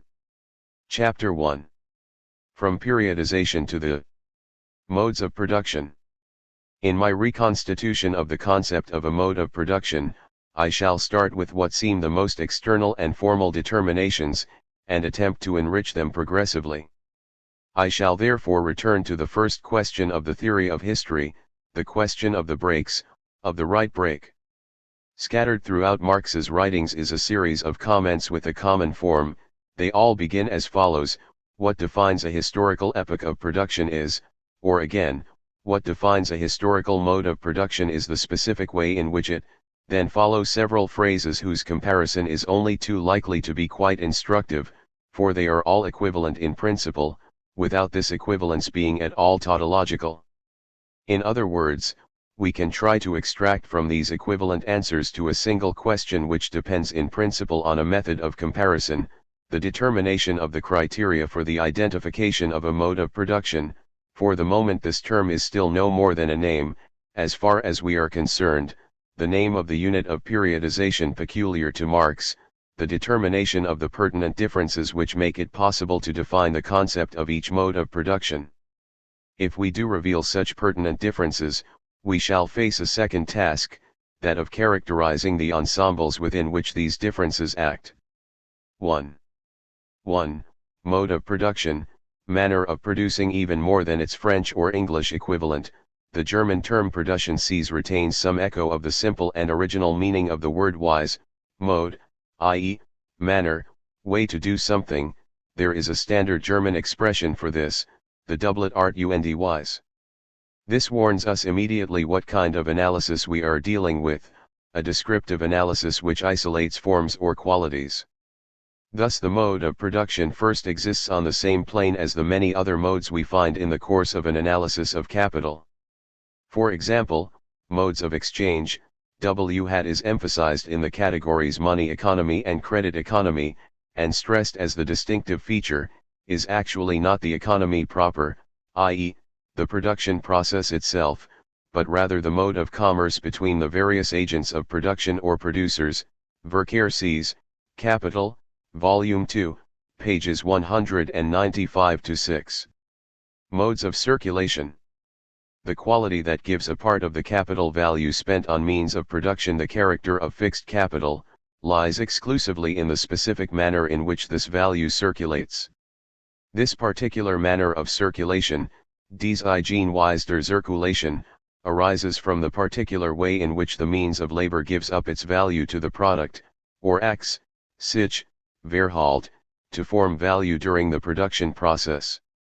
This in turn arises from the special way in which the means of labor function in the labor process, aus der besonderen Art der Funktion der Arbeitsmittel, Capital, Volume 2, pages 239-40. Modes of consumption, the number and extent of his so-called necessary requirements, as also the manner in which they are satisfied, die Art ihrer Befriedung, are themselves products of history, Capital, Volume 1, p. 275. I could give other examples, too, taken from the economic sphere and elsewhere. This descriptive and comparative character indicates that the expression mode of production does not initially contain any reference to the breadth of its application other than in the form of a tendency towards generality. We find the capitalist mode of production, in the narrow sense of the industrial mode of production, the utilization of machinery, steadily extended to the various branches of industry, but when surplus value has to be produced by the conversion of necessary labor into surplus labor, it by no means suffices for capital to take over the labor process in its given or historically transmitted shape, and then simply to prolong its duration. The technical and social conditions of the process and consequently the mode of production itself must be revolutionized before the productivity of labor can be increased. Then, with the increase in the productivity of labor, the value of labor power will fall, and the portion of the working day necessary for the reproduction of that value will be shortened. Capital, Volume 1, p. 432. This text is preceded by the following definition: an alteration in his tools or in his mode of working or both, must be revolutionized. Here we have descriptions of processes, manners, methods, forms, all expressions which have meaning only by what they exclude. Firstly, quantitative measurements. Thus the productivity of labor, which determines the relative quantities necessary for the satisfaction of the producer's needs and for surplus value, only intervenes here in so far as it depends in each historical epoch on a certain form of the labor process, i.e., on the relationship between certain instruments, means of labor, and certain forms of labor organization, which include non-organizations, such as when the individual producer alone sets to work the tools which enable him to obtain an actual useful product. Then they exclude any consideration of the material nature of the objects which produce or undergo a transformation, in so far as such a consideration refers to the special features of branches of the social division of production which produce special use values with peculiar technological characteristics. In this sense, Marx had already written in the 1857 introduction that political economy is not technology in the sense that the latter term had acquired at the beginning of the 19th century, and whose historical origins he reveals in the chapter in Volume 1 on large-scale industry. These two negative determinations are to be found in the text of the chapter on the labor process, Relics of bygone instruments of labor possess the same importance for the investigation of extinct economic formations of society as do fossil bones for the determination of extinct species of animals. It is not what is made but how, nicht was, sondern wie, and by what instruments of labor, that distinguishes different economic epochs. Instruments of labor not only supply a standard of the degree of development which human labor has attained, but they also indicate the social relations within which men work, nicht nur Gradmesser der Entwicklung der menschlichen Arbeitskraft, sondern auch Anzeiger der gesellschaftlichen Verhältnissen, worin gearbeitet wird, Capital, Volume 1, pages 285-6. If means of labor are to be indicators of social relations, they must obviously be justifiable by a type of analysis different from the measurement of their effectivity or the technological description of their elements. Otherwise we should fall back into Proudhon's error and take machines for social relations, cf. The Poverty of Philosophy, MECW 6, p. 183. We can define this analysis as a differential determination of forms, and define a mode as a system of forms which represents one state of the variation of the set of elements which necessarily enter into the process considered. This definition, which I am about to put to the test, is true for all modes, and on each occasion it requires two things: a listing of the places, or functions, which feature in the process concerned, and a determination of the pertinent criteria which enable us to distinguish between the forms occupying these places. Thus, if we return to the above-mentioned example of the mode of circulation, Capital, Volume 2, pages 239-40, we find that this criterion consists of the fact that it transmits its value to the product either in toto or only in parts spread over several periods of production. At the same time, we can derive from it the concepts by which Marx designates existence as an element of the process, function, factor. But in order to list these places we must refer to another mode, the mode of production itself. We are not dealing with a relatively autonomous process with its own consistency. It is different with the mode of production itself, and there we find that consistency. 2. The elements of the system of forms in the case, therefore, of the mode of production, in the strict sense, we still have to identify these elements. Here we shall find it necessary to compare several of Marx's texts which complement one another, and even to suggest interpretations of them whose well-foundedness will, I hope, emerge later in the paper. We find a first extremely clear text in Capital Volume 2, whatever the social form of production, workers and means of production always remain its factors, factoren. But if they are in a state of mutual separation, they are only potentially, der Möglichkeit nach, factors of production. For any production to take place, they must be connected, sich verbinden. The particular form and mode in which this connection is effected is what distinguishes the various economic epochs of the social structure, Volume 2, p. 120. Two of the elements we are seeking are indicated here: 1. The worker, labor power; 2. The means of production. The text goes on: in the present case, the separation of the free worker from his means of production is the given starting point, and we have seen how and under what conditions the two come to be united in the hands of the capitalist, i.e., as his capital in its productive mode of existence. Here we find straight away a third element which, like the other two, also deserves to be called a factor. 3. The non-worker, appropriating surplus labor. Elsewhere, Marx describes him as the representative of the class of large proprietors, Grossbesitzer class, Capital, Volume 1, p. 647. This is the capitalist. Besides this, we find here an element of a different kind which we could call a connection, relation, between the preceding elements. It can take two exclusive values: separation, Teilung, / property. If we compare the results of our analysis of this text with a series of other texts, particularly those contained in Marx's unpublished draft forms which precede capitalist production, OPCIT, and in the chapter in Volume 3 of Capital on the genesis of capitalist ground rent, we find the same elements and long descriptions of their combinations. The worker is specified as the direct producer, the property relation is itself specified according to several complex forms, notable the duality of possession, use, enjoyment, and property strictly speaking. But the essential interest of these texts is that they oblige us to introduce into the structure a second connection distinct from the first, a second relation between the factors of the combination. This is a very important point, for it governs our whole understanding of the structure. We must therefore try to define the nature of this connection very clearly, starting from Marx's texts themselves.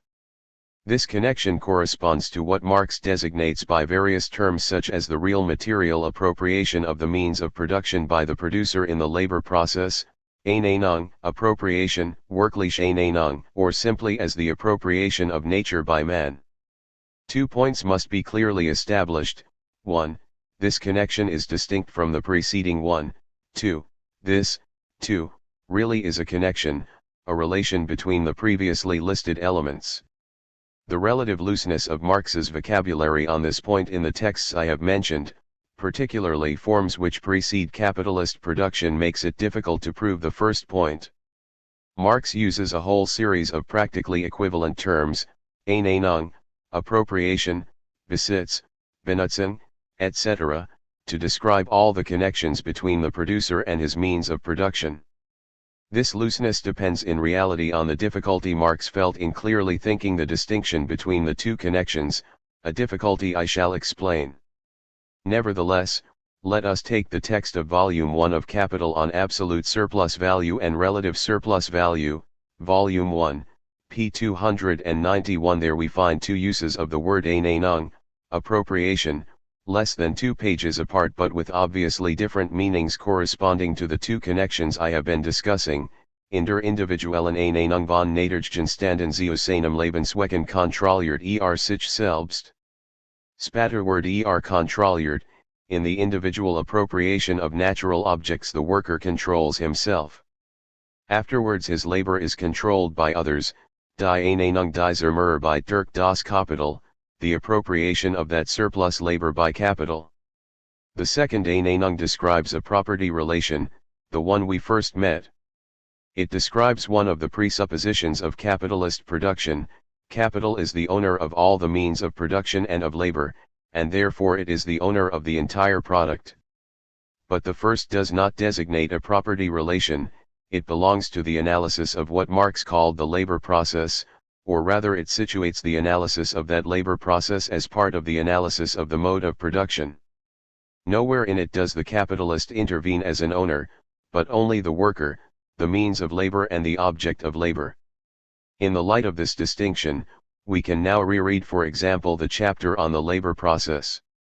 Marx writes, "The labor process, when it is the process by which the capitalist consumes labor power, exhibits two characteristic phenomena. First, the worker works under the control of the capitalist. Secondly, the product is the property of the capitalist and not that of the worker, its immediate producer." Volume 1, p. 291. In these two phenomena characteristic of the capitalist mode of production, we find precisely the two connections in the specific form they take in the capitalist mode of production. From the point of view of property, the labor process is an operation between things which the capitalist has purchased. The product of this process belongs, therefore, to him, just as much as does the wine which is the product of a process of fermentation completed in his cellar. In the capitalist mode of production, the labor process is such that individual labor does not set to work the society's means of production, which are the only means of production able to function as such. Without the capitalist's control, which is a technically indispensable moment of the labor process, labor does not possess the fitness, Zweckmäßigkeit, it requires if it is to be social labor, i.e., labor used by society and recognized by it. The fitness peculiar to the capitalist mode of production implies the cooperation and division of the functions of control and execution. It is a form of the second connection I have discussed, which can now be defined as the direct producer's ability to set to work the means of social production. In the pages of Capital, Marx defines several forms of this connection: the autonomy, Selbstständigkeit, of the direct producer, and the forms of mutual dependence of the producers, cooperation, etc. We can already see that recognition of this second connection in its conceptual independence, in its difference from the property connection, is the key to several very important theses of capital. Notably the double function of the capitalist as the exploiter of labor power, property, and as the organizer of production, real appropriation, a double function expounded by Marx in the chapters on cooperation, manufacture and large-scale industry, Volume 1. This double function is an index of what I shall call the double nature of the division of labor in production, the technical division of labor and the social division of labor. At the same time, it is an index of the interdependence or intersection of these two divisions, which itself reflects the fact that the two connections which I have distinguished both belong to a single Verbindung, to a single combination, i.e., to the structure of a single mode of production. That is why the distinction between these two connections finally enables us to understand what constitutes the complexity of the combination, the complexity which characterizes the Marxist totality as opposed to the Hegelian totality.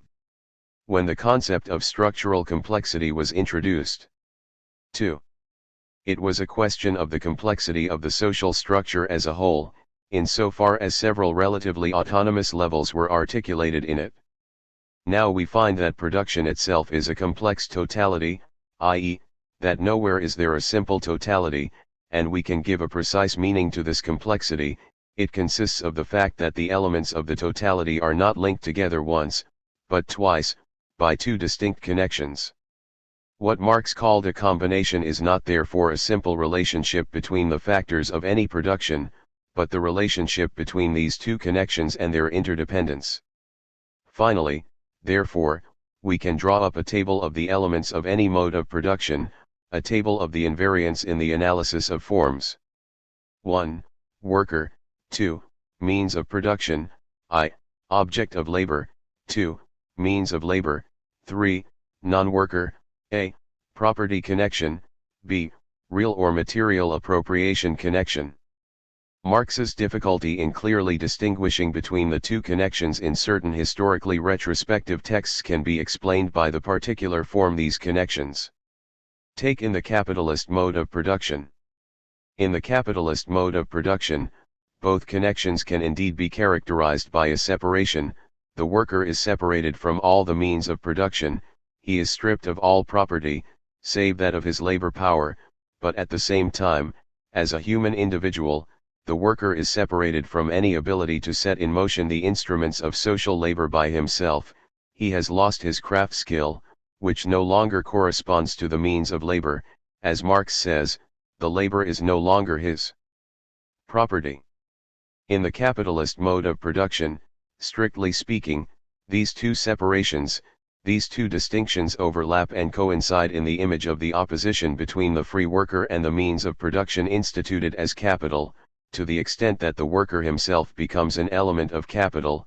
That is why Marx constantly confounds them in a single concept, the concept of the separation of the worker from his condition of labor.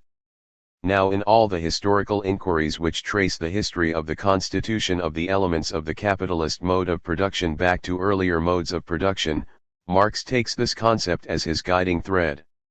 This explains his difficulty, a difficulty which is patent in the semantic hesitations of forms which precede capitalist production, in isolating the two connections, for the homology between the two connections, the overlap between their forms, which characterizes the capitalist structure, does not so characterize those earlier modes of production. Marx only finds it again in the hypothetical natural community which inaugurates history. Then the form of each of the two connections was, on the contrary, the union, the belonging together of the worker and the means of production, on the one hand the almost biological collective property of the land, on the other the biological naturalness of the labor, the earth as man's laboratory, indistinctly object and means of labor. But the entire difficulty, and any looseness in Marx's terminology, disappear once our analysis deals with the effects of this double articulation of the mode of production, i.e., with the double nature of the immediate production process as a labor process and, in its capitalist form, as a process of self-expansion or valorization, Verwertung, of value. The distinction between these two constitutes the object of Volume 1, Chapter 7. By varying the combination of these elements according to the two connections which are part of the structure of every mode of production, we can therefore reconstitute the various modes of production, i.e., we can set out the presuppositions for the theoretical knowledge of them, which are quite simply the concepts of the conditions of their historical existence. In this way, we can even to a certain extent generate modes of production which have never existed in an independent form, and which do not therefore strictly speaking form part of our periodization, modes of production such as Marx called the mode of commodity production, the union of individual small producers owning their own means of production and setting them to work without cooperation, or modes of production for which it is only possible to foresee the general conditions, such as the socialist mode of production. The final result would be a comparative table of the forms of different modes of production which all combine the same factors. However, this is by no means a combinatory in the strict sense, i.e., a form of combination in which only the places of the factors and their relations change, but not their nature. Before we go on to prove this in a second section, we can nevertheless draw from what has already been established a number of conclusions as to the nature of the determination in the last instance of the social structure by the form of the production process, which amounts to a justification of what I announced when I referred to the preface to a contribution, that the new principle of periodization proposed by Marx contained a complete transformation of the historian's problematic. 3. Determination in the last instance by a double necessity. The capitalist mode of production is both the mode of production in which the economy is most easily recognized as the motor of history, and the mode of production in which the essence of this economy is unrecognized in principle, in what Marx calls fetishism. That is why the first explanations of the problem of the determination in the last instance by the economy that we find in Marx are directly linked to the problem of fetishism. They occur in the texts in Capital on the Fetishism of Commodities, Volume 1, pages 169-72, on the Genesis of Capitalist Ground Rent, Volume 3, pages 917-50, and on the Trinity Formula, Volume 3, pages 953-70, where Marx replaces the false conception of this economy as a relation between things by its true definition as a system of social relations. At the same time, he presents the idea that the capitalist mode of production is the only one in which exploitation, the extortion of surplus value, i.e., the specific form of the social relation that binds classes together in production, is mystified, fetishized into the form of a relation between the things themselves. This thesis follows directly from his proof where the commodity is concerned. The social relation which constitutes its reality, knowledge of which enables us to assess its fetishism, is precisely the commodity relation as a relation of production, i.e., the commodity relation as generalized by the capitalist mode of production. A social, human, relation cannot therefore be found behind things in general, but only behind the thing of this capitalist relation. 3. At this point there is a refutation of an objection raised against the general thesis of the preface to a contribution, which introduces the general idea of determination in the last instance. We shall only find this refutation intelligible if we constantly think the economy as the structure of relations that I have defined. According to these objections, my view, that the mode of production of material life conditions the general process of social, political, and intellectual life, is all very true for our own times, in which material interests are preponderant, but not for the Middle Ages, dominated by Catholicism, nor for Athens and Rome, dominated by politics. In the first place, it strikes us as odd that anyone should suppose that these well-worn phrases about the Middle Ages and the ancient world were unknown to anyone else. One thing is clear, the Middle Ages could not live on Catholicism, nor could the ancient world on politics. On the contrary, it is the manner in which they gained their livelihood which explains why in one case politics, in the other case Catholicism, played the chief part. For the rest, one needs no more than a slight acquaintance with, for example, the history of the Roman Republic, to be aware that its secret history is the history of landed property. And then there is Don Quixote, who long ago paid the penalty for wrongly imagining that knight-errantry was compatible with all economic forms of society. Capital, Volume 1, pages 175 to 6 and 35.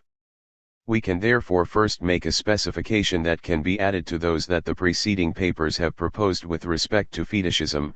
Marx's thesis does not mean that in modes of production other than capitalism the structure of the social relations is transparent to the agents. Fetishism is not absent from them, but displaced, onto Catholicism, politics, etc. In reality, certain of Marx's formulations leave no doubt on this point. For example, at the beginning of the text on forms which precede capitalist production, Marx writes about the so-called primitive community. The earth is the great workshop, the arsenal which furnishes both means and material of labor, as well as the seat, the base of the community. They relate naively to it as the property of the community producing and reproducing itself in living labor. Each individual conducts himself only as a link, as a member of this community, as proprietor or possessor. The real appropriation through the labor process happens under these presuppositions, which are not themselves the product of labor, but appear as its natural or divine presuppositions. Grundriss, p. 472. In other words, the transparency which characterizes the relation between the direct producer and his product in non-commodity modes of production has as its counterpart this specific form of naivete in which the existence of a community, i.e., certain kinship relations and forms of political organization, can appear as natural or divine and not as implied by the structure of a particular mode of production. But this point, which Marx touches on only too briefly, for lack of historical material, is in principle quite clearly linked to the problem of determination in the last instance. Indeed, it emerges that the mystification applies not to the economy, the mode of material production, as such, but precisely to that instance of the social structure which, according to the nature of the mode of production, is determined as occupying the place of determination, the place of the last instance. We can now understand why analogous causes produce analogous effects here.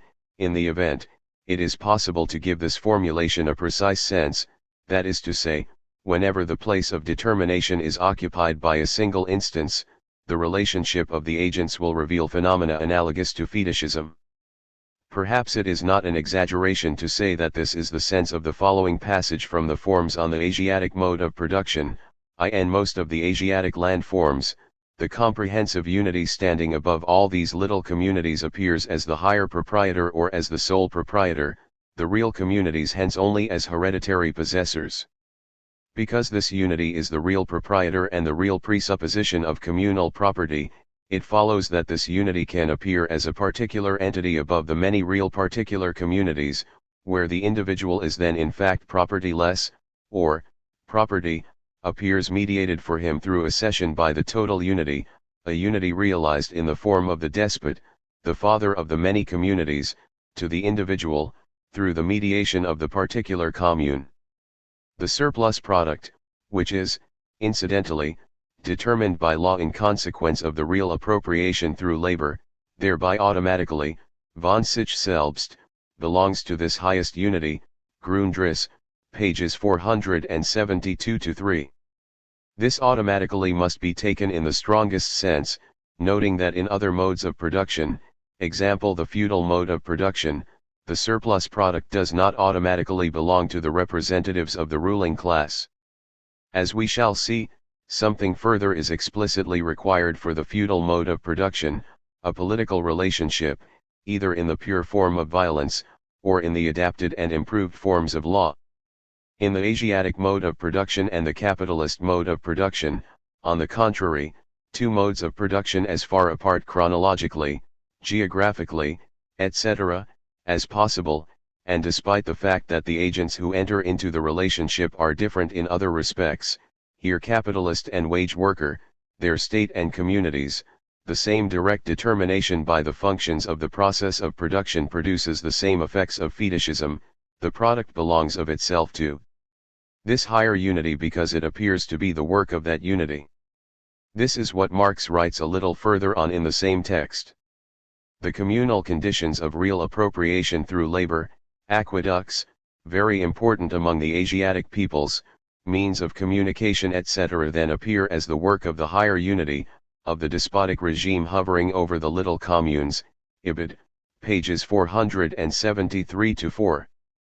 This reasoning recurs in the chapter in Capital on Cooperation, where Marx systematically compares the Asiatic forms of despotism with capitalist forms of despotism, i.e., the joining of the function of control or direction, indispensable to the performance of the labor process, the real appropriation of the object of labor, with the function of ownership of the means of production, because the socially productive power of labor costs capital nothing, while on the other hand it is not developed by the worker until his labor itself belongs to capital. It appears as a power which capital possesses by its nature, a productive power inherent in capital.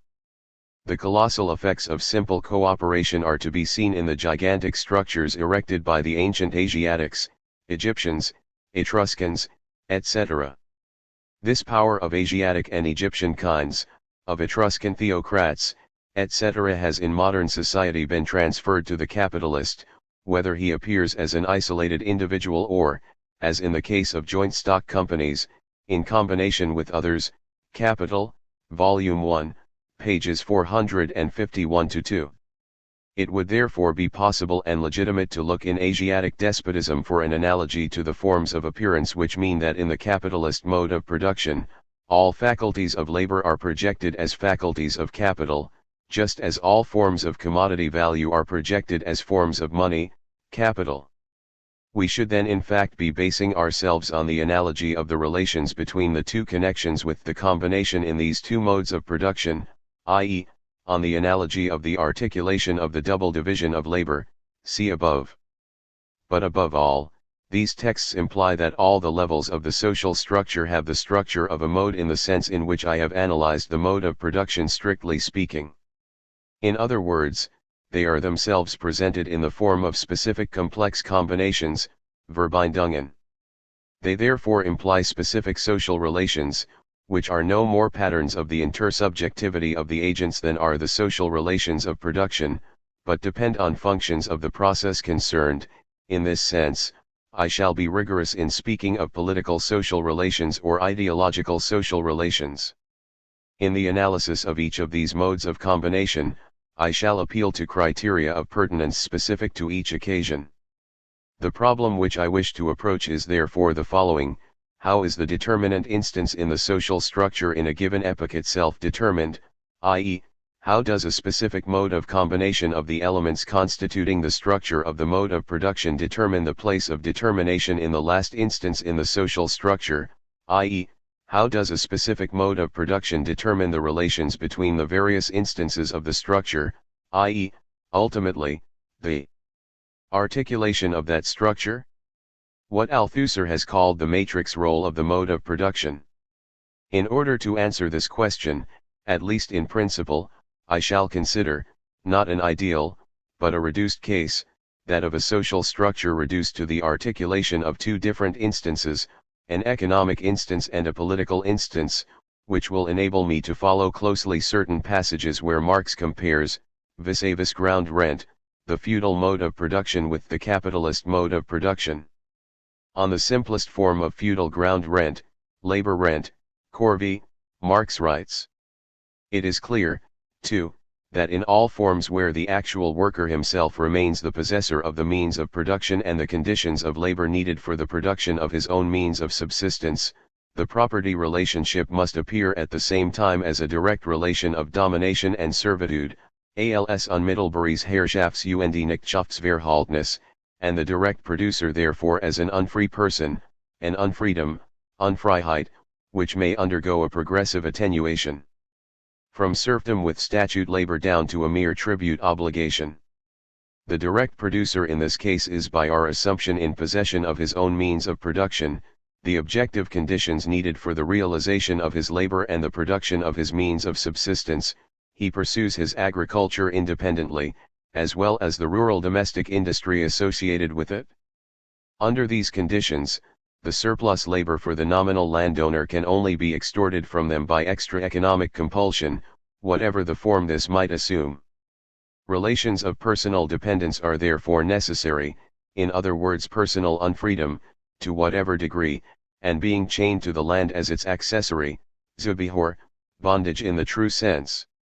The specific economic form in which unpaid surplus labor is pumped out of the direct producers determines the relationship of domination and servitude, as this grows directly out of production itself reacts back on it as a determinant. On this is based the entire configuration of the economic community arising from the actual relations of production, and hence also its specific political form. It is in each case the direct relationship of the owners of the conditions of production to the immediate producers, in which we find the innermost secret, the hidden basis of the entire social edifice, and hence also the political form of the relation of sovereignty and dependence, Soevereinitaits- und Abhängigkeitsverhältnis, in short, the specific form of state in each case. As far as labor rent goes, the most simple and primitive form of rent, this much is clear. Here rent is the original form of surplus value and coincides with it. But it needs no further analysis here that surplus value coincides with the unpaid labor of others, since this still exists in its visible, palpable form, the labor of the direct producer for himself being still separate both in time and space from his work for the landlord, with the latter appearing directly in the brutal form of forced labor for a third party, Capital, Volume 3, pages 926-8. This text contains 4 major points.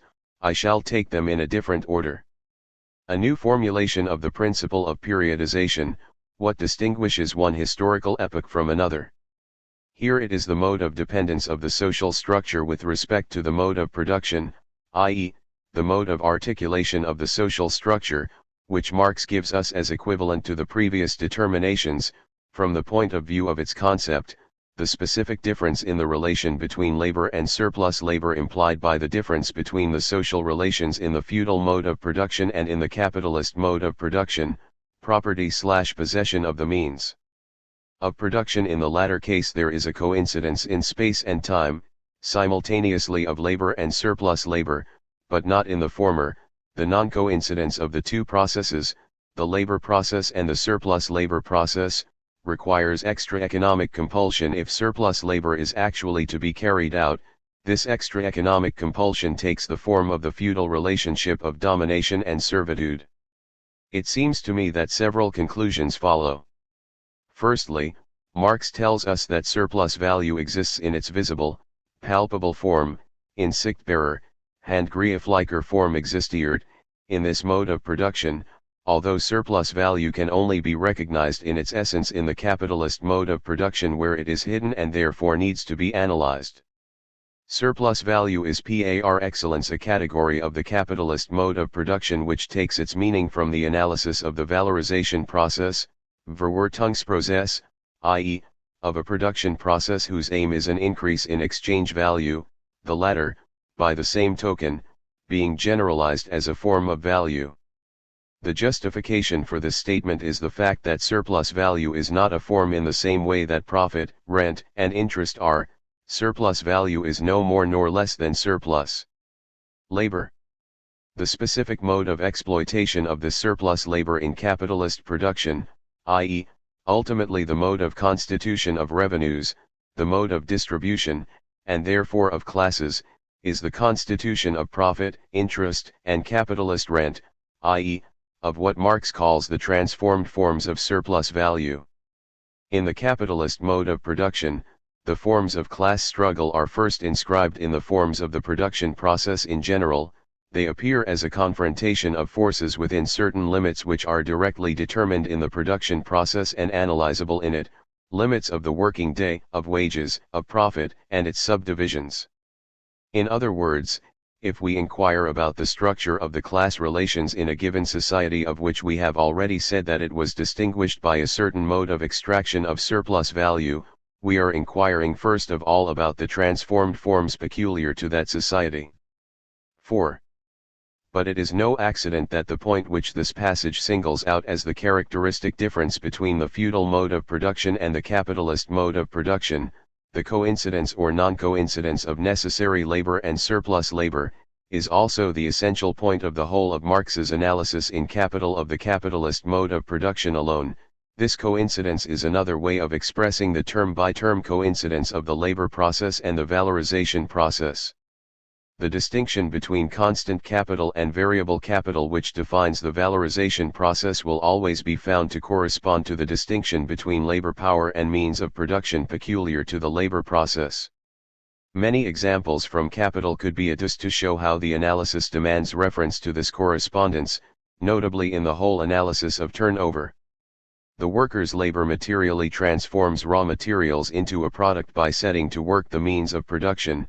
The same labor transfers to the product the value of the means of production and materials consumed, and produces a new value, part, but only part, of which is equal to the value of the labor power. In the last analysis, therefore, the dual character of the production process, which expresses this coincidence, refers to the dual character of living labor. It is easy to see that in the case Marx is describing here, the case of a form of feudal production, the coincidence exists in neither of the two forms. Not only are labor and surplus labor distinct in time and space, but even given a retrospective projection of the category of value, neither of the terms can strictly speaking be called a process of valorization. In other words, in the capitalist mode of production, the two processes coincide in time and space, which is an intrinsic feature of the mode of production. Of the economic instance, this coincidence is itself the effect of the form of combination of the factors of the production process peculiar to the capitalist mode of production, i.e., of the form of the two relations of property and real appropriation. The corresponding transformed forms in this social structure, i.e., the forms of the relations between classes, are then directly economic forms: profit, rent, wages, interest, which implies notably that the state does not intervene in them at this level.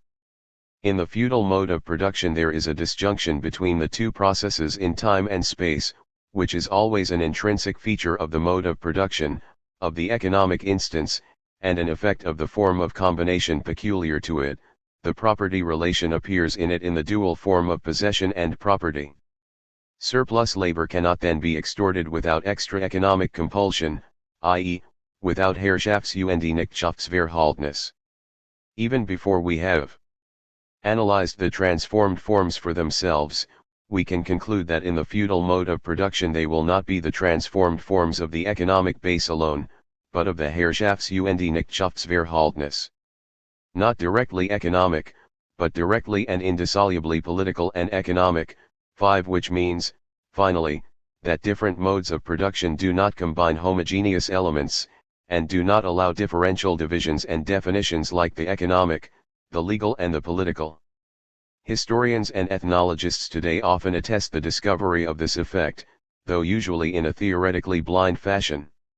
We may also be able to understand why this politics was not conscious as such, why it did not think its relative autonomy, even at the moment when it occupied the determinant place, either in the form of pure violence, or in the forms of a law, because it emerged as one of the presuppositions of the mode of production itself.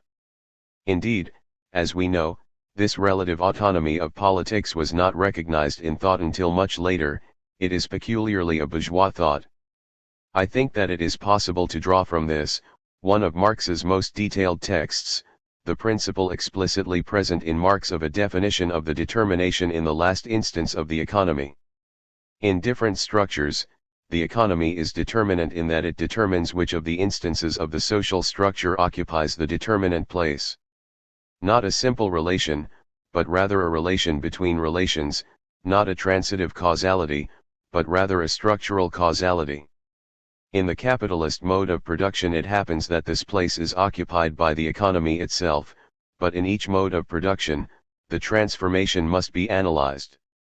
Here I merely suggest that we could try to reread the first pages of The Origins of the Family in this perspective, The pages in which Engels expresses the following notion, which he presents as a mere correction of Marx's general formulations: according to the materialist conception, the determining factor in history is, in the last resort, the production and reproduction of material life. But this itself is of a twofold character. On the one hand, the production of the means of subsistence, of food, clothing, and shelter, and the implements required for this; on the other, the production of human beings themselves, the propagation of the species. The social institutions under which men of a definite historical epoch and of a definite country live are determined by both kinds of production, by the stage of development of labor, on the one hand, and of the family, on the other. The less labor is developed, the more predominantly the social order appears to be dominated by ties of kinship. MECW 26, pages 131-2. A surprising text, which not only plays shamelessly on the term production, but demands the application of the technological model of the advance of the productive forces to the forms of kinship, presented as social relations of procreation. Perhaps it would be more worthwhile, as a number of Marxist anthropologists have been attempting, to show how, in certain primitive or self-subsistent societies, the mode of production determines a certain articulation of the social structure in which the kinship relations determine even the forms of transformation of the economic base. 6. Chapter 2. The elements of the structure and their history. The definition of every mode of production as a combination of, always the same, elements which are only notional elements unless they are put into relation with each other according to a determinate mode, and the possibility this affords of periodizing the modes of production according to a principle of the variation of these combinations, are two propositions which of themselves alone deserve our attention. In fact, they convey the radically anti-evolutionist character of the Marxist theory of the history of production, and therefore of society. Nothing conforms less to the dominant ideology of the 19th century, the century of history and evolution to which Marx belonged, if we are to believe chronology. As we shall see better later, this is because Marx's concepts are not intended to reflect, reproduce, and mimic history, but to produce the knowledge of it. They are the concepts of the structures on which the historical effects depend. In consequence, here there is neither a progressive movement of differentiation of the forms, nor even a line of progress with a logic akin to a destiny.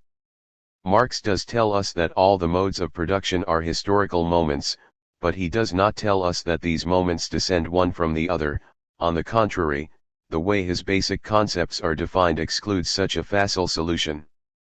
As Marx says in the 1857 introduction that we have already quoted, certain determinations are common to the most modern and to the most ancient epochs, example cooperation, and certain forms of direction, of accountability, which are common to Asiatic modes of production and to the capitalist mode of production more than to all the others.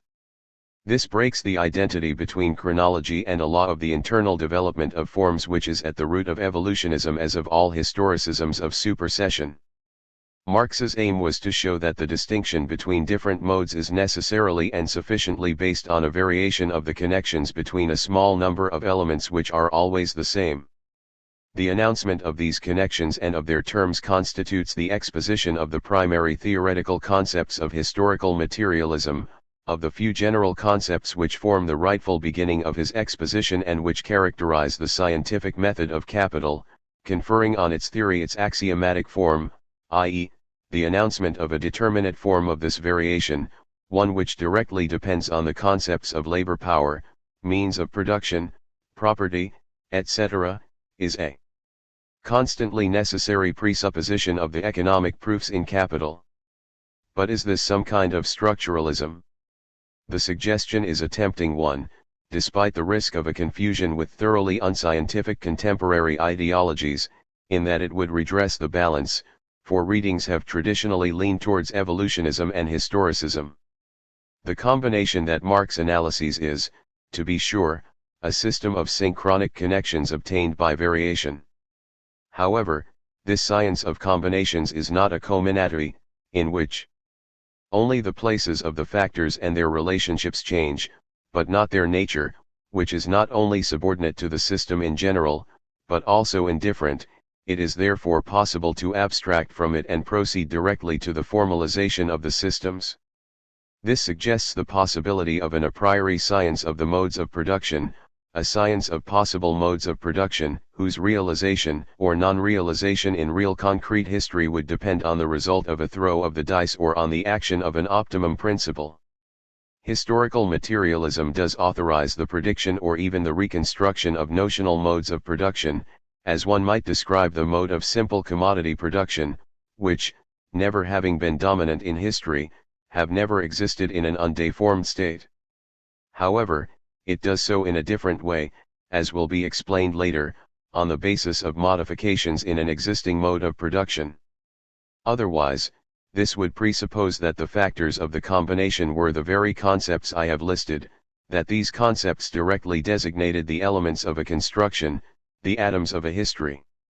In reality, as I have already said in a very general way, these concepts designate the elements of the construction only mediately. What I have called the differential analysis of forms is an essential intermediate step in the determination of the historical forms taken by labor power, property, real appropriation, etc. These concepts designate only what might be called the pertinences of historical analysis. It is this feature of the combinatory, which is therefore a pseudo-combinatory, that explains why there are general concepts of the science of history although there can never be a history in general.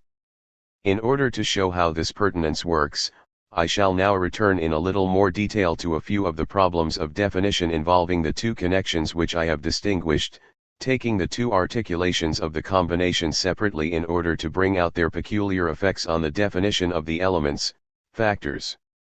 These specifications are indispensable if we are to see that Marx was right to speak of a structure of the process of production, and if the combination of the factors is to be no mere descriptive juxtaposition, but an effective explanation of a functional unity. 1. What is property? The first connection that we inscribed in the combination of a mode of production was designated as the property connection, or connection of surplus value appropriation. In fact, Marx constantly defines the relations of production characteristic of a historical mode of production, and notably of capitalism, by its kind of ownership of the means of production, and therefore by the mode of appropriation of the social product which depends on it. The principle of this definition is well known. But a number of specifications are necessary, in order to bring out its exact structural function. In the previous chapter, I concentrated above all on showing the difference between two concepts of appropriation, each of which refers to one aspect of the dual production process contained in every mode of production, and therefore defines one of the two connections which constitute the combination of the factors of production. But it is no less important to take up Marx's many hints and distinguish between the relations of production themselves, which are all that concern us here, and their legal expression, which does not belong to the structure of production considered in its relative autonomy.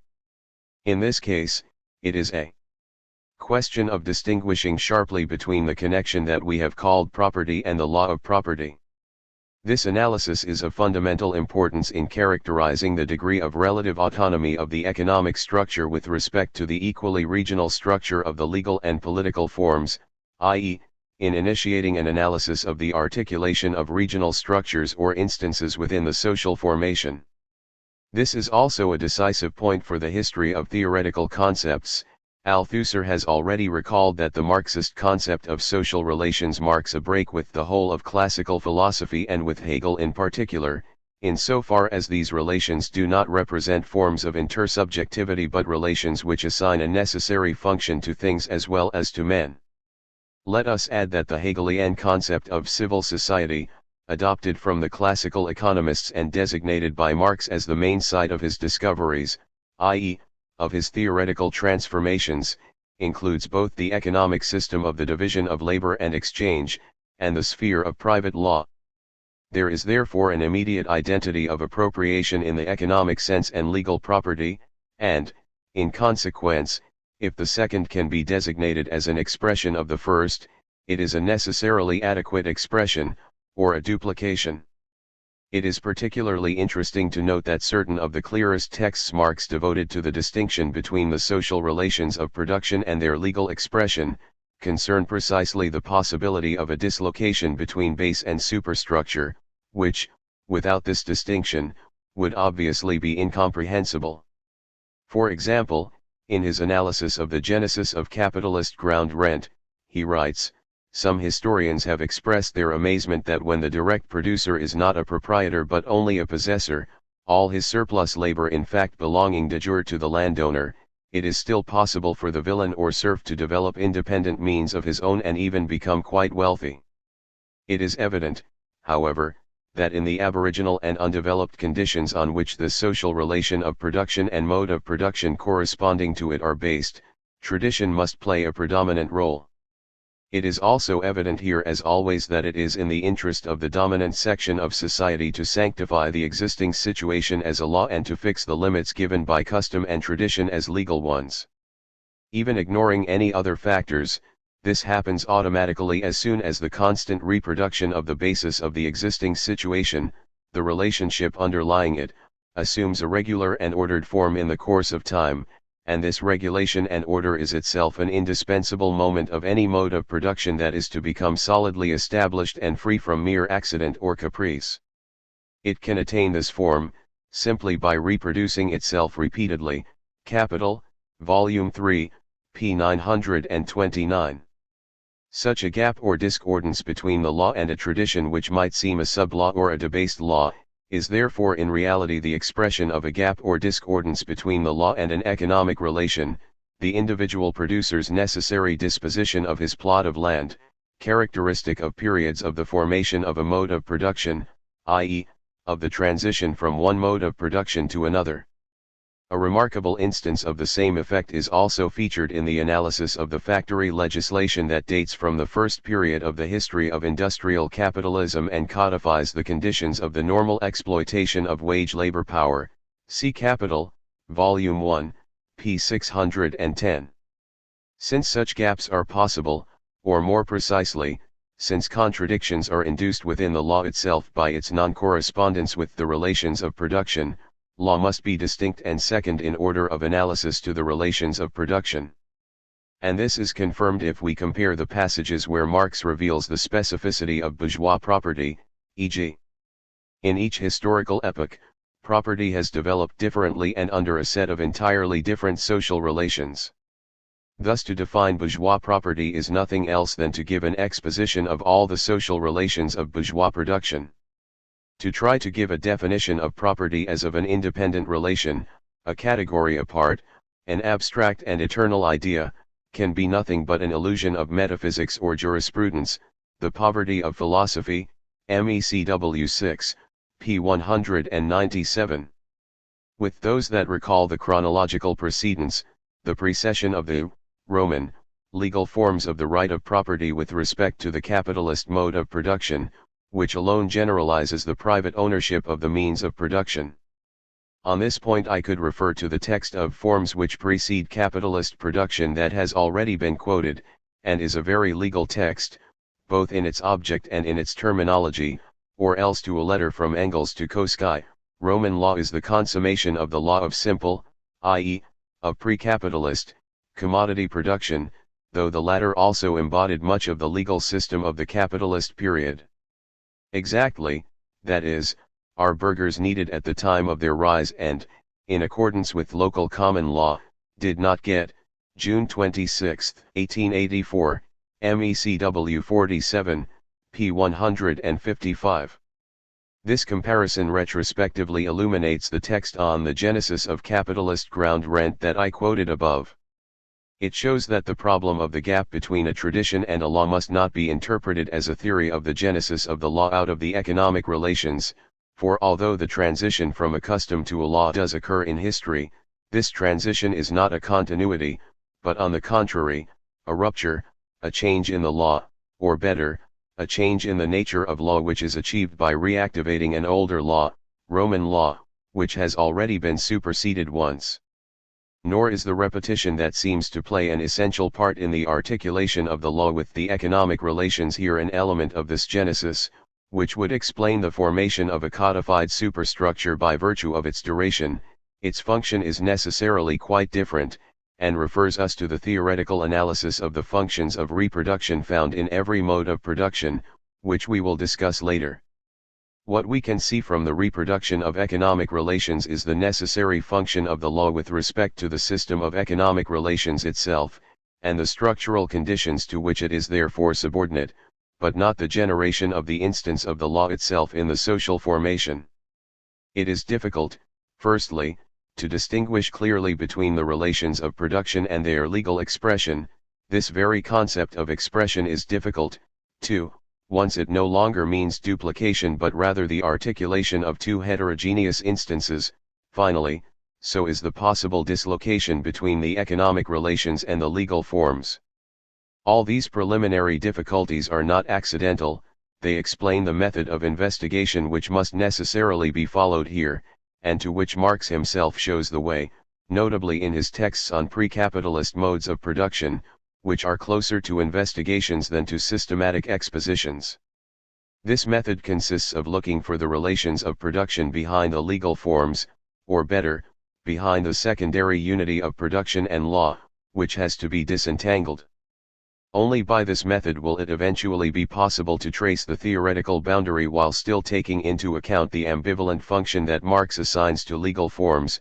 They are necessary and yet irrational, expressing and codifying the economic reality which each mode of production defines in its own way, and yet simultaneously masking it. This represents a commitment to a regressive course, another attempt to determine gaps or differences which will be expressed negatively on the basis of the forms of the law, but this time within a completely self-contemporaneous system, a highly determinate mode of production, here the capitalist mode of production. Hence a difficult terminological problem as well, since the concepts in which the relations of production are expressed are precisely concepts in which the economic and the legal are indistinct, starting with the concept of property. What is property insofar as it forms a system within the relatively autonomous structure of production, and logically precedes the law of property peculiar to the society considered? Such is the problem which must be initiated for capitalism too.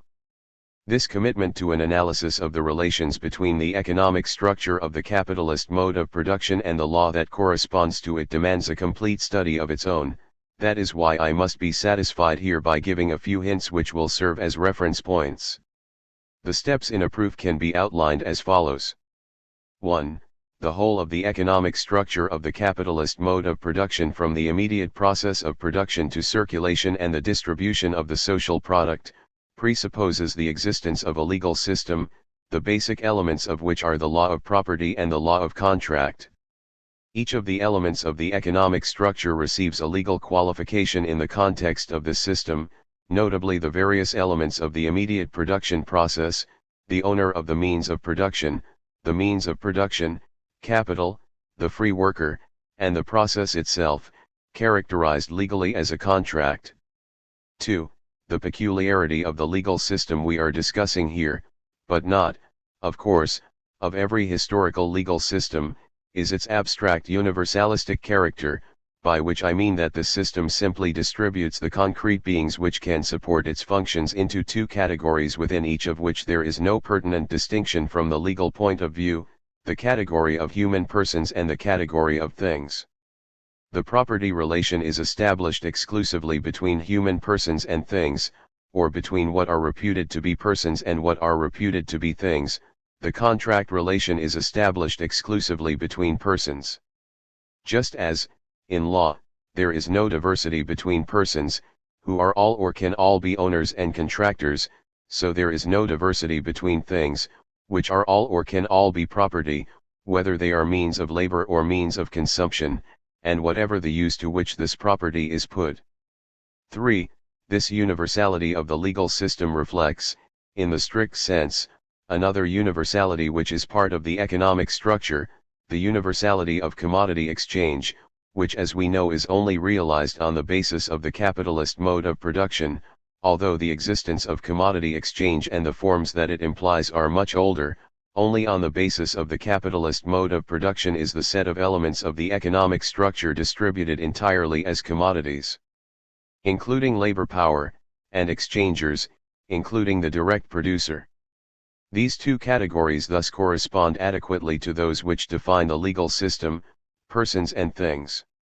Thus the general problem of the relationship between the capitalist mode of production and the legal system which its functioning presupposes depends historically and theoretically on another problem, that of the relationship between the economic structure of the immediate process of production and the economic structure of the circulation of commodities.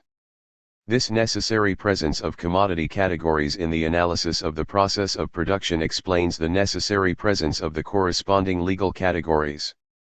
4. The social relations of production which are part of the structure of the capitalist mode of production can be characterized on the basis of their legal expression, by comparison, uncovering a series of dislocations between them.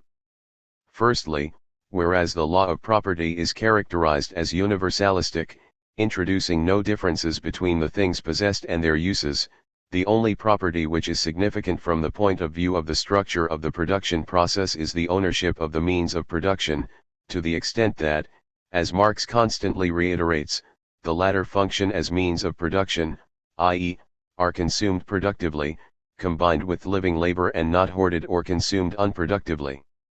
Whereas legal property is a right of consumption of any kind, in general, the right to use and abuse, i.e., to consume individually, to consume productively, to alienate, exchange, or to squander, Capital, Volume 3, p. 963, the economic ownership of the means of production is not so much a legal right to them as the power to consume them productively, depending on their material nature, on their adaptation to the conditions of the labor process, as a means of appropriating surplus labor.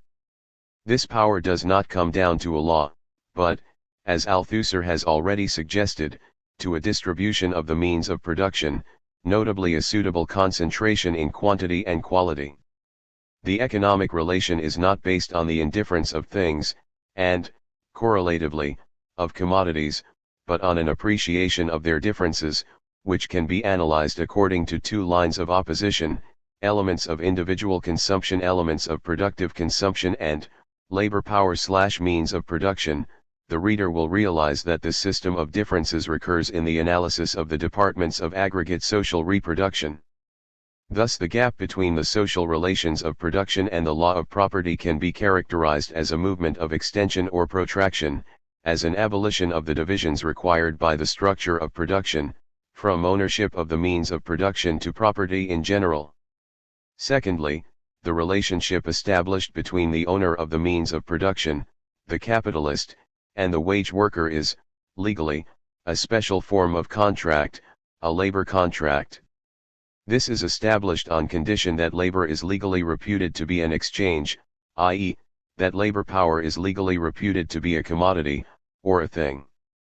Note that in its concept this transformation of labor power into a commodity and the establishment of the labor contract are completely independent of the nature of the labor in which the labor is consumed.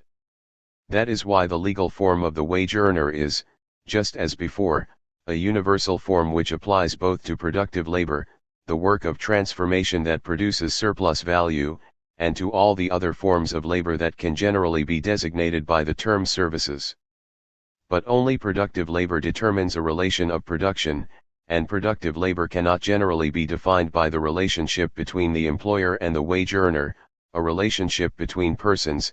It presupposes that the economic sphere in which it takes place is taken into account, the sphere of immediate production, the source of surplus value, i.e., the material nature of the labor and its objects, i.e., the nature of the means of labor with which it is combined. Just as the ownership of the means of production, in the form of a legal relation between a person and a thing, appeared to us as a power over living labor through the disposition of the means of production, which alone confer this power, in the same way, wage labor, in so far as it is a relationship inside the structure of production, in the legal form of a wage-service contract, appears to us now as a power over the means of production through the disposition of productive labor, which alone confers this power, i.e., determines an appropriate consumption, not just any consumption.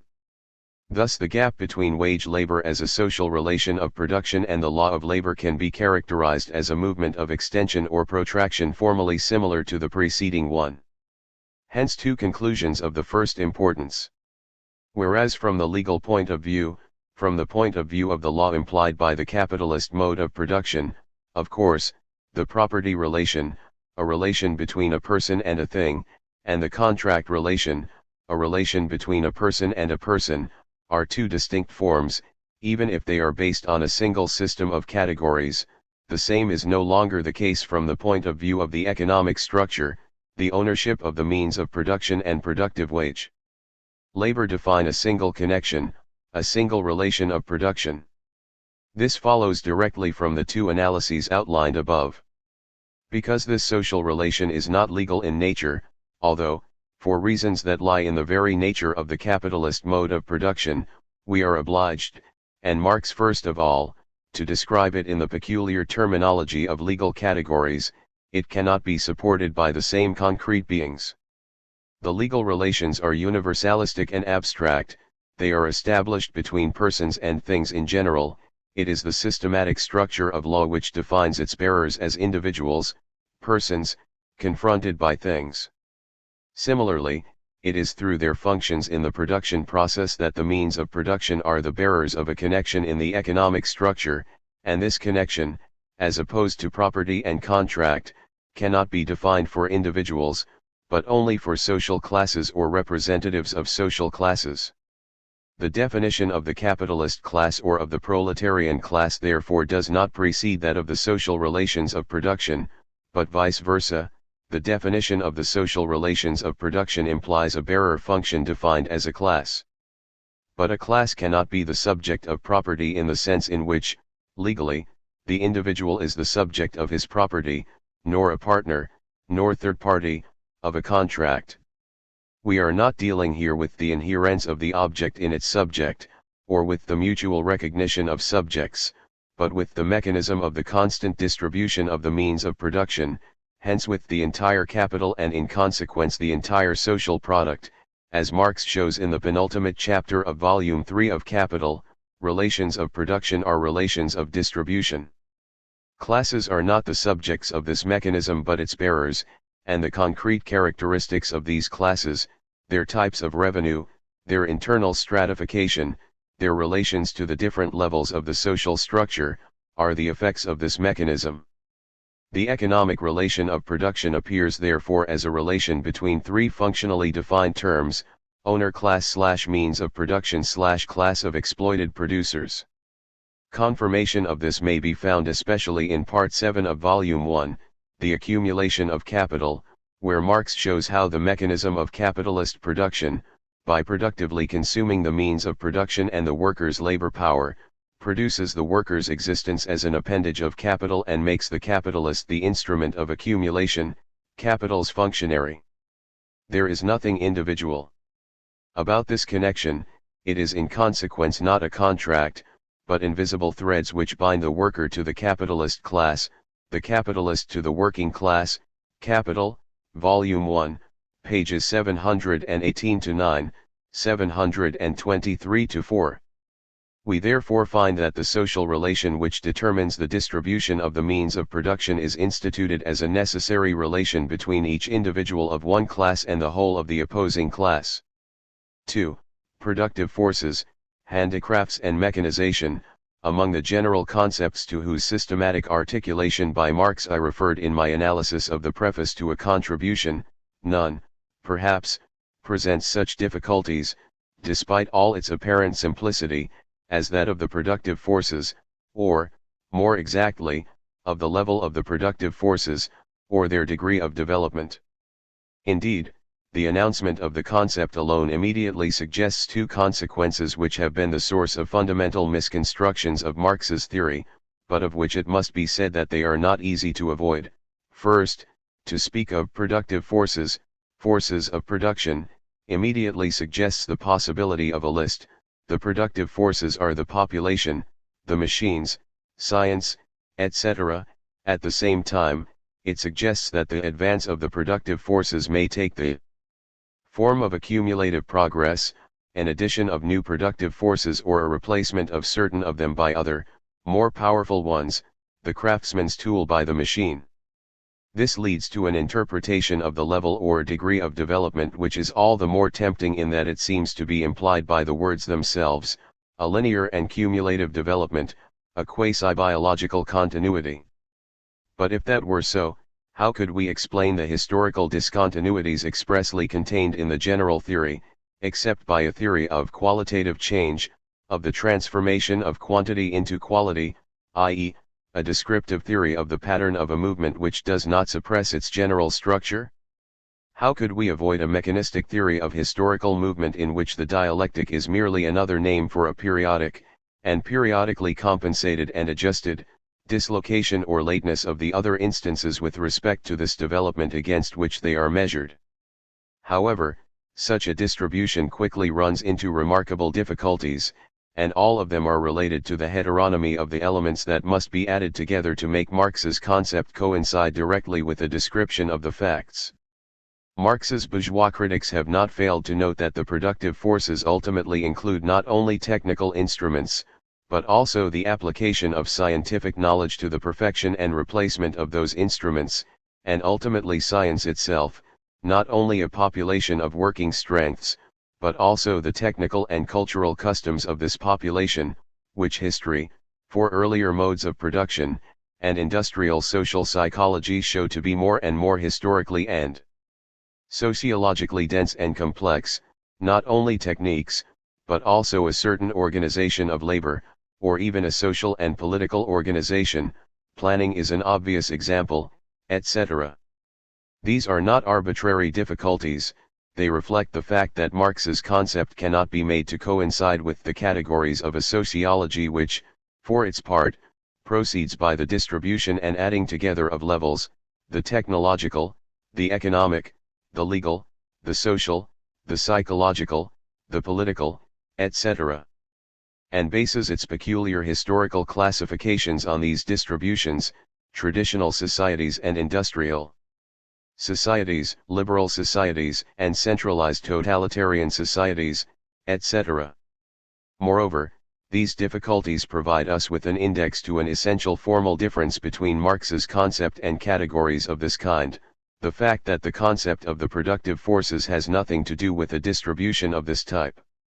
We must therefore start looking for its real features. First, let us stop and examine Marx's formulation itself. Level and degree are certainly expressions which suggest the possibility of at least a notional measurement, and the measurement of a growth. These expressions are thought to characterize the essence of the productive forces, and in consequence to define them in the specificity of a historical mode of production.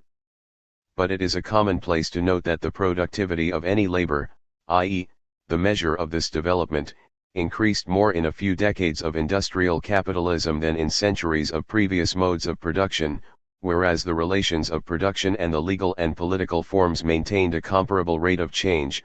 The same is true of the transformation of the means of labor, the equipment, which Marx calls the Gradmesser der Entwicklung der menschlichen Arbeitskraft. Besides, Marx says much more correctly, and whenever this level plays a direct part in economic analysis, the productive power of labor, the productivity of the power of labor, productive craft. In other words, as we shall see, the productive forces are not really things. If they were things, the problem of their transport, their importation, would, paradoxically enough, be easier to resolve for bourgeois sociology, with the exception of a few psychological problems of cultural adaptation, than it is for Marx, since his theory claims that there is a necessary connection or correlation between certain productive forces and a certain type of society, defined by its social relations. Bypassing the verbal illusion created by the term, we can already say that the most interesting aspect of the productive forces is no longer their distribution or composition, but the rhythm and pattern of their development, for this rhythm is directly linked to the nature of the relations of production, and the structure of the mode of production. What Marx proved, notably in Capital, and what is alluded to in some well-known sentences in the Manifesto, is not the fact that capitalism has liberated the development of the productive forces once and for all, but the fact that capitalism has imposed on the productive forces a determinate type of development whose rhythm and pattern are peculiar to it, dictated by the form of the process of capitalist accumulation.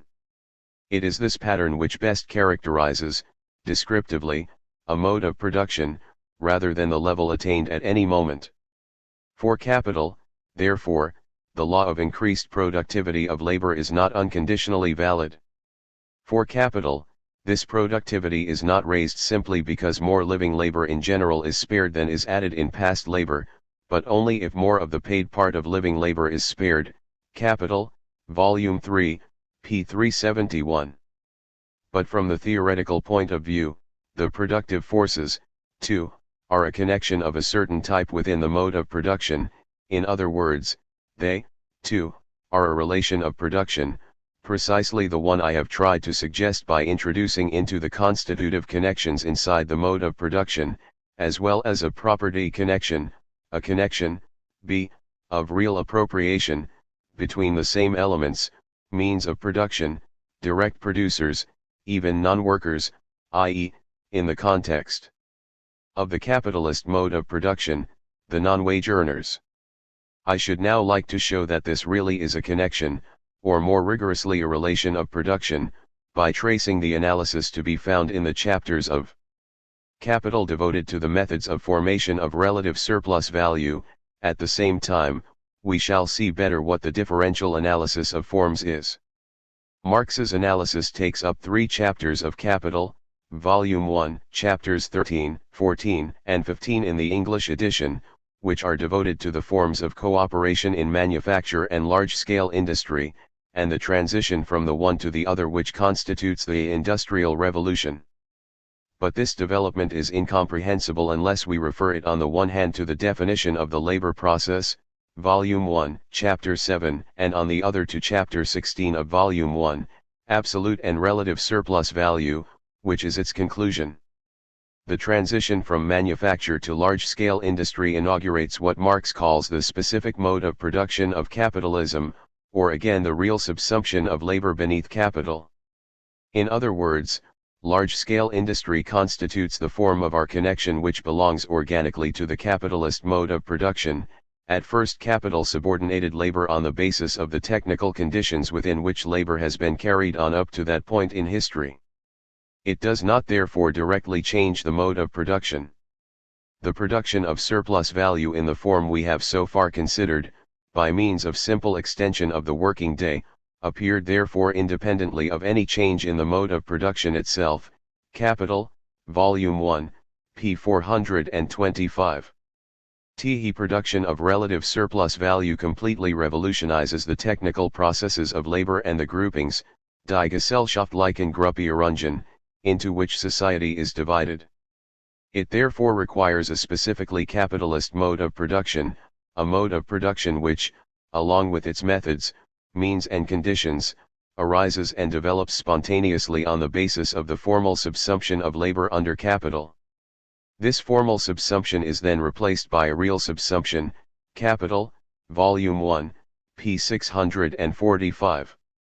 The following considerations may be regarded merely as a commentary on these texts.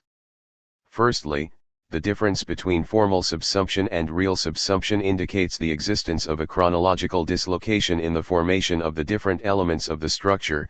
Capital as a social relation, i.e., the capitalist ownership of the means of production, exists before and independently of the real subsumption, i.e., the specific form of our connection, real appropriation, which corresponds to the capitalist mode of production.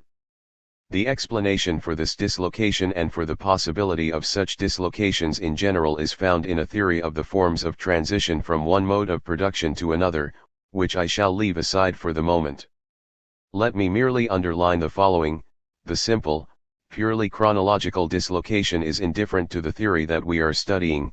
The synchrony in which the concept of a mode of production is given simply suppresses this aspect of temporality and hence excludes from the theory of history every mechanical form of thought where time is concerned.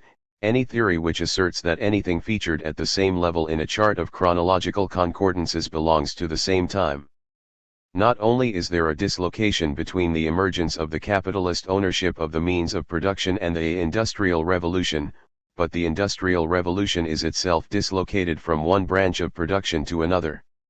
The second dislocation is also suppressed by the theory.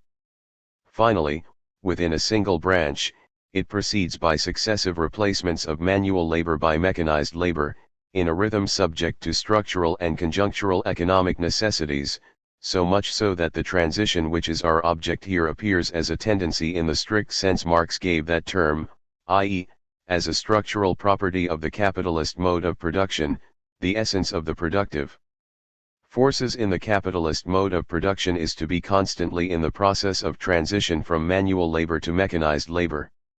Let us recall in what this transition from manufacture to large-scale industry consists. Both are forms of cooperation between the workers, the direct producers, and this cooperation is only possible through their subjection to capital, which employs them all simultaneously.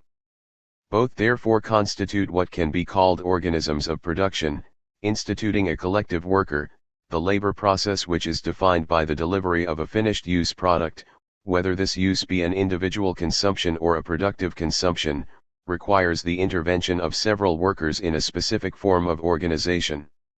Manufacture and large-scale industry are thus equally opposed to the individual handicraft.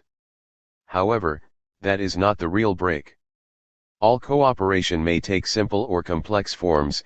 In simple cooperation, there is a juxtaposition of workers and operations. Numerous workers work together side by side, whether in one and the same process, or in different but connected processes. This form of cooperation is still found, particularly in agriculture. In the workshop of the guild master, the labor of the journeyman is usually performed in simple cooperation. The same is true of the primitive forms of manufacture, which consists simply in gathering the artisans into a single place of work. Complex cooperation, on the contrary, consists of an imbrication, of an intertwining of the labor. The operations performed by each worker successively or simultaneously are complementary, and only together do they give birth to a finished product. This form of cooperation, which is found in quite distant times in some sectors, example metallurgy, constitutes the essence of the division of labor in manufacture. One piece of work is divided among the workers. Until the 18th century this was called a single ouvre or ouvrage in France. Obviously, this division may have different origins.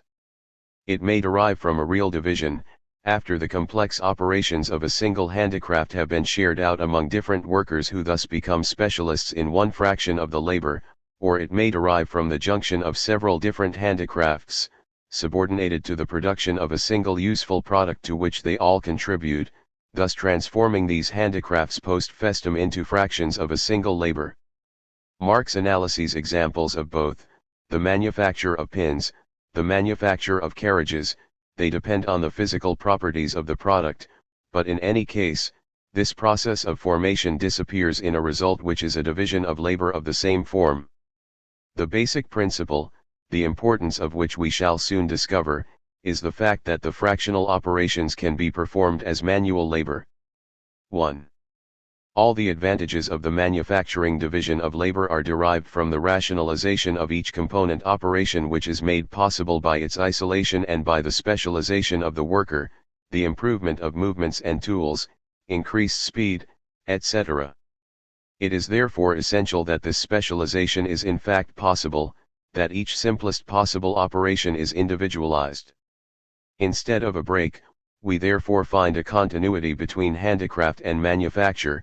The manufacturing division of labor arises as the extension of the analytical movement of specialization peculiar to handicrafts, a movement which simultaneously affects both the perfection of technical operations and the psychophysical characteristics of the worker's labor power. These are merely two aspects, two faces of one and the same development. Indeed, manufacture is merely the extreme radicalization of the distinctive feature of handicrafts, the unity of labor power and means of labor. On the one hand, the means of labor, the tool, must be adapted to the human organism. On the other, a tool is no longer a technical instrument in the hands of someone who does not know how to use it, Its effective use demands of the worker a set of physical and intellectual qualities, a sum of cultural habits, an empirical knowledge of the materials, of the tricks of the trade, up to and including the craft secret, etc. That is why handicrafts are indissolubly linked to apprenticeship. Before the Industrial Revolution, a technique was the indissociable ensemble of a means of labor or tool, and a worker, molded to its use by apprenticeship and habit. The technique is essentially individual, even if the organization of labor is collective.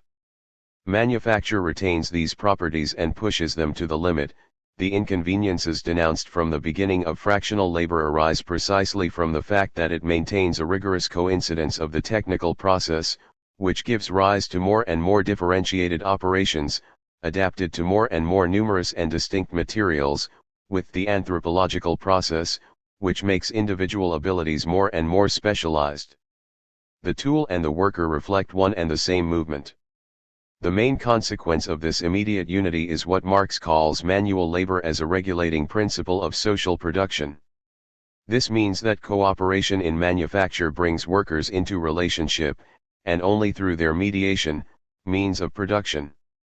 This fact emerges clearly if, for example, we consider the constraints to which the constitution of the organisms of production must conform where the proportion of workers employed in different tasks is concerned. These are dictated by the characteristics of labor power. The number of manual operations into which it is most advantageous to divide the labor, and the number of workers detailed to each functional task so that there is work for all of them all the time, must be established empirically. This will fix the composition of a unity group which is paralysed if even one of its members is missing, in exactly the same way as an artisan would be paralysed in the continuity of his labor process if for some reason he could not perform any one of the operations required for the manufacture of his product. See Capital, Volume 1, p. 467.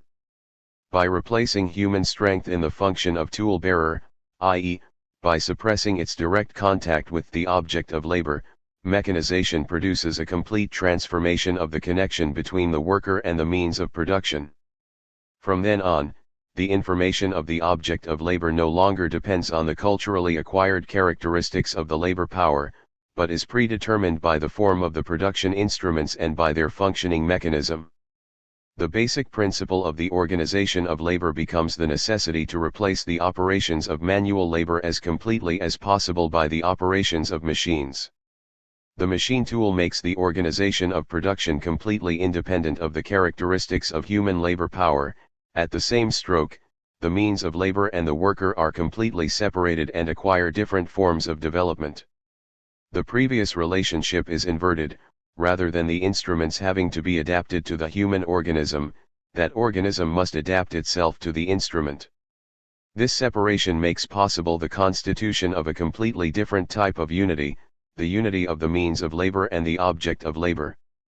The machine tool, says Marx, makes possible the constitution of an objective framework, independent of the workers themselves. Capital, Volume 1, p. 489. An organism of production is now no longer the union of a certain number of workers, it is a set of fixed machines ready to receive any workers. From now on, a technique is a set of certain materials and instruments of labor, linked together by a knowledge of the physical properties of each of them, and of their properties as a system. The process of production is regarded in isolation as a natural labor process. Within the elements of the labor process, it constitutes a relatively autonomous subset. This unity is expressed in the emergence of technology, i.e., the application of the natural sciences to the techniques of production. But this application is only possible on the existing basis provided by the objective unity of the means of production, means and object of labor, in the labor process. The collective worker acquires the determination of what Marx calls socialized labor. It is impossible to explain the totality of conditions actually required by a particular labor process, leading to a determinate useful product, without considering it as a component labor process, an element of social production as a whole. And notably, the intellectual labor which produces the knowledges which are applied in any particular labor process must appear in its analysis, in the analysis of the technical division of this labor process. There are workers in this cooperation who are not present at the workplace. The fact that this product of intellectual labor, science, is a free element so far as the capitalist is concerned, which besides is not completely the case, and seems to be a gift of society, is a different problem, one which does not arise in the analysis of the labor process. Similarly, the set of workshops or factories in which the same technique is applied, independently of the distribution of property, tends to become its field of application and experiment, constituting what Marx calls practical experience on a wide scale. Finally, however, it is only the experience of the combined worker that discovers and demonstrates how inventions already made can most simply be developed, how to overcome the practical frictions that arise in putting the theory into practice, its application to the production process, and so on. Capital, Volume 3, pages 198-9. Thus we see that as a consequence of the transformation of the relationship between the elements of the combination, the natures of those elements themselves are transformed. This collective worker in a relationship with the unity of the means of production is now a completely different individual from the one who formed the characteristic unity of artisan manufacturing labor with different means of labor. At the same time, the determination of productive labor has changed its support. The product is transformed from the direct product of the individual producer into a social product, the joint product of a collective worker, i.e. a combination of workers, each of whom stands at a different distance from the actual manipulation of the object of labor. With the progressive accentuation of the cooperative character of the labor process, there necessarily occurs a progressive extension of the concept of productive labor, and of the concept of the bearer of that labor, the productive worker. In order to work productively, it is no longer necessary for the individual himself to put his hand to the object, it is sufficient for him to be an organ of the collective worker, and to perform any one of its subordinate functions. The definition of productive labor given above, the original definition, is derived from the nature of material production itself, and it remains correct for the collective worker, considered as a whole. But it no longer holds good for each member taken individually. Capital, Volume 1, pages 643-4. 2. In our pseudo-combinatory, therefore, we do not really find the same concrete elements when we move from one variant to the next. Nor is their particularity defined by a mere place, but rather as an effect of the structure, differing every time, i.e., an effect of the combination which constitutes the mode of production. I have taken this connection as an example because the analysis in Capital unravels every inch of it, but it is clear that an analysis of the same type could be conducted for the forms of property, not in the legal sense of the term, but in the sense of the relations of production presupposed and formalized by the legal forms. Marx outlines a hint towards such an analysis in the retrospective texts on the genesis of capitalist ground rent, Capital, Volume 3, and forms which precede capitalist production, Grundriss, making use notably of a formal distinction between property and possession. His hints are enough to show that we should find forms which are as complex as those he reveals with respect to real appropriation. 3. Development and displacement. Before announcing the further consequences we can draw from this analysis, I must first show that it depends entirely on criteria for the differentiation of forms which are contained in the definition of the labor process. The simple elements, die Einfache moment, of the labor process as 1. Purposeful activity, Zweckmäßige Tätigkeit, that is work itself, 2. The object, Gegenstand, on which that work is performed, and 3. The instruments, Mittel, of that work. Capital, Volume 1, p. 284. Each corresponds to one of the two internal connections of the mode of production, or more exactly to the determination of one element, the direct worker, with respect to each of the two connections, according to the specific form that the latter take in the capitalist mode of production. In the one that we have taken as the object of our study, the element, the worker, which has the ability actually to set to work the social means of production is constituted not only by wage workers and non-wage workers, intellectual workers, but also by the capitalists themselves, insofar as they have the technical function of supervision and organization. The same double movement, extension-limitation, will recur later in this exposition, when I analyze the specific types of development of the productive forces in the capitalist mode of production and the historical tendency of that mode of production. What most people remember about Marx's analysis of the Industrial Revolution is what distinguishes it from other explanations of the same phenomenon, the fact that he attributed the origin of the technical and social upheavals to the introduction of the machine tool, to the replacement of man as the tool-bearer, instead of attributing it to the introduction of new sources of energy, the steam engine, to the replacement of man as the motor. But it is less usual to dwell on the theoretical expression of this originality, which is contained in the definition of the labor process. The Industrial Revolution, the transition from manufacture to large-scale industry, can be completely defined, with the assistance of these concepts, as the transformation of the relationship which followed from the replacement of the means of labor. Returning to what I said above about this transformation, summarizing Marx, it could be represented as the succession of two material forms of existence of the labor process. 4. Unity of the means of labor and of the labor power. Unity of the means of labor and of the object of labor. In both cases, the pattern of the relationship between the three elements is completely characterized by designating the subset which has a unity and relative autonomy. It is obvious straight away that the three concepts of the definition of the labor process have nothing to do with the abstraction of an empirical description, subject, object, mediation, which can always be recast by distinguishing other elements. They are not derivatives of the analysis of the two successive forms of the connection. They make that analysis possible. Thus the movement from one form to the other can be completely analyzed, not as the mere dissolution of a structure, the separation of the worker from the means of labor, but as the transformation of one structure into another.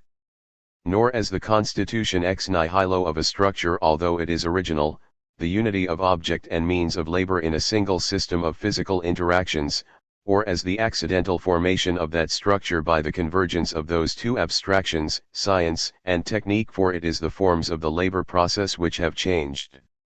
The new system of the productive forces, of which modern capitalist mechanized industry is the first example, is neither an absolute end nor an absolute origin, but a reorganization of the entire system, of the relation of the real appropriation of nature, of the productive forces.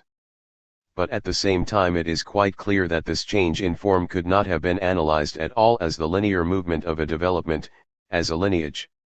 There is such a lineage between handicrafts and manufacture, since, as we have seen, manufacture can be regarded, from the point of view which concerns us, as the continuation of a movement peculiar to handicrafts, and one which conserves all its characteristics. But the machine which replaces the ensemble of tools and educated, specialized labor power is in no way a product of the development of that ensemble. It merely occupies the same place. It replaces the previous system by a different system. The continuity is not that of elements or individuals, but of functions. This type of transformation can be designated by the general term displacement. Here I should like to make a digression, though not an arbitrary one, and compare this kind of reasoning with the very interesting and very surprising method followed by Freud in his texts on the history of the libido, notably the 3 essays on the theory of sexuality. The analogy is precise enough to encourage this comparison, which will perhaps seem even more justified if we think how akin were the ideological situations in which and against which Marx and Freud had to construct their theories, and how alike sometimes even the concepts of those ideologies were. Evolutionism reigns as supreme in the science of history as it does in psychology. The terms Freud uses in the 3 essays refer to a psychological evolutionism, exactly as Marx's terms level, degree of development of the productive forces, refer to a historical evolutionism. In the preface to a contribution, Marx speaks of the replacement of the existing social relations by new, higher relations. Therefore, to forestall any ambiguity, I am not interested here in the articulation of the objects of psychoanalysis and historical materialism, but in the possibility of revealing epistemological analogies between Marx's theoretical work and Freud's. Indeed, on the one hand we find in these texts of Freud's a whole biological or quasi-biological theory of the stages of development of the libido, sexual instinct, a problematic of the congenital constitution and established nature of the germs whose development will constitute the successive stages. We find a theory of development and of its intermediate degrees, which at the same time justifies a theory of the pathological as the fixation at one stage of development or a regression to it, but a regression is always merely the revelation of a fixation, etc. But on the other hand, in contrast with what would be a real evolutionist theory, although in the very same terms, we find something completely different. For example, in the following passage, a difficult question and one which cannot be evaded: what is the general characteristic which enables us to recognize the sexual manifestations of children? The concatenation of phenomena into which we have been given an insight by psychoanalytic investigation justifies us, in my opinion, in regarding thumb-sucking as a sexual manifestation and in choosing it for our study of the essential features of infantile sexual activity. 3 essays, pages 180 to 115. This is one example of a reasoning Freud generalizes in this study, which consists of making a series of organizations of the search for pleasure into the successive forms of a single sexual instinct. The final outcome of sexual development lies in what is known as the normal sexual life of the adult. The formulation in the introduction to psychoanalysis gives a more complex chain, since Freud uses in his definition both infantile sexuality and abnormal adult sexuality, hence the final outcome of the development is either normal sexuality or perversion and neurosis, which have the same place in the abnormal outcome. Paradoxically, the origins of the development are the stages which are least obviously of a sexual character. In reality, they only acquire this character because analysis discovers for them the same function. The succession of these stages is much better analyzed as a series of displacements than as a continuity, a displacement of the erotogenic zones, i.e., of the parts of the body invested with a sexual value in a given libidinal organization. Freud tells us that there is hardly any part of the body that cannot be treated in this way, a displacement of the biological functions which prop up the sexual instinct initially, a displacement of the objects of the instinct, from what Freud calls the absence of an object, but which is a particular modality of an object, to the object of genital love. Each of these displacements corresponds to one variant of the relations between what Freud calls the component instincts, i.e., the components of the complex sexual instinct. In the second place, we have found that some of the perversions which we have examined are only intelligible if we assume the convergence of several motive forces. If such perversions admit of analysis, that is, if they can be taken to pieces, then they must be of a composite nature. This gives us a hint that perhaps the sexual instinct itself may be no simple thing, but put together from components which have come apart again in the perversions. If this is so, the clinical observation of these abnormalities will have drawn our attention to amalgamations which have been lost to view. 3 essays, p. 162.